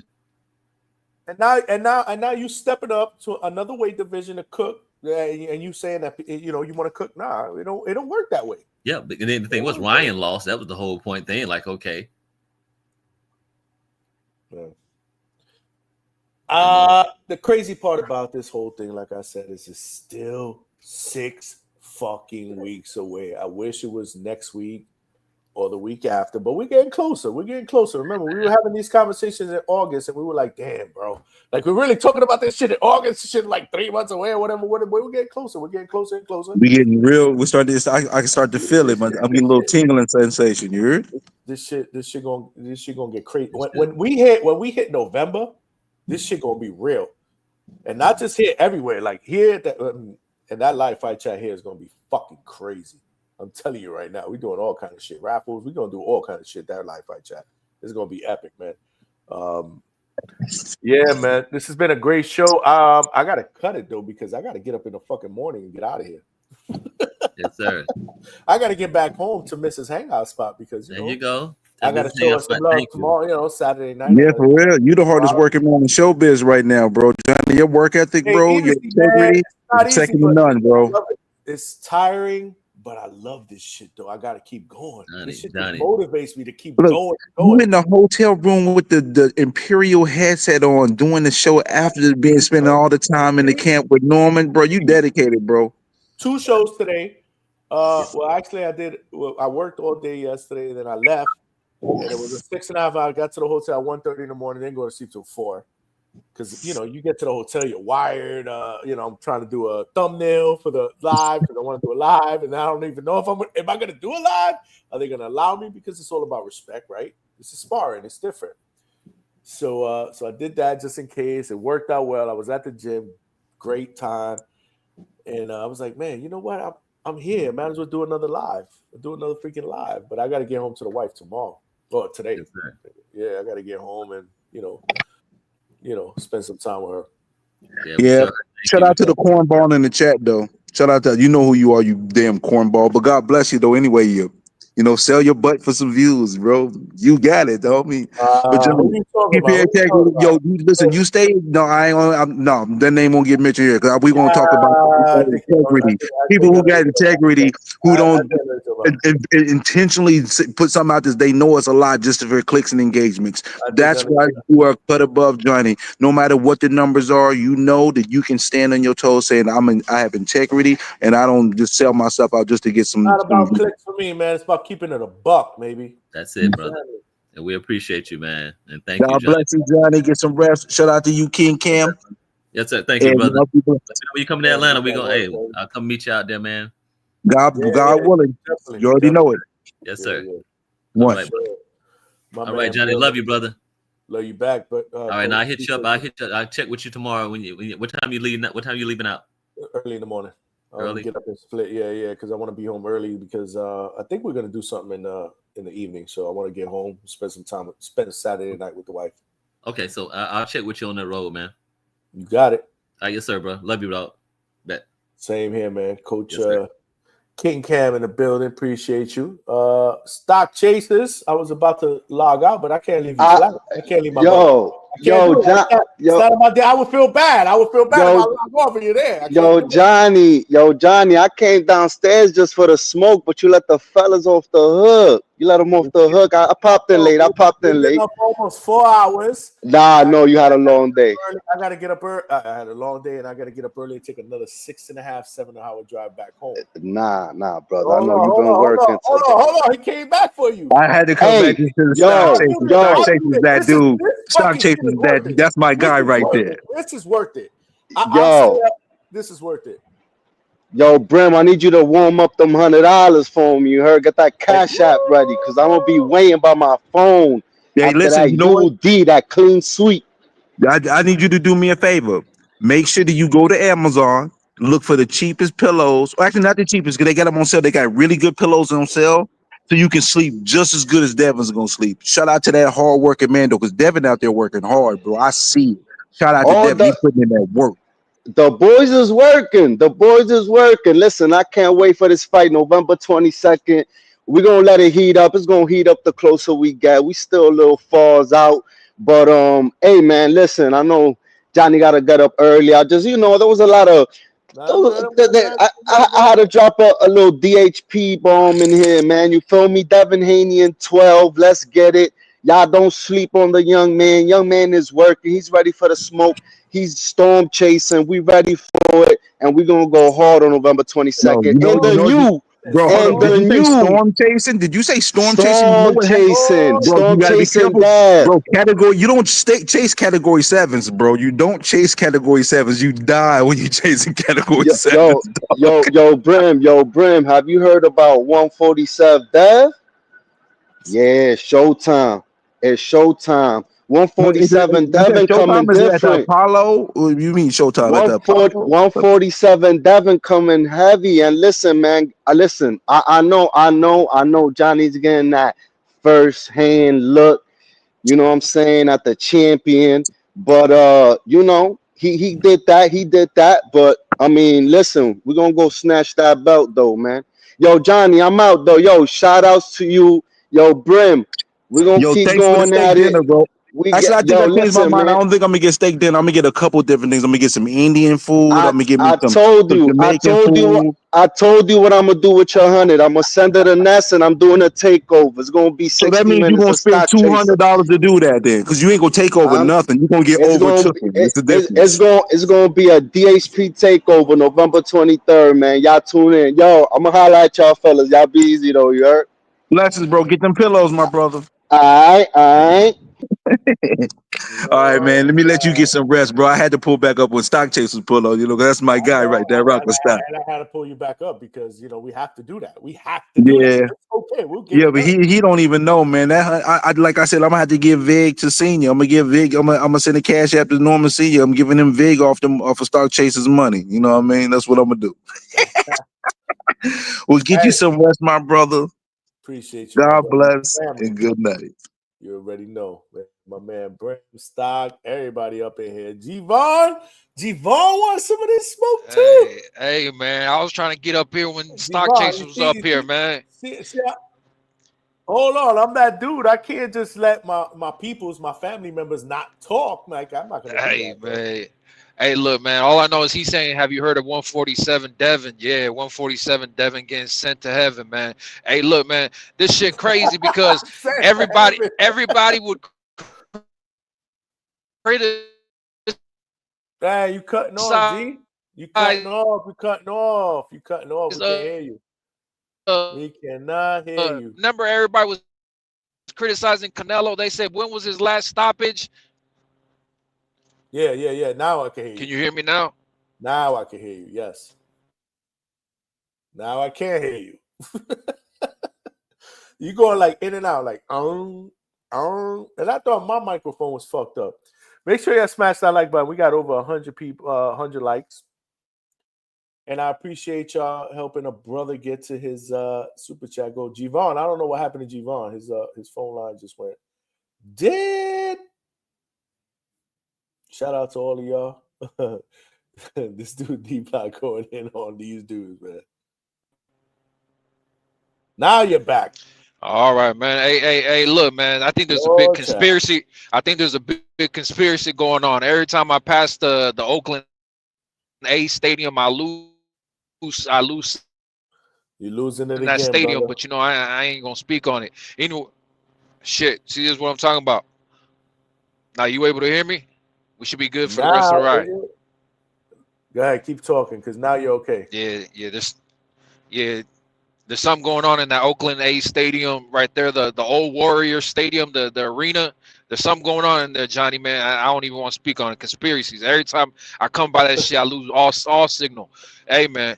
But look, what I will tell you guys is that hey, we were criticizing Canelo heavy, right? When's his last stoppage? Stoppage?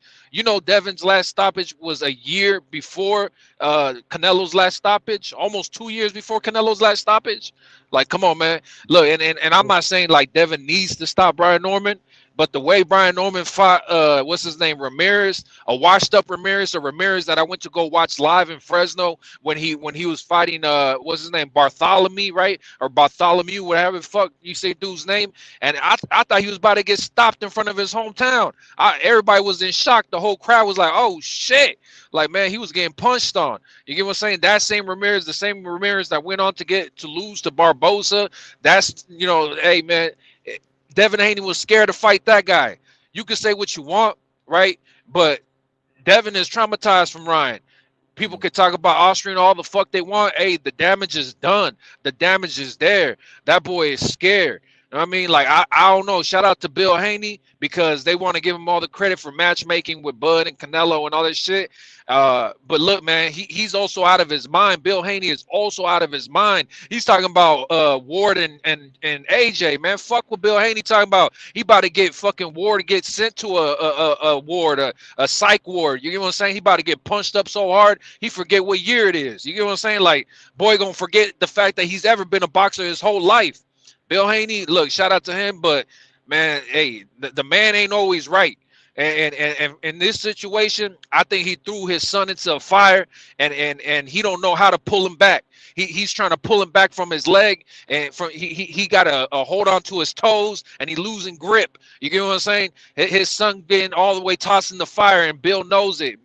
That's why Bill was crashing all the way out on Brian Norman Sr., right? Had to say all those disrespectful ass shit, went all the way to the talking about the family and all that shit, because Bill wants a way out. He wants a way out of the fight. He realizes what he did. He sat back and he thought about it, and he said, damn, Devin didn't even want to engage with Ramirez, a guy who's, I guarantee you Ramirez ain't going to fight again.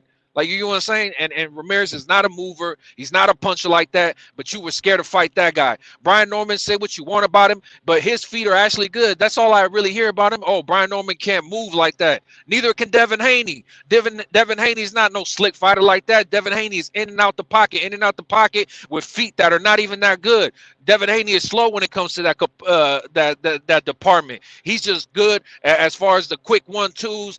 He got certain things that are sentimentally found when it comes to boxing, but he has no punch power. He's scared. He's traumatized. Man, hey, I feel bad for Devin Haney. His dad doing too much. You know what I'm saying? It's one of those situations where you're gonna realize too late. But you know, it's all right. Hopefully you got a good ref in there that can understand what's happening and will save your son. You get what I'm saying? Spare him. He's still young. He still got a lot of time to grow and do what he has to do in life. You know, hey, give him a second chance in life, man. Don't do that to your son, Bill. But anyways, man, yeah, I got Brian Norman stopping Devin Haney. Like, he needed another fight. Maybe even two, but he at least needed for sure one more fight. You can't tell me off of the way he fought Ramirez that he's ready for a Brian Norman who's sleeping motherfuckers. And you can say who has he fought, man, but at the same time, knockouts are knockouts. You don't just come across those every fucking day. Like when people were talking about Berlanga, who has Berlanga, like, you know, when they're talking about his first round knockouts, hey, if it was that easy, why is not everybody getting first round knockouts? Why is not everybody knocking out everybody in the first round? Because it's not that easy to do. You get what I'm saying? Brian Norman is sleeping these motherfuckers, like sleeping them. Man, the same way AJ gonna do Ward. I mean, Ward gonna forget everything. That Asian dude, he went over there to fight. He said, "What the fuck?" He said, "I'm a fighter. We're like, I'm a boxer."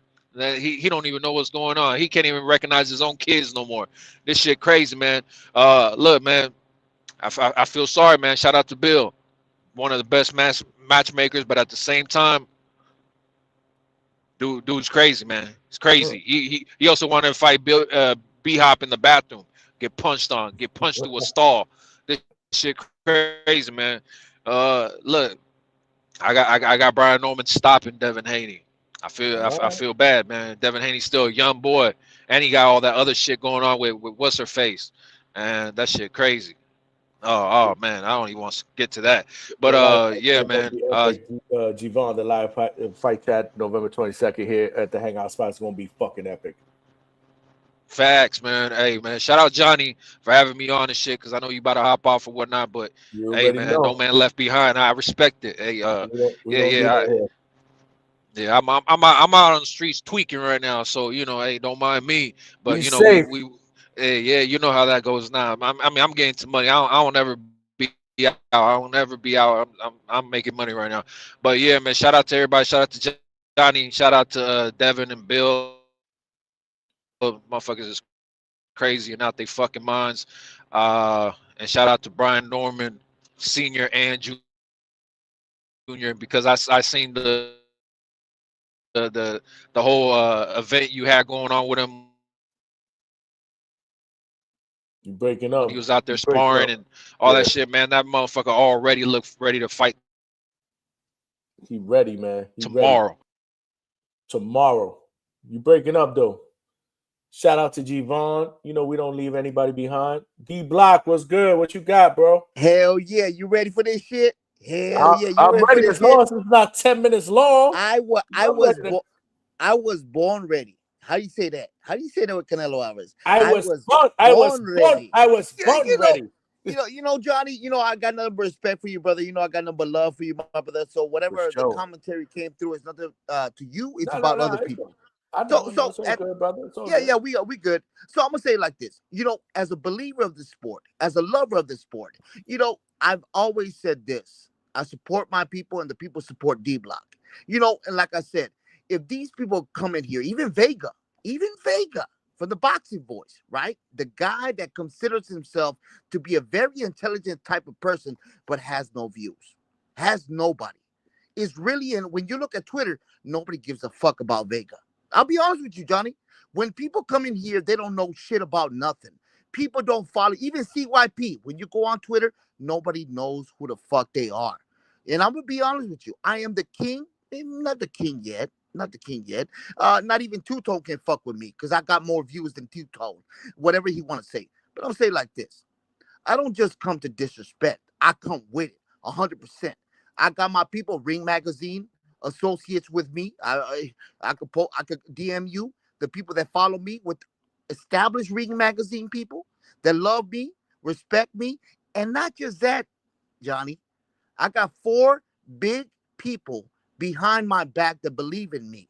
Errol Spence people, Terrence Bud Crawford people. You could say Haney people. You could say whatever you want to say. I got more DMs to give you. I believe, you know, if you believe in D Block, believe in what I gotta say. So I'm gonna go like this. These people that come on this show don't come nothing near me. It's like trying to, how do you say it, Johnny? When you trying to touch the sun, but your ass gets flamed because your ass gonna about to fall through. You can't come with D Block. I got a great following that believe in D Block. And I'm gonna say it like this. What Devin Haney at 27 years old established what he went through with Lomachenko, right? You could give him respect for where respect is at. He's about to give you a masterclass type of fight.